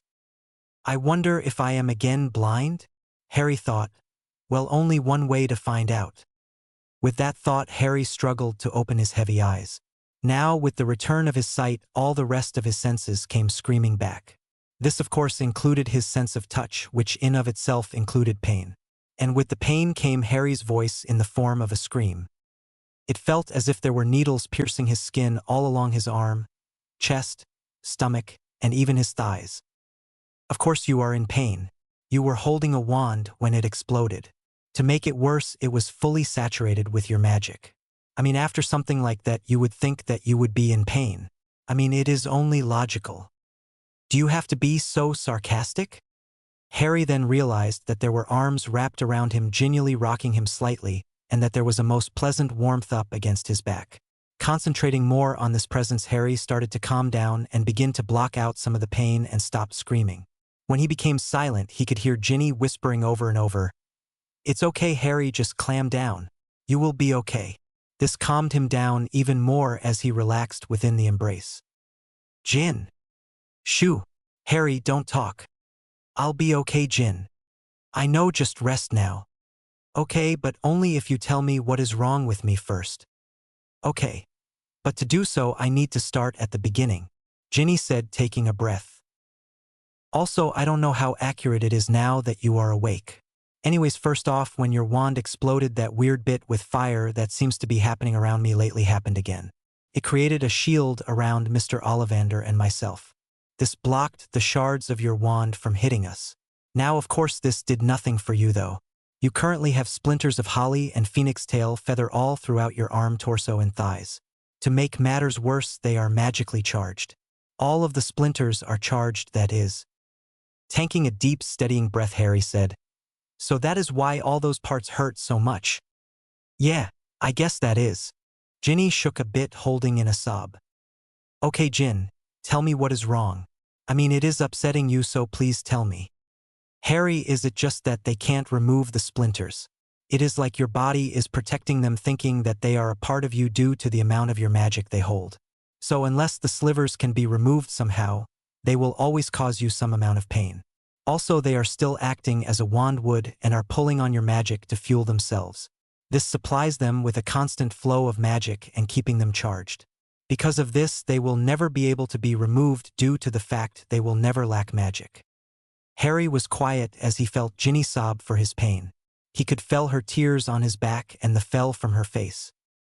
"Harry, I have an idea, and an explanation on top of it as to why they are having so much trouble healing you. Both I don't think you will like. The idea is painful, but it may get rid of your current pain. At the very least, force it to be in only one point." "Alright, Core, what is it?" "Okay, first the explanation though. You see, since you have awoken here in the hospital wing, your unlocked powers have been manifesting in your physical form, meaning that they are becoming active, where they before were either limitedly active or even fully locked. Now you see, also some of the potions you took are causing conditions that are not the same as they were before. This means that your healer is trying to counteract a permanent potion with temporary ones. This is causing even more of an imbalance in your system, but let me get more to the point. You see, the potion that increased your metabolism is being suppressed, that is causing you to have less energy than you should have and making you tired more. Usually this is a good thing because it allows the body to use the excess energy to heal you, but in this case it is slowing down your healing because your body needs the extra energy to function. Now this is only the first problem and not really a big one, as taking you of the potion that is causing it will fix that. Now the bigger problem is the fact that your shifter abilities are showing themselves more. You see, Metamorphmagus and Doppelgangers both had unique need when it comes to healing. Worse is that of a shifter. You see, since you have woken, that trait has been slowing fighting against the potions that are not made to be compatible with your current change physiology. This is also slowing your recovery due to the fact that shifters have a natural regeneration process that in and of itself is quite powerful when let alone, but with the right potions can be enhanced even more. Yet, when the wrong potions are used to slows it down. Is this all making sense so far? Yes, I think so. Harry though for a moment then asked, does this mean that I can regenerate my arm as well? Well, actually no, you can't. I mean, if your powers had been unlocked before this then yes, but since they were unlocked after you lost your arm, they make it so you cannot regenerate it, as your powers do not know of it. That is, they do not know of your missing arm. Oh, I guess that makes sense. So anyway, what is your plan then? Well, it is simple really. I will give you some of the knowledge of your shifter ability, and then all you will need to do is move all of the shards to one localized area, and then if you have enough energy, absorb the pieces into your body. I mean, since they are so soaked in your magic, you should be able to manipulate them. But I would focus on just localizing them first. Of course, this will hurt. Firstly, the transfer of knowledge is painful, and then second, the moving of the pieces is again quite painful. More so due to your lack of skill with this ability. Okay, let's just do this. Harry then gritted his teeth as a searing pain shot throughout his entire head. Unlike his pains from Voldemort that started and ended in his scar and caused his head to feel like it would split, this was something completely different. This pain started everywhere in his head with the same amount of pain throughout, and instead of his head feeling like it would split open, it now felt like the pressure inside of it would cause it to explode. Yet just as fast as the pain started, it ended. Okay, you have the knowledge now. Look around your head for it quickly and then get to work. Harry, are you okay? I mean, I just felt you tense up and am wondering what is going on. Yeah, I am okay, Jin, just relax, I need to do something, then we can talk, okay? Harry smiled as he noticed for the first time that Ginny was only wearing a pair of her knickers while sitting behind him. I wonder how I didn't notice that? Okay, Harry, but you will explain it to me. Yes, Ginny, I will. Harry smiled, closing his eyes to sort through these new memories/skills in his head, as well as trying to block the distraction of the very cute, almost naked redhead sitting behind him. It did not take Harry long to find what he needed to do, and so, without delay, he began on what he needed to do. Harry concentrated on his body, getting a feel for it, remembering how it felt. He then sought out the shards and splinters of his wand that were within his body now and started to draw them in to a central point deeper within himself. Ever so slowly, the pieces of wand began to move.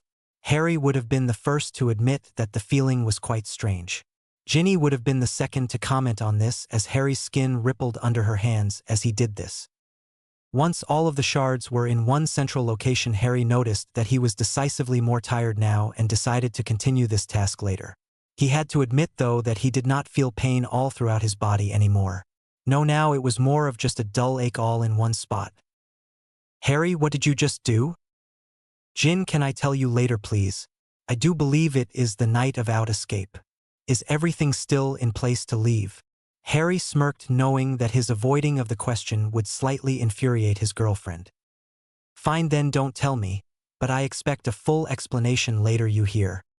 Yes, dear. Now about our preparations that you so excellently got together. Well, now flattery will get you somewhere, won't it? Ginny laughed.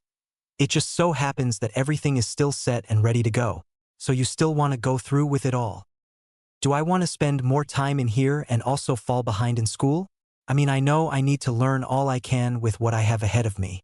I am nowhere near prepared for what I need to do, and I hope that in the next week I might learn something. I am sure there has to be a huge library at Potter Castle. So while I am recovering, I plan on doing some reading. Of course, spending time with you as well, and just in case I get caught up in a book, which sounds a lot like something that would happen to Hermione, I give you full permission to take it away from me, but please keep the page when you so. And I will do the same to you. But that is only if with of us has been reading for, say, over 4 hours, okay? That just sounds weird. Sitting and reading for more than 4 hours. If we are not careful, we might turn into bookworms. Ginny laughed. Yeah, that does sound weird, but it might happen. Anyway, threw on at least a shirt and get me one too, and some boxers too. Someone decided I didn't need any pajamas. Ginny just giggled and got up, slipping she top and then tossing Harry a shirt and some boxers along with his pin. She then fastened her pin to her top. So ready to go, Mr. Potter? Of course, Miss Weasley. Ginny placed the letter they had written together on the foot of the bed and levitated their trunks over, as that is one of the spells they had her practicing with to try to gain more control of her magic. Harry, do you think we should tell Madame Pomfrey that we are leaving? I mean, you did get hurt today, you know. And oh, Jin, I am sure they would do something to keep us here. I don't want that to happen. You know that, right? But I guess we should add a postscript to our letter saying that I am better and that you will be with me to take care of me, huh? Yeah, I mean, we don't want them to worry about more than they should. 'Cause they are gonna freak out when they find us gone, won't they? I just hope Mum doesn't yell too much when we get back. Maybe we should come right back here and just avoid her. Yeah, it makes me almost want to stay away until she would maybe calm down fully. Well, let's get going though, Harry said as he watched as she added the extra knot to their letter. Now, Harry, you ready to go? Yeah, Jin, let's get going. Okay, I will bring our trunks with me, okay? You activate your PIN first. But just remember that ID, know when you feel tired, tell me so we can stop for a rest, and I mean that. It doesn't matter where we are. If you start to get tired, say so and we will take a break. Yes, Jin, I will. Harry complied as he touched his PIN, saying the activation phrase, "Take me home." Ginny smiled and did the same. Both teens then felt the tug behind their navel and were whisked away from Hogwarts and on to Potter Castle. Arrival and a letter. Albus Dumbledore was poring over what could only be referred to as magical medical journals. He was looking for any way to restore the lost limb to the young man down in the hospital wing within Hogwarts. To be honest, he had yet to find anything that would even remotely help Harry's case. All instances of a limb returning to its owner were of when the owner had the ability to actually regenerate a part of their body. And to Albus' knowledge, young Harry did not possess this skill. The attention of the headmaster of Hogwarts School of Witchcraft and Wizardry was snapped away from his research by the sounding of an alarm from one of the many devices scattered around his office. Hopping up, he quickly moved to the whirling device and tapped it with his wand. Instantly, a vapor poured out of it and condensed into a form of readout. This readout was on one Mr. Harry Potter that resided in the castle at this time.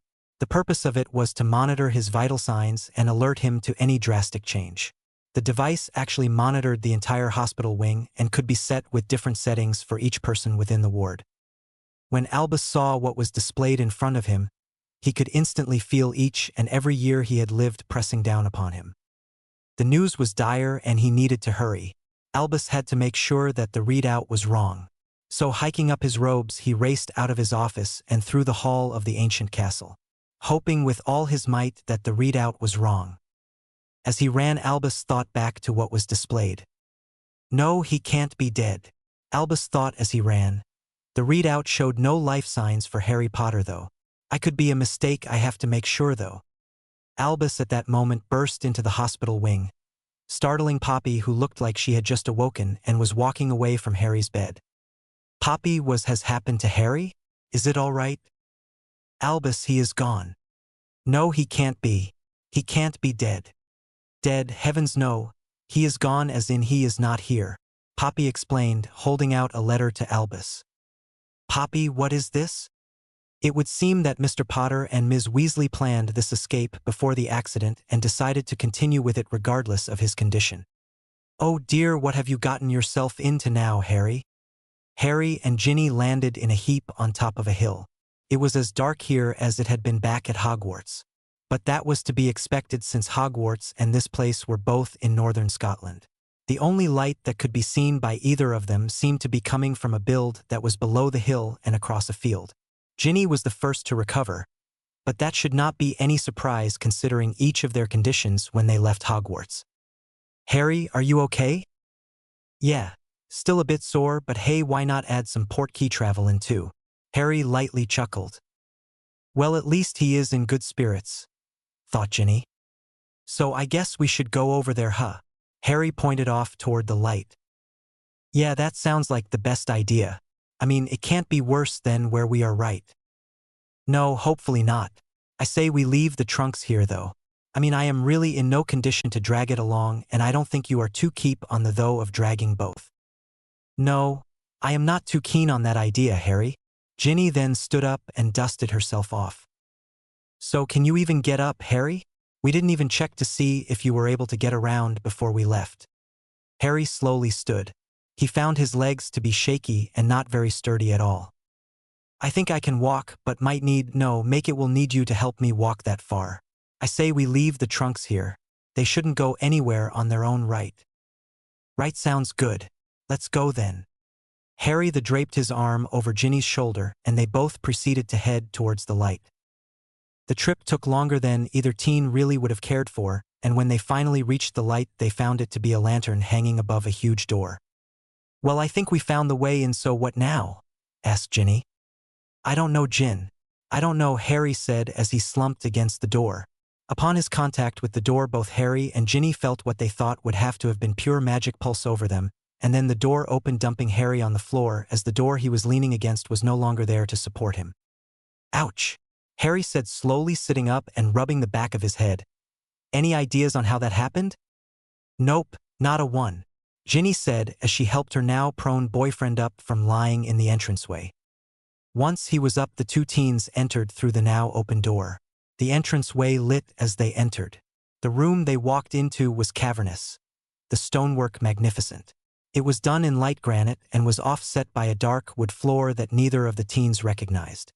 To say the least, the room was awe-inspiring and slightly overwhelming, much like each magical child's first sight of Hogwarts as they crossed the lake in the little boats. Across from the door they had entered through was the same crest as the pins they now wore. As they took in the room, their eyes fell upon the only pieces of furniture in the room. The first pieces that caught their eye were three large upright broom closets, or maybe cupboards. They were made from a rich dark wood that shone in the firelight that was cast from the torches around the room. Slowly their attention focused on a table made from the same wood as the cupboards, actually more importantly a letter that was propped up on the table. The parchment of the envelope was yellowed from age and was sealed with the same crest as was displayed on the wall and the pins. Do you think we should see who it is for? Ginny asked, finally finding her voice. Yedo. Help me over there. Ginny slowly helped Harry make the trek over to the beautifully crafted table and the letter. Holding himself up by leaning on the table, Harry picked up the letter with his left hand and turned it over to see who it was addressed to. To the last remaining Potter and his lovely guest. Harry, how can that letter be addressed like that?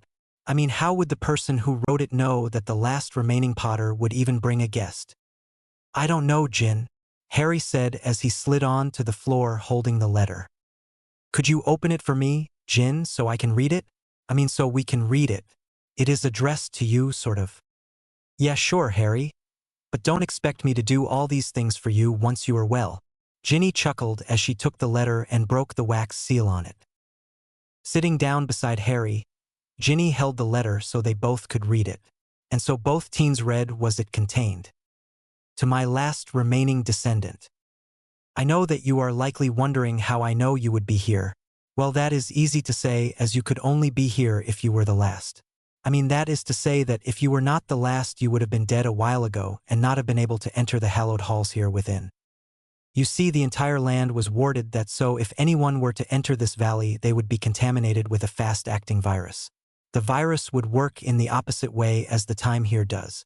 Thus, it would work at 60 times faster than the time it seemed to them. This chronovirus targets all visitors until there is only one descendant left, for only that person can actually end the virus. After that, it reverts to its dormant state. Yet, it activated in reverse once you enter the castle itself. Yes, this does mean you are infected, but there is a cure. You must become Lord of the Valley, thus making you immune to the virus. As for you guessed, though, that is more complicated. I take it that as she is here, the two of you share a life bond. While this is a common bond, it is sometimes hard to find the one that is to be your bonded. Almost all magic folk have a life bond to another. Whether or not they can activate it or are even aware of it is another thing altogether. For you to save her, you must at the very least perform a ritual that will place her under your protection. Now, this does not take her away from her parents. No, it is something that used to be done when a male was a fair bit older than his betrothed. If she was at least 10 years his junior, then he must perform this ritual on her. It would then protect her from harm. The downside, well, I will explain that when you go to look for how to do the ritual. Now, I believe that introductions are in order. My name, as you are likely wondering, was Tiberius Potter. To tell you a bit about myself would make it so you understand how this letter fits to your situation quite well. You see, I was a seer of sorts. What I saw was not set in stone as many see. What I see is many different scenarios. I see the same event from many different directions with many different outcomes. As they say, your destiny is made by your choices. You see, each choice you or someone close to you makes forms your destiny. When you make the choice to save someone, that changes his or her destiny, or at least his or her current destiny. At the very least, you can extend that person's life by just a bit, if nothing else. Know that everyone's time comes, and that if you are destined to die, you will. But I am getting ahead of myself, aren't I? I must say, I bet you are thoroughly confused. You see, I saw that you would come so many different ways. Sometimes it was just you, other times you were with others, though most time you were with a young red-headed girl. I must say I approve of her. She is quite a catch, but that is not what this is about now, is it? There were also some where you were not male, but those were few yet still interesting. Now, from all of these visions, I compiled letters and then tied them all into one with a sort of complicated charm. This charm destroyed all the letters and created a link to the wards. When you arrived, the letter was made from all of the different letters I have written, taking what it needed for your circumstance. With that said, here is what I take as your current circumstance. Currently, you are missing an arm, are still recovering from 3 days of torture, have had an accident with a magical focus, and all in all are having a bad month apart from getting together with your life mate. Other than that, I don't know much about what you may or may not need. What I do know is that wandering around without an arm is bad for a person's magical containment. Your magic just leaks all over the place unless you get a cap for it. Of course, if you do that, you can never recoup that arm, though. When I saw this, I decided to work on a way to help you with this problem. You see, I was a shaper, and through much study and practice I learned how to change pure/wild magic from a form of energy into one of 3 types of matter. The first was a crystal. This was the easiest to start with. I had known it formed naturally in nature, so I just needed to figure out how to replicate it artificially. And I finally did it. This crystallized form of magic was a great source of magic and worked well as a focus or as a form as a magical amplifier. It even works amazingly well as a core of a wand when mixed with other magical materials. I also discovered that it was quite resilient and sturdy. Once I was able to create this crystalline material, I decided to try to make another more complex one with the crystalline material as the base. This was again, to my surprise and delight, was an absolute success as well. The method used in this was to create shards of the crystal and connecting them into a loose solid matter. This ended up as more of a gelatin-like substance that I will talk about later. I then decided that this did not get me a substance that I could use for what I had in mind. So I again took small shards of the crystalline material and proceeded to heat them, and at the same time adding pressure to them to compress them. Not unlike what is done in nature to carbon to produce a diamond. This process in the end created a strange metal-like substance that, unlike all the previous materials, was not clear but had an opaque black look to it. I then decided that I should start to experiment with this metal-like substance, completely leaving the gelatin-like substance to the side for the time being, as I already stated. This substance seemed to work even better as a focus and as an amplifier. Also, it was a perfect conductor for magic. If made from wild magic, it works for anyone. Yet if made from pure magic from your core, it allowed the magic to travel with so much ease. It was better than any substance I have ever encountered before. Another benefit it that has had was the fact that it retained the strength of the crystalline makeup that it originated from, yet could also be manipulated and shaped much easier. Also, strangely enough, too, was flexible as well. This astounded me. I mean, to have a material that was the result of compressing a very rigid and sturdy material to become flexible was amazing. I then began to work and using both of these materials, completely disregarding my gelatin substance for years. While I worked with these substances, I remember why I had originally decided to try to make them. Thus, I proceeded to start my research on the human body and medicine in general. It was a fascinating subject, and I toughly kicked myself for not researching it earlier in my life. You see, the library within this place is vast and ancient. There are books here that would interest anyone and that any scholar would kill to have. You see, the Potter family was on very good terms with the elves before they left our realm. Because of this, within the library is one of the only large groupings of elfin knowledge. I must say they were far beyond anything us wizards had ever thought of, and even beyond anything those of non-magic folk ever dreamt of. It truly makes me wonder what we as wizards could learn from other magical races, but I digress. Through the knowledge I found within those elfin books, I began to map out how the body truly worked and how it was made up. I researched how blood traveled throughout the body, also how your bones support your body so you are just not some weird blob. Also how your muscles allowed you to move, and what I read last was the most intriguing. I read how the brain and nervous system works. With this study, I also realized how hormones and other chemicals that your body produce affect how you act and how strongly you can act or react to a situation and thus their importance to you as a whole. Now I bet you believe I am rambling and this knowledge is useless to you, but you must keep an open mind to all opinions and ideas and then weight their worth. To you, this information may not be at this moment important, but I believe someday it may be. Actually, I know it will be. I know that you are a shifter and intimate knowledge of how and why your body works will allow you far better control over it. You should first learn the elfish language, and then read their works on the anatomy of life. You will find it covers elves, humans, dwarves, and a few other species. But anyway, back to the topic at hand. With this new knowledge, I start to work on how to use it. My first thought was a very good one, and I believe it was the correct one to set me on my path to help you. My thought was to build a golem that was for all intents and purpose made exactly like a human. This was a hard process and took far longer than I would have liked looking back on it, but in the end was successful. I started with the skeleton. I made it from the sturdy and rigid crystalline material, shaping each of the pieces like an exact replica of a real human bone. Once this was down, I start to think about the organs and what to make them from. I knew I wanted to make the muscles from the metal-like material, but what to make the other parts from was something that was eluding me. That is until I slipped on a bit of the discarded gelatin substance that had fallen onto my workshop floor. This even reminded me on the substance that I had not experimented with as of yet. So experiment I did. Was I ever surprised to learn that even though it was a gelatin-like substance withheld any shape you molded it into and like the other materials was surprisingly resilient. This solved my organ problem. By using the gelatin, I am going to stop the gelatin-like and metal-like wording and just call them metal, crystal, and gelatin from now on. And metal, I created the organs by combining them when needed. Another discovery was found that the materials bonded better than I ever thought they would. This in and of itself was a wonderful discovery. It made my golem making much easier. It was almost as if the different materials bonded together. My work continued and I eventually crafted all the parts of the golem. Well, almost all of the parts. I still needed something for a brain. I had used extremely long and thin lengths of the gelatin to make the nervous system and did the same by creating tubes of it for the cartilary system as well. In the end, I decided to see if I could mimic the human brain in this instance. This was a vast undertaking, as no one has ever fully understood how the brain truly works. So I just took a pile of shorter threads of gelatin and start to form them into a collection. This, I must say, was a very inexact science.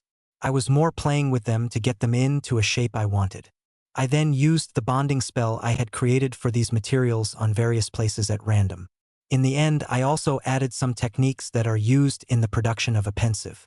In the end, I had a mass of gray-looking gelatin that was slick to the touch and looked something like a brain. I then began the process of giving life to the golem, enchanting the different parts of the golem and using a solution that was fully saturated with the crystals as a form of blood. During the process, I gave the gelatin/pensive some knowledge and experiences from my own life. At some point, I don't know when, I cut myself and a few drops of blood fell on my work. It was absorbed into the golem. I later found that it melded with crystal solution that made up its blood. With all this down, I was ecstatic that my golem actually lived, or as close to true life as a golem can be. With my basic knowledge, I began to teach her, as if she were a mere child again, forgetting my original work. You see, it had spent so many years alone that when I had a companion, even if it was a golem, she was a godsend. The golem soon learned to talk and walk and read. She was able to learn at an amazing rate. I still do not know how I was able to accomplish this feat, for you see, golems are usually very low intellectually and can only follow simple commands. The more advanced form was an avatar, but that was almost an exact copy of the maker down to even its looks and abilities. This was more like creating a child and then having to teach it everything it would need to know to live. The only difference is that it did not seem to need to sleep or eat, even though she actually could if she truly did want to. The golem learned at a truly phenomenal rate. One day I saw her reading a grade 1 charms text. I then saw her screw up her face and wave her hand at the chair across from her, and lo and behold, to my surprise, the chair levitated. Of course, my surprised yelp caused her to lose her concentration. Now I have just read over what I have written there, and I feel I must clarify something. You see, the form I built the golem as was that of my wife in her younger years crossed with that of my daughter that had died early in her life. I also named her Rose, for that is what she was in my life at that time. A beautiful flower in what was my loneliness. As the years passed, Rose asked me why I had created her and why she looked different than me. So I told her everything that I knew of you and the problems that you may have when you arrive. You see, I still believed fully that you would arrive without an arm and still wanted to help you. My explanation as to why should looked different was accepted. Yet, she said that should would prefer to look like me more. She wanted skin and hair, it seemed. So wanting to please her, I proceed to figure out how to make her a form of skin and how to make hair as well. After a few years, I finally figured it out. I had Rose first soak in a potion bath until it had fully absorbed into her. Over the next few days, she grew a very pale skin that looked fresh and new. And then even after that, she learned that she could alter its pigmentation. It was a wonderful discovery. A few weeks later, I finished the way to create hair for her. It was yet another potion bath.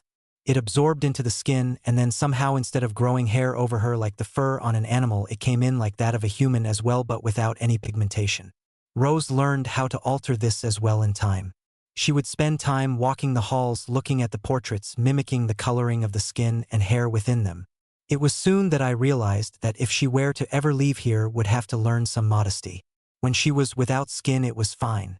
She had the basic form on a woman but not the soft look of smooth bare skin, so it was easy to forget about the fact she was naked.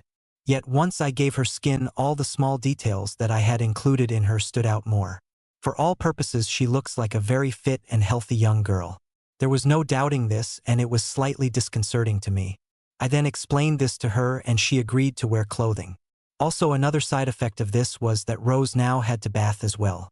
Having never done it before and now getting her skin dirty, she was quite upset. Yet here I go babbling off topic again. You don't really need to know this, do you? Well, it was a few years later that she brought you up again. Rose had studied hard and wanted to help you as well in some way. So we began to work on creating a solution to your problem. In the end, I have to say that it was Rose that came up with the idea. She had just asked why I couldn't just make an arm like hers. I thought about this for quite some time and came to the conclusion that there was not reason that that would not work in theory. So I then went to work to see if it could work in life. I started by building a hand and half the forearm. Once it was finished, I gritted my teeth and cut off my own left hand and half of my forearm. I had to know that it would work, and I was the only one it could be tested on. After a few years, very tiring years at that, I finally succeeded at attaching the hand I had built to my own arm. This in and of itself was an amazing feat. I then proceeded to test out my new hand. I had included the hair and skin potion baths before attaching it to my stub. The results were amazing. I had never though to ask Rose if she was able to feel things. I had asked her before she had skin, and she had told me that she knew there was something there but could not tell texture or anything else. For you see, once the skin was grown, it seemed that the gelatin nerves that I had made also grew in.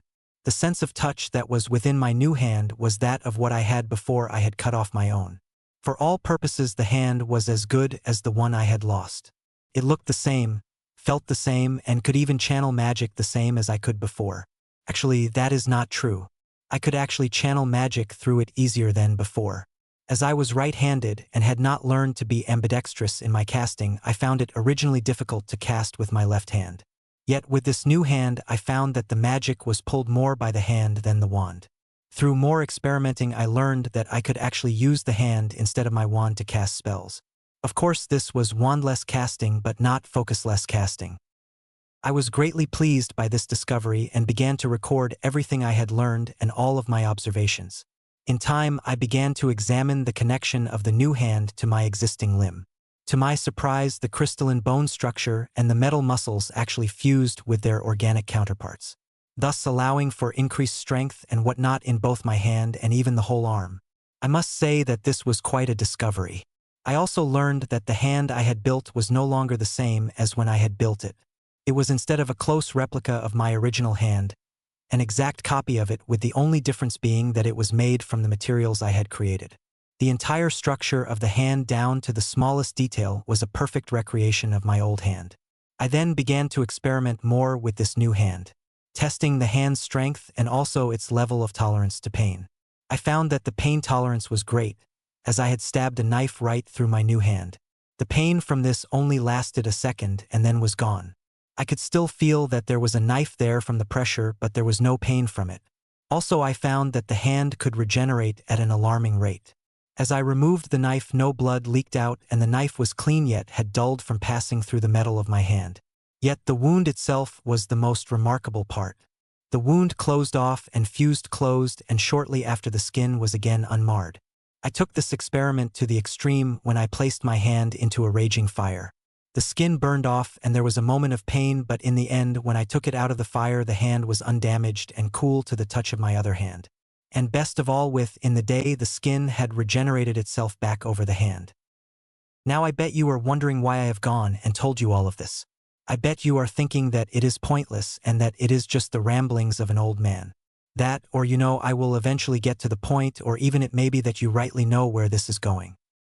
Well, this is where I will tell you what has come of all this research and how it affects you personally. You see, with this knowledge and what I knew about you, I decided to produce an arm for you. All my years of research went into this. I have to say that it is likely the greatest single piece I have ever made. It is just more than an arm. I know that you were likely thinking that it would just be an arm and be done with it. But you have to understand that once I had actually built my own, I wanted to see if I could improve on it and then maybe even improve Rose as well. You see, I, as well as a shaper, am also a runesmith. If you don't know what that is understandable. Let me explain. A runesmith is a person who can use runes to their full potential. Sometimes they are also referenced to as rune masters. You see, no matter what they are called, the fact is that they have a unique knack for working with rune. Ever more impressive it that they have a complete understanding of how a rune works and what it can be combined with, and if an idea pops in your head and you so desire, how it could possibly be done with the help of runes. You see, until I have thought to improve the artificial limb runes did not really matter to what I was doing, so that part of my mind didn't do anything. I did need runes to give life to Rose, but that had been years since I had done that. My thoughts on what to do to improve on the arm were simple. Add some strengthening and protection and a few other powerful runes to it. You see, a rune's power truly comes from how well magic can be used through it. When you write a rune in the air with magic, it is powerful because you have made the rune with pure magic.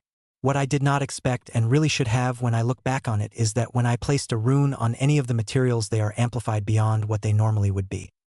You see, since the material is actually condensed magic, there is more magic within the material than if you had written the rune in the air with pure magic, resulting in the powerful runes becoming extremely more potent runes and even weak ones becoming powerful.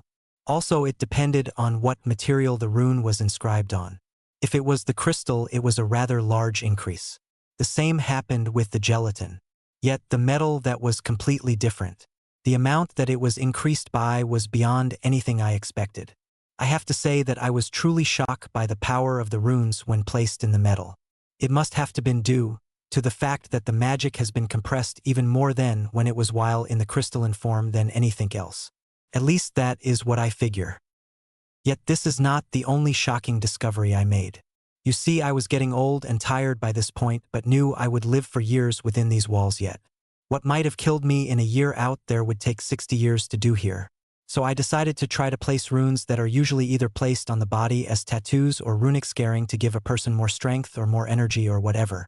I inscribed this on to a foot I decided to try to build along with a few others.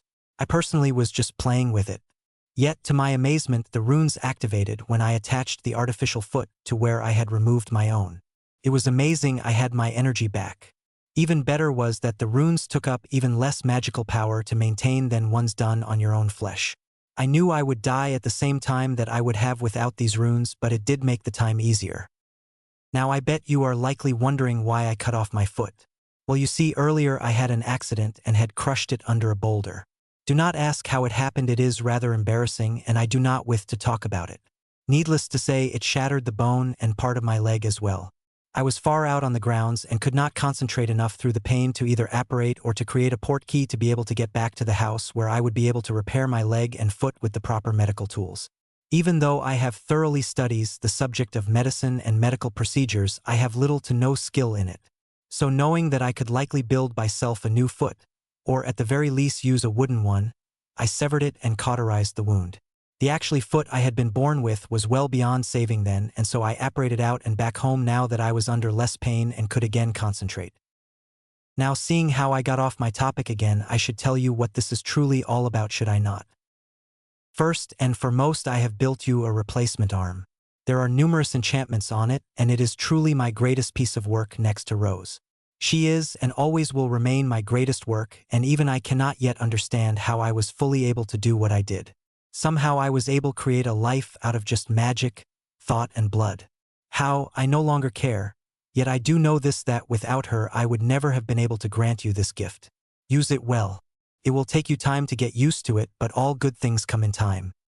Now, since you have read all this, you may have forgotten that I mentioned a virus that you and your life mate have had since you arrived here. All you have to do is enter the Grand Hall and state your full name, who your parents were, and that you are the last remaining Potter and are claiming the castle and all the grounds around it. This will make you the lord of this land, and any other home that the Potters own will return to you, since you will have named yourself the proper lord of the Potter family. This will end the virus and make it so that it will not hurt anyone again, unless of course you want it to, but then you can actually direct it. So that should be fun. Now about your bonded. That is a bit more complicated. And I don't want to get into it just yet. First I want to give you something else. But it is just information right now. Once you claim your title, you will be able to claim the rest of the gifts I offer you. The gifts are in one of the cupboards in front of you. Actually, they all will remain locked till you claim your title. It was the only way to make sure the right person got everything. There is a card with each gift describing what they are for. The last cupboard has in it everything you need to know about being a Potter. Actually, it is everything your father would have, or at least should have taught, if the old customs are still being used. Regardless, I believe that you should perform all of the rites and rituals and follow all the customs of the Potter line. If nothing else, it will give you something that has not been done for a long time, or maybe it is still done, but all in all it will give you some power and maybe some gifts and definitely more control over your magic as a whole. Well, I think that is the end of this letter. Await the cure for your bonded. Well, I would say that you should stay here for quite a while. You see, the cure to the virus is not something you can actually do just yet. You will have to talk to my portrait to likely get the cure. It is in my workshop. It will be able to tell you more. But as for this letter, I believe that this is all you needed to know, and likely more than you really needed actually. I bid you fair journey in your life from here on. Just remember to keep your mind on a goal that has to do with life and not death in your mind, and you will work out. Dwelling on death and destruction is a painful and lonely path that I would not wish on my enemies, even though some walk it. If there is death meant to be in your life, make it something you need to do, but do not make it your goal. Goals should always be something you wish to do in your life that will make you happy. If you do not live a happy life that you enjoy, what is the point of continuing to live? One only gets one life to live. You should live it to its fullest potential. Tiberius Potter, Headmaster and Lordship. It was now well past midnight. Well, it may not have been, but it certainly felt like it was to the aging wizard. In reality, it was only half past the hour since Harry and Ginny had disappeared from the hospital wing. In the time since Harry and Ginny's departure, Dumbledore's subsequent arrival and discovery of their disappearance. Dumbledore has somehow made his way back to his office and now sat in front of the fire, staring into its flames, holding a small pot of Floo powder. He was dreading having to make this call. Honestly, Dumbledore wished he could put off making this call till the morning, but knew that truly was not possible. Very likely it would truly just make matters worse. Much worse. Finally, after a few more minutes of contemplation, Dumbledore took a deep breath, taking a pinch of Floo powder and tossed it into the flames. The contact of the powder to the fire within the office's hearth caused the small flames, that had been down to almost just embers, to burst forth larger than they were before, and causing the flames to turn green, casting everything in the room under the new light. Bending over, Dumbledore stuck his head into the flames and called out one word: "Burrow." Molly, for some reason, could not sleep this night. Something had woken her up at the strike of 12, and she could not get back to sleep. She just had a feeling of uneasiness that something had happened involving at least one of her children. So, being awake and having nothing to calm her nerves, she began to bake to keep herself occupied. Thus, with her attention on the baking, Molly was quite startled when the fire flared up and the headmaster of her children's school appeared floating within. "Good evening, Molly. I am glad you are awake. I was wondering if you could possibly come by my office so we could talk. Something has happened that I feel that if I did not inform you as soon as I could, it would be hazardous for someone's health." "All right, Albus, I will be there soon. I just need to clean up here first and I will be right over. Unless, of course, it is urgent." It is a bit urgent, but I don't think that a few minutes will make any difference in the end. Please don't strain yourself over this. Do take your time. And with that said, Dumbledore's head left the hearth within the burrow. It took Molly only minutes for her to arrive in Dumbledore's office out of the hearth. Personally, Dumbledore would have preferred if she had taken more time in coming. Again, good evening, Molly.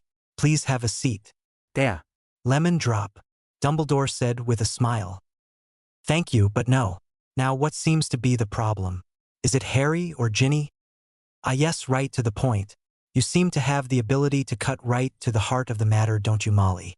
Well, as you know, Harry had something of an accident with his wand earlier on yesterday, I guess it would be. We honestly thought that it would keep him out for at least a few days, or at the very least later on today. So you see, we have a few questions. It is either that Miss Weasley did it all. Likely it would have been planned out before by both of them, but she would have executed it on her own. Or that Harry awoke and the both decided.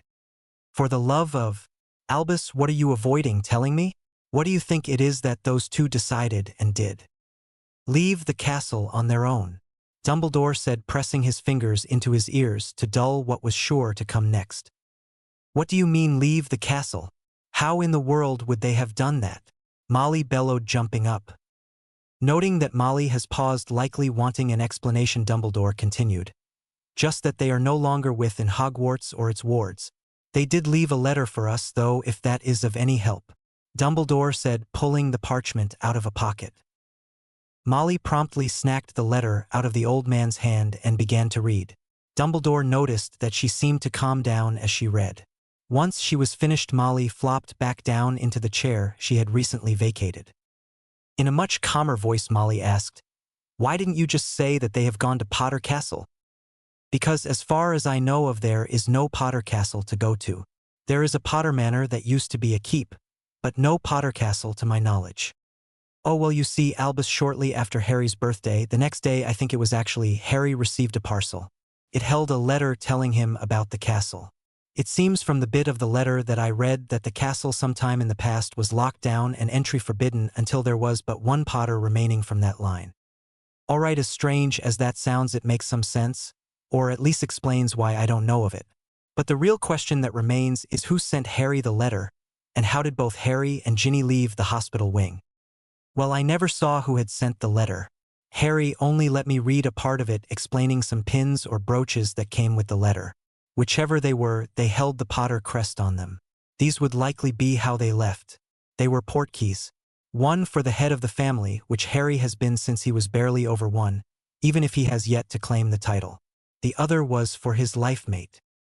"I see," Dumbledore said as he thoughtfully steepled his fingers under his nose. "Do you happen to know if your daughter is his life mate?" "Well, all I know for sure is that Ginny was able to touch the other pin, if that is what you mean." "I see. Well, I guess we will just have to wait for them to return. There is nothing to do but wait. They did say within the letter that they would return before school starts, and I have no reason to doubt them in this matter. As today is now the 25th, we should see them back within this next week." "Albus, do you think that Harry will be okay for that much time with his injuries?" "I do believe that he will be fine. In some discomfort, but fine all the same. Of course, Poppy will have some choice words for him when he does return, I would believe." Dumbledore chuckled while popping a lemon drop into his mouth. Yet behind the mask that Dumbledore to show the world was that of a confused headmaster. How did they portkey not only through the wards, but also without tripping, and of the detection wards that are up, including the ones I personally placed as well? Harry and Ginny were shocked.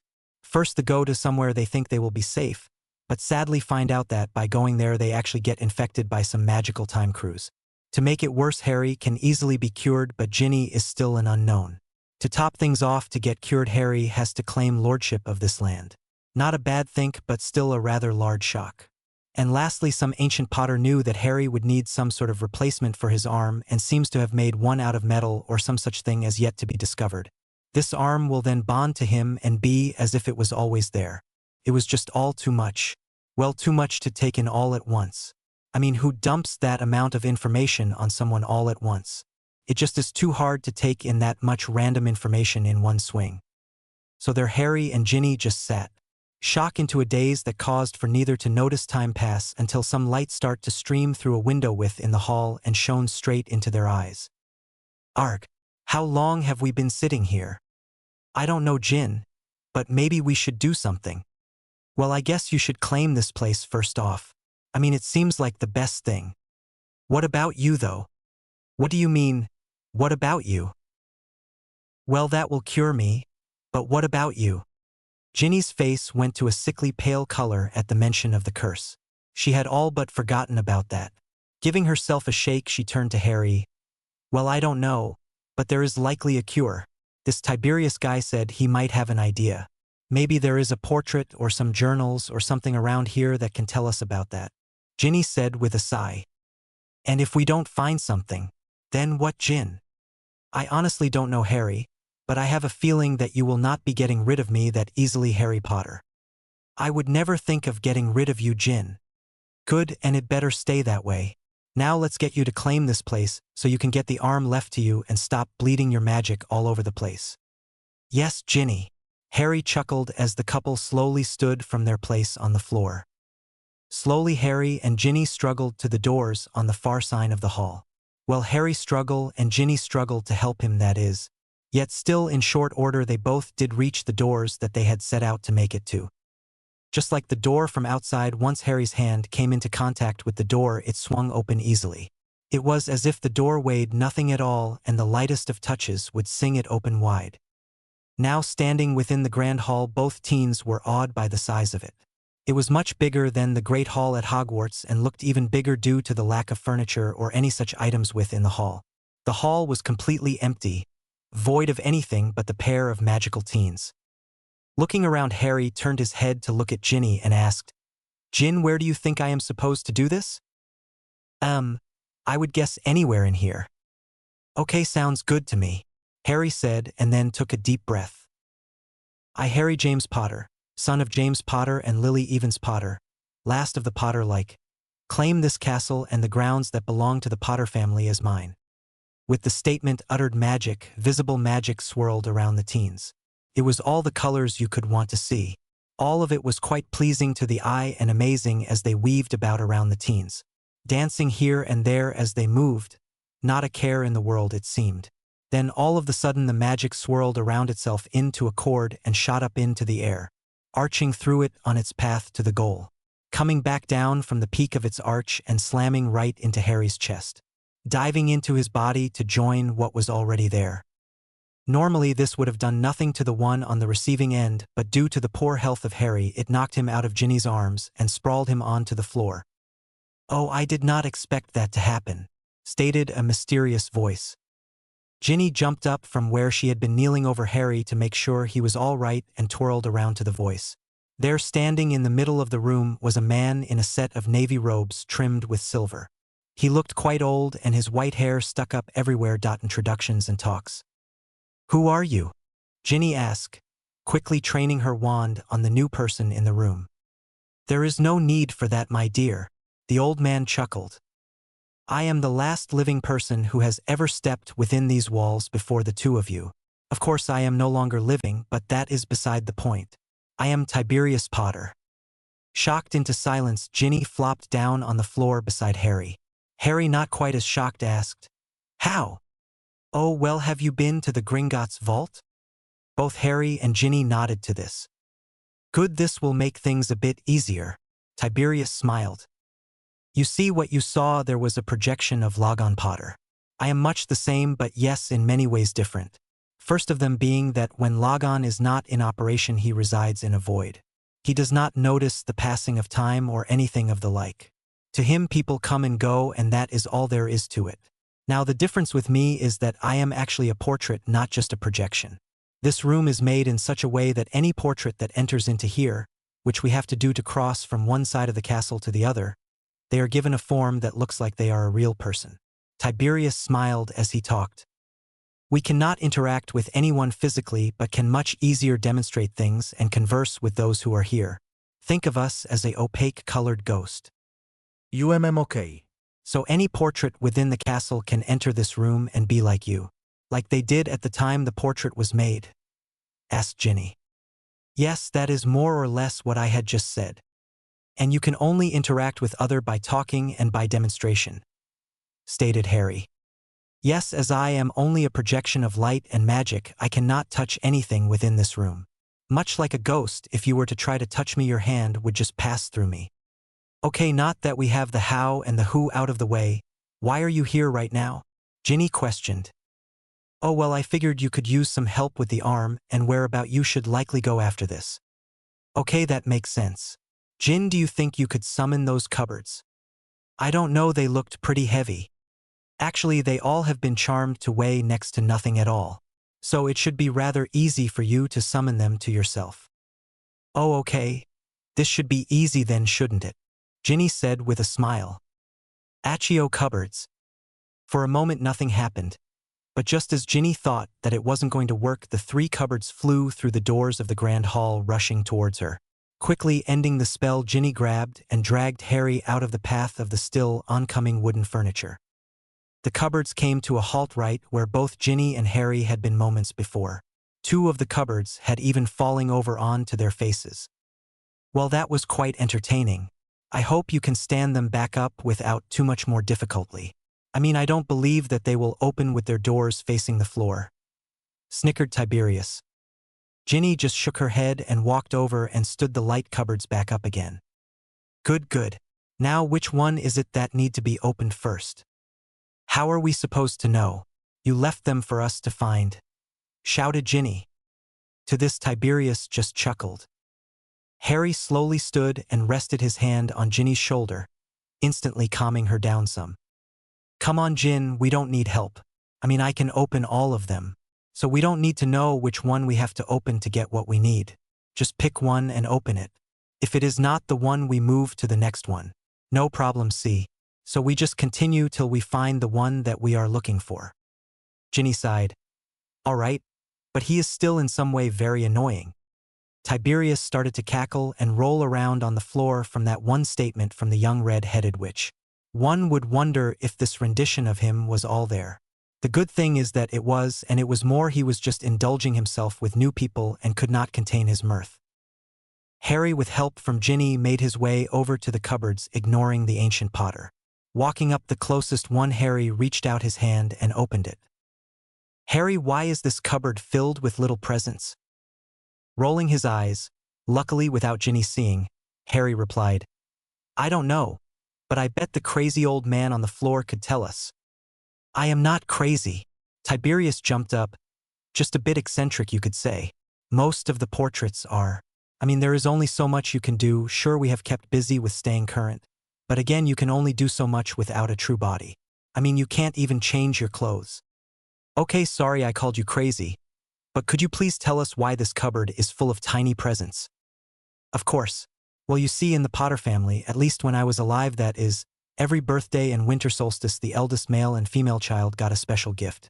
As you have no sister, the gifts that would be female-oriented are not there.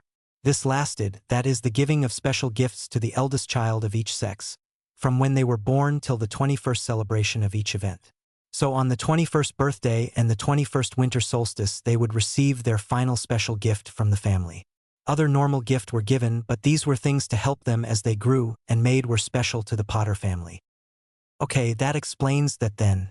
So I can open 31 of these right now then? Harry asked. Yes, that is true. Also, they are special in that they have been charmed by myself, so that your hand will pass through them if you are not to yet receive the gift you're trying to pick up. Oh, so no opening presents that are not for you at this time. That sucks, Harry. I hate having a gift I am not allowed to open. It is like some kind of torture. It is okay, Jin. I am still used to not even getting gifts. This will be great to open, but right now I believe we are looking for something else so we can open the later on. Don't you agree? Ginny blushed at this, closes the cupboard and moves to the next one. Wow, isn't it a bit big? Ginny queried as they found the arm in the second cupboard. The interesting thing about what was before them was that it did not look like an arm for a human. No, it looked more like it was for a giant, well, maybe not a giant, but definitely somewhere between a giant and Hagrid. So noting this, it was bigger than either of the two teens. Yes, well, it will adjust itself to fit. I mean, do you know how much detail you have to include in an arm? I hand to make it large to be able to make the finer details flawless. It also gave more area to enchant and enhance and inscribe. Plus, once it is in place, it will resize itself. Stated Tiberius. Oh, so did you do the same to build Rose? Harry asked as Ginny used her wand to levitate the arm out of the cupboard and over to where Harry has just recently sat down. Yes, I did, but not to such a massive degree, and it was much more difficult to create as it was my first attempt. But that can be discussed at a later time. Oh, okay. So how exactly do we attach this to Harry here? Oh, very easy. Just place the cuff there at the one end over his shoulder and it will resize and connect itself to him. Very simple and quite user-friendly. Ginny then maneuvers the arm in the air with her spell, and with Harry's help begins to do as Tiberius says. Of course, there is quite a lot of pain involved with the attachment of the arm to the body. Tiberius says as more of an afterthought than anything else. Both Harry and Ginny's heads spin around to him as he says this. Ginny also loses her concentration on her levitation spell, causing the cuff on the arm to drop into place on Harry's shoulder. Just as soon as it touched, the pain hit Harry like multiply cruciatus curses, but instead of being all over his body, it was just focused on his right shoulder and upper back and chest. Also, with the suddenness of it, Harry was in no way prepared for the onslaught of pain that now racked his brain. And with that, Harry let out a pain-filled scream and passed out. When Harry woke up, the first thing he noticed was that he was no longer in the massive hall he was originally. No, he was now on something soft and warm. Getting curious, Harry opened his eyes and saw that he was indeed no longer in the hall. No, he was now in a rather large bedroom lying on a very nice four-post canopy bed. The bedding was a nice midnight blue along with white sheets. Honestly, Harry really didn't want to now get up, but that was not to be. Harry, you just going to lay there all day? Asked a smiling Ginny at seeing Harry awake. Maybe it is very comfortable.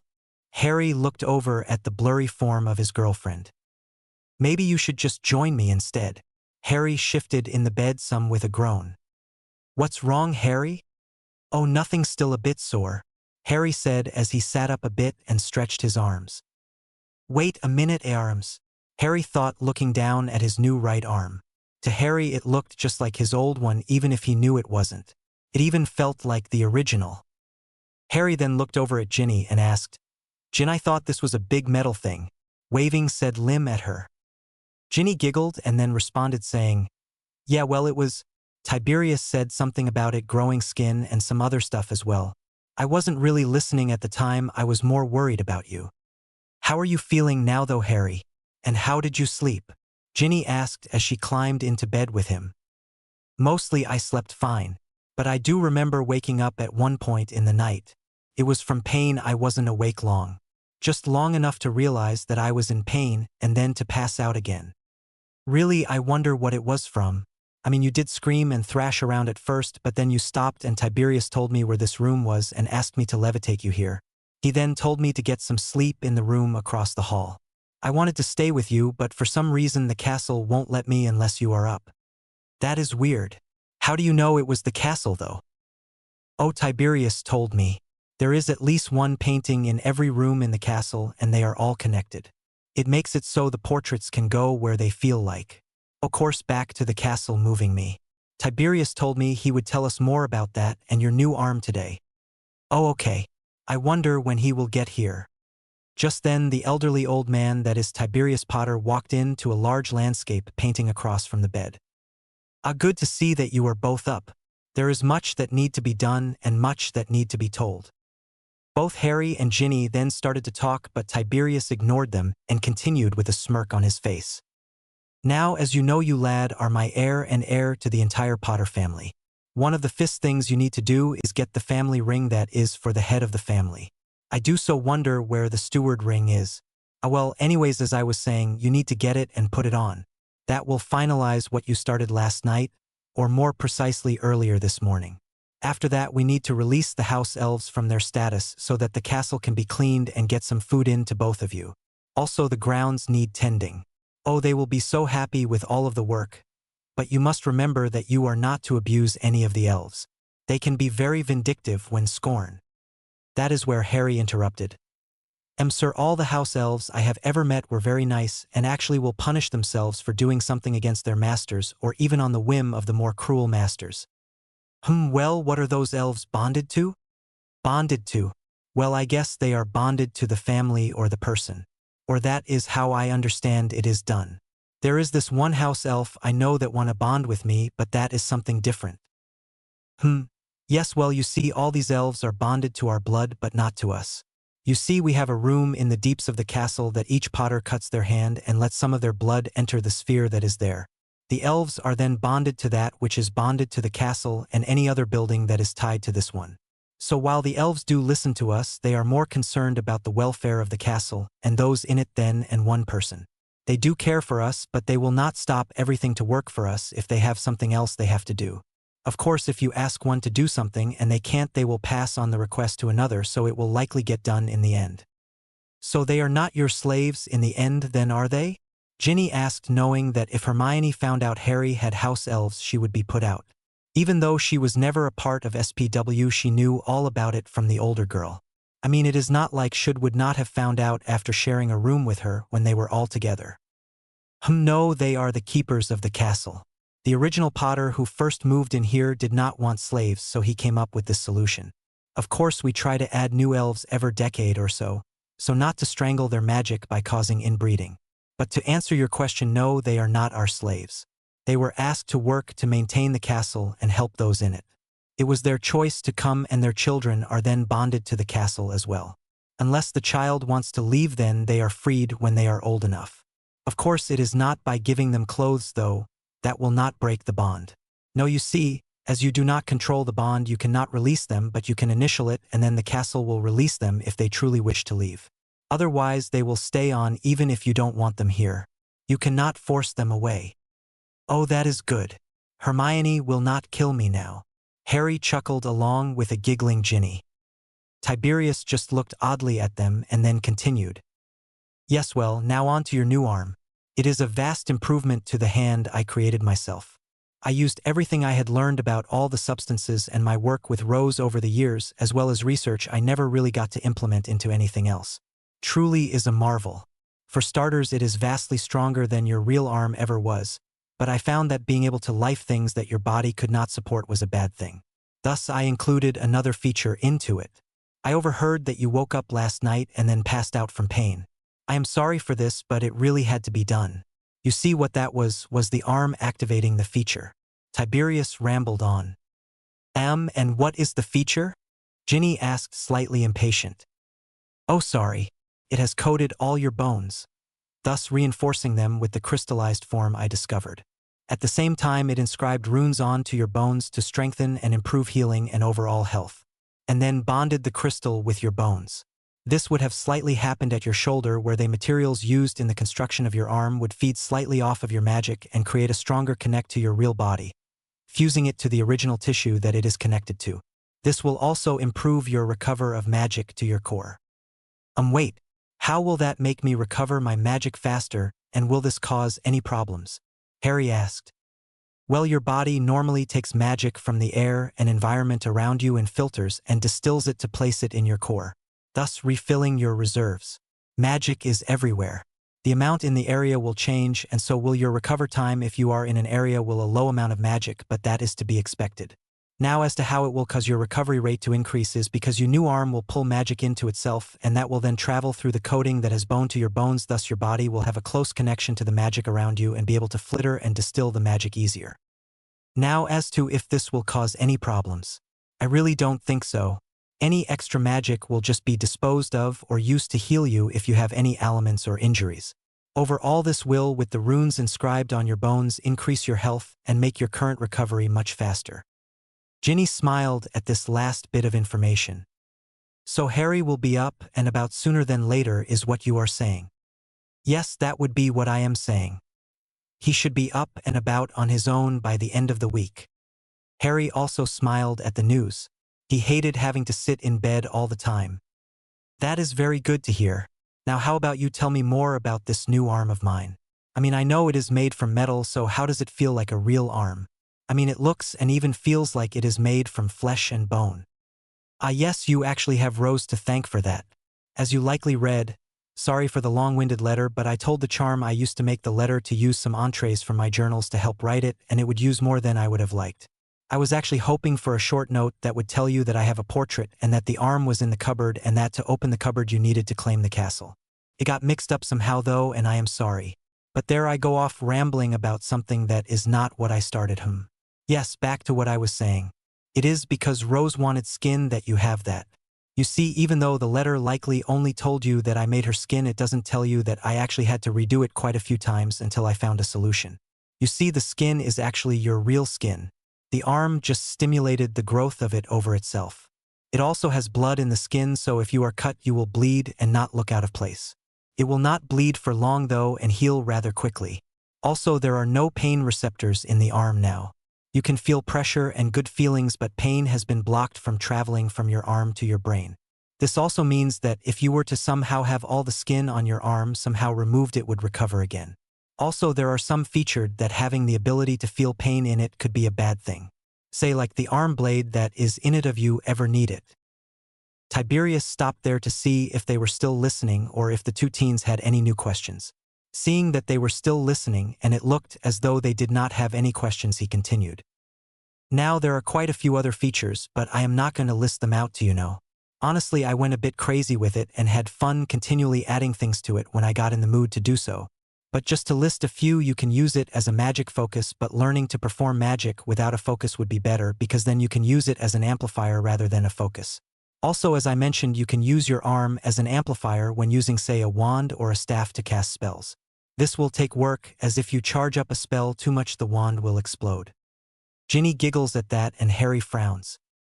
What is the problem? Harry's wand already exploded.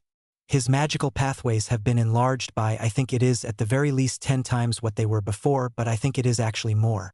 He just waved his wand after having it reinforced for that reason. The person who made the wand was shocked and mine vibrates when I cast spells with it now. Of course, I need a new one according to Mr. Ollivander. I mean, this one is my brother's old one. Yes, so wand construction will be added to the list of thing to do. As to that list, how long are you staying?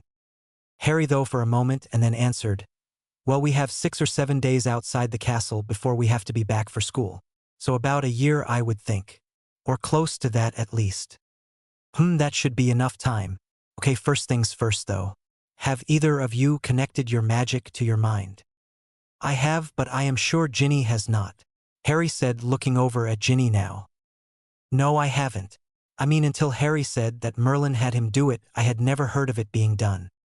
Merlin. Why would that old crackpot visit you? Old crackpot. Tiberius smiled. Yes, old crackpot. My great-grandmother was one of his chosen. Not a very strong one, only about a 6, I believe. But she did like to tell storied about how Merlin came to visit and helped her learn. Said he came, helped her connect her magic to her mind, and then left saying her would return after her first spike. Yeah, that sounds about right. That is what he has done so far with me. Well, other than popping in for a visit when we met with Logon at the vault. He at Fist didn't want me to take the potions cause they might interfere with whatever this is. I mean, I don't feel any different. Yes, well, connecting your mind to your magic is rather important if you really want to take full advantage of your magic. I mean, sure, you can do amazing things without it, but those same amazing things can be done easier after you connect the two. At that point, what it would have taken you to do something amazing will now allow you to do something mind-boggling. It is very important, but it is normally not done. And from what I can tell, it no longer done even within the Potter family. So the first thing you will do, Miss Weasley, is work on connecting your magic with your mind. This is rather easy, but can take some time if you don't have a person to help you. I will lead you through it while you lad will be recovering here in bed. But that is after you both take a walk to the main study at the end of the hall outside this room. Just go out and turn to your right. It is the door at the very end of the hall. See you there. With that, Tiberius walked out of the painting and off to the study. Looking over at Ginny, Harry asked, Gin, could you hand me my glasses? I really haven't exactly need them till now, but they would be nice to have on. Sure, Harry. Ginny then reached over and picked them up off the bedside table, slipping them on to Harry's face. So shall we be going then? Ginny asked. Sure, but just one thing first. Harry then proceeds to pull Ginny into a hug and kiss her. They stayed like that for several minutes before breaking apart, both grinning like the cat that caught the canary. We should go, huh? Yes, Harry, we should. But I personally don't mind the delay. Ginny smirked as she slid out of the bed and then proceeded to help Harry out of bed as well.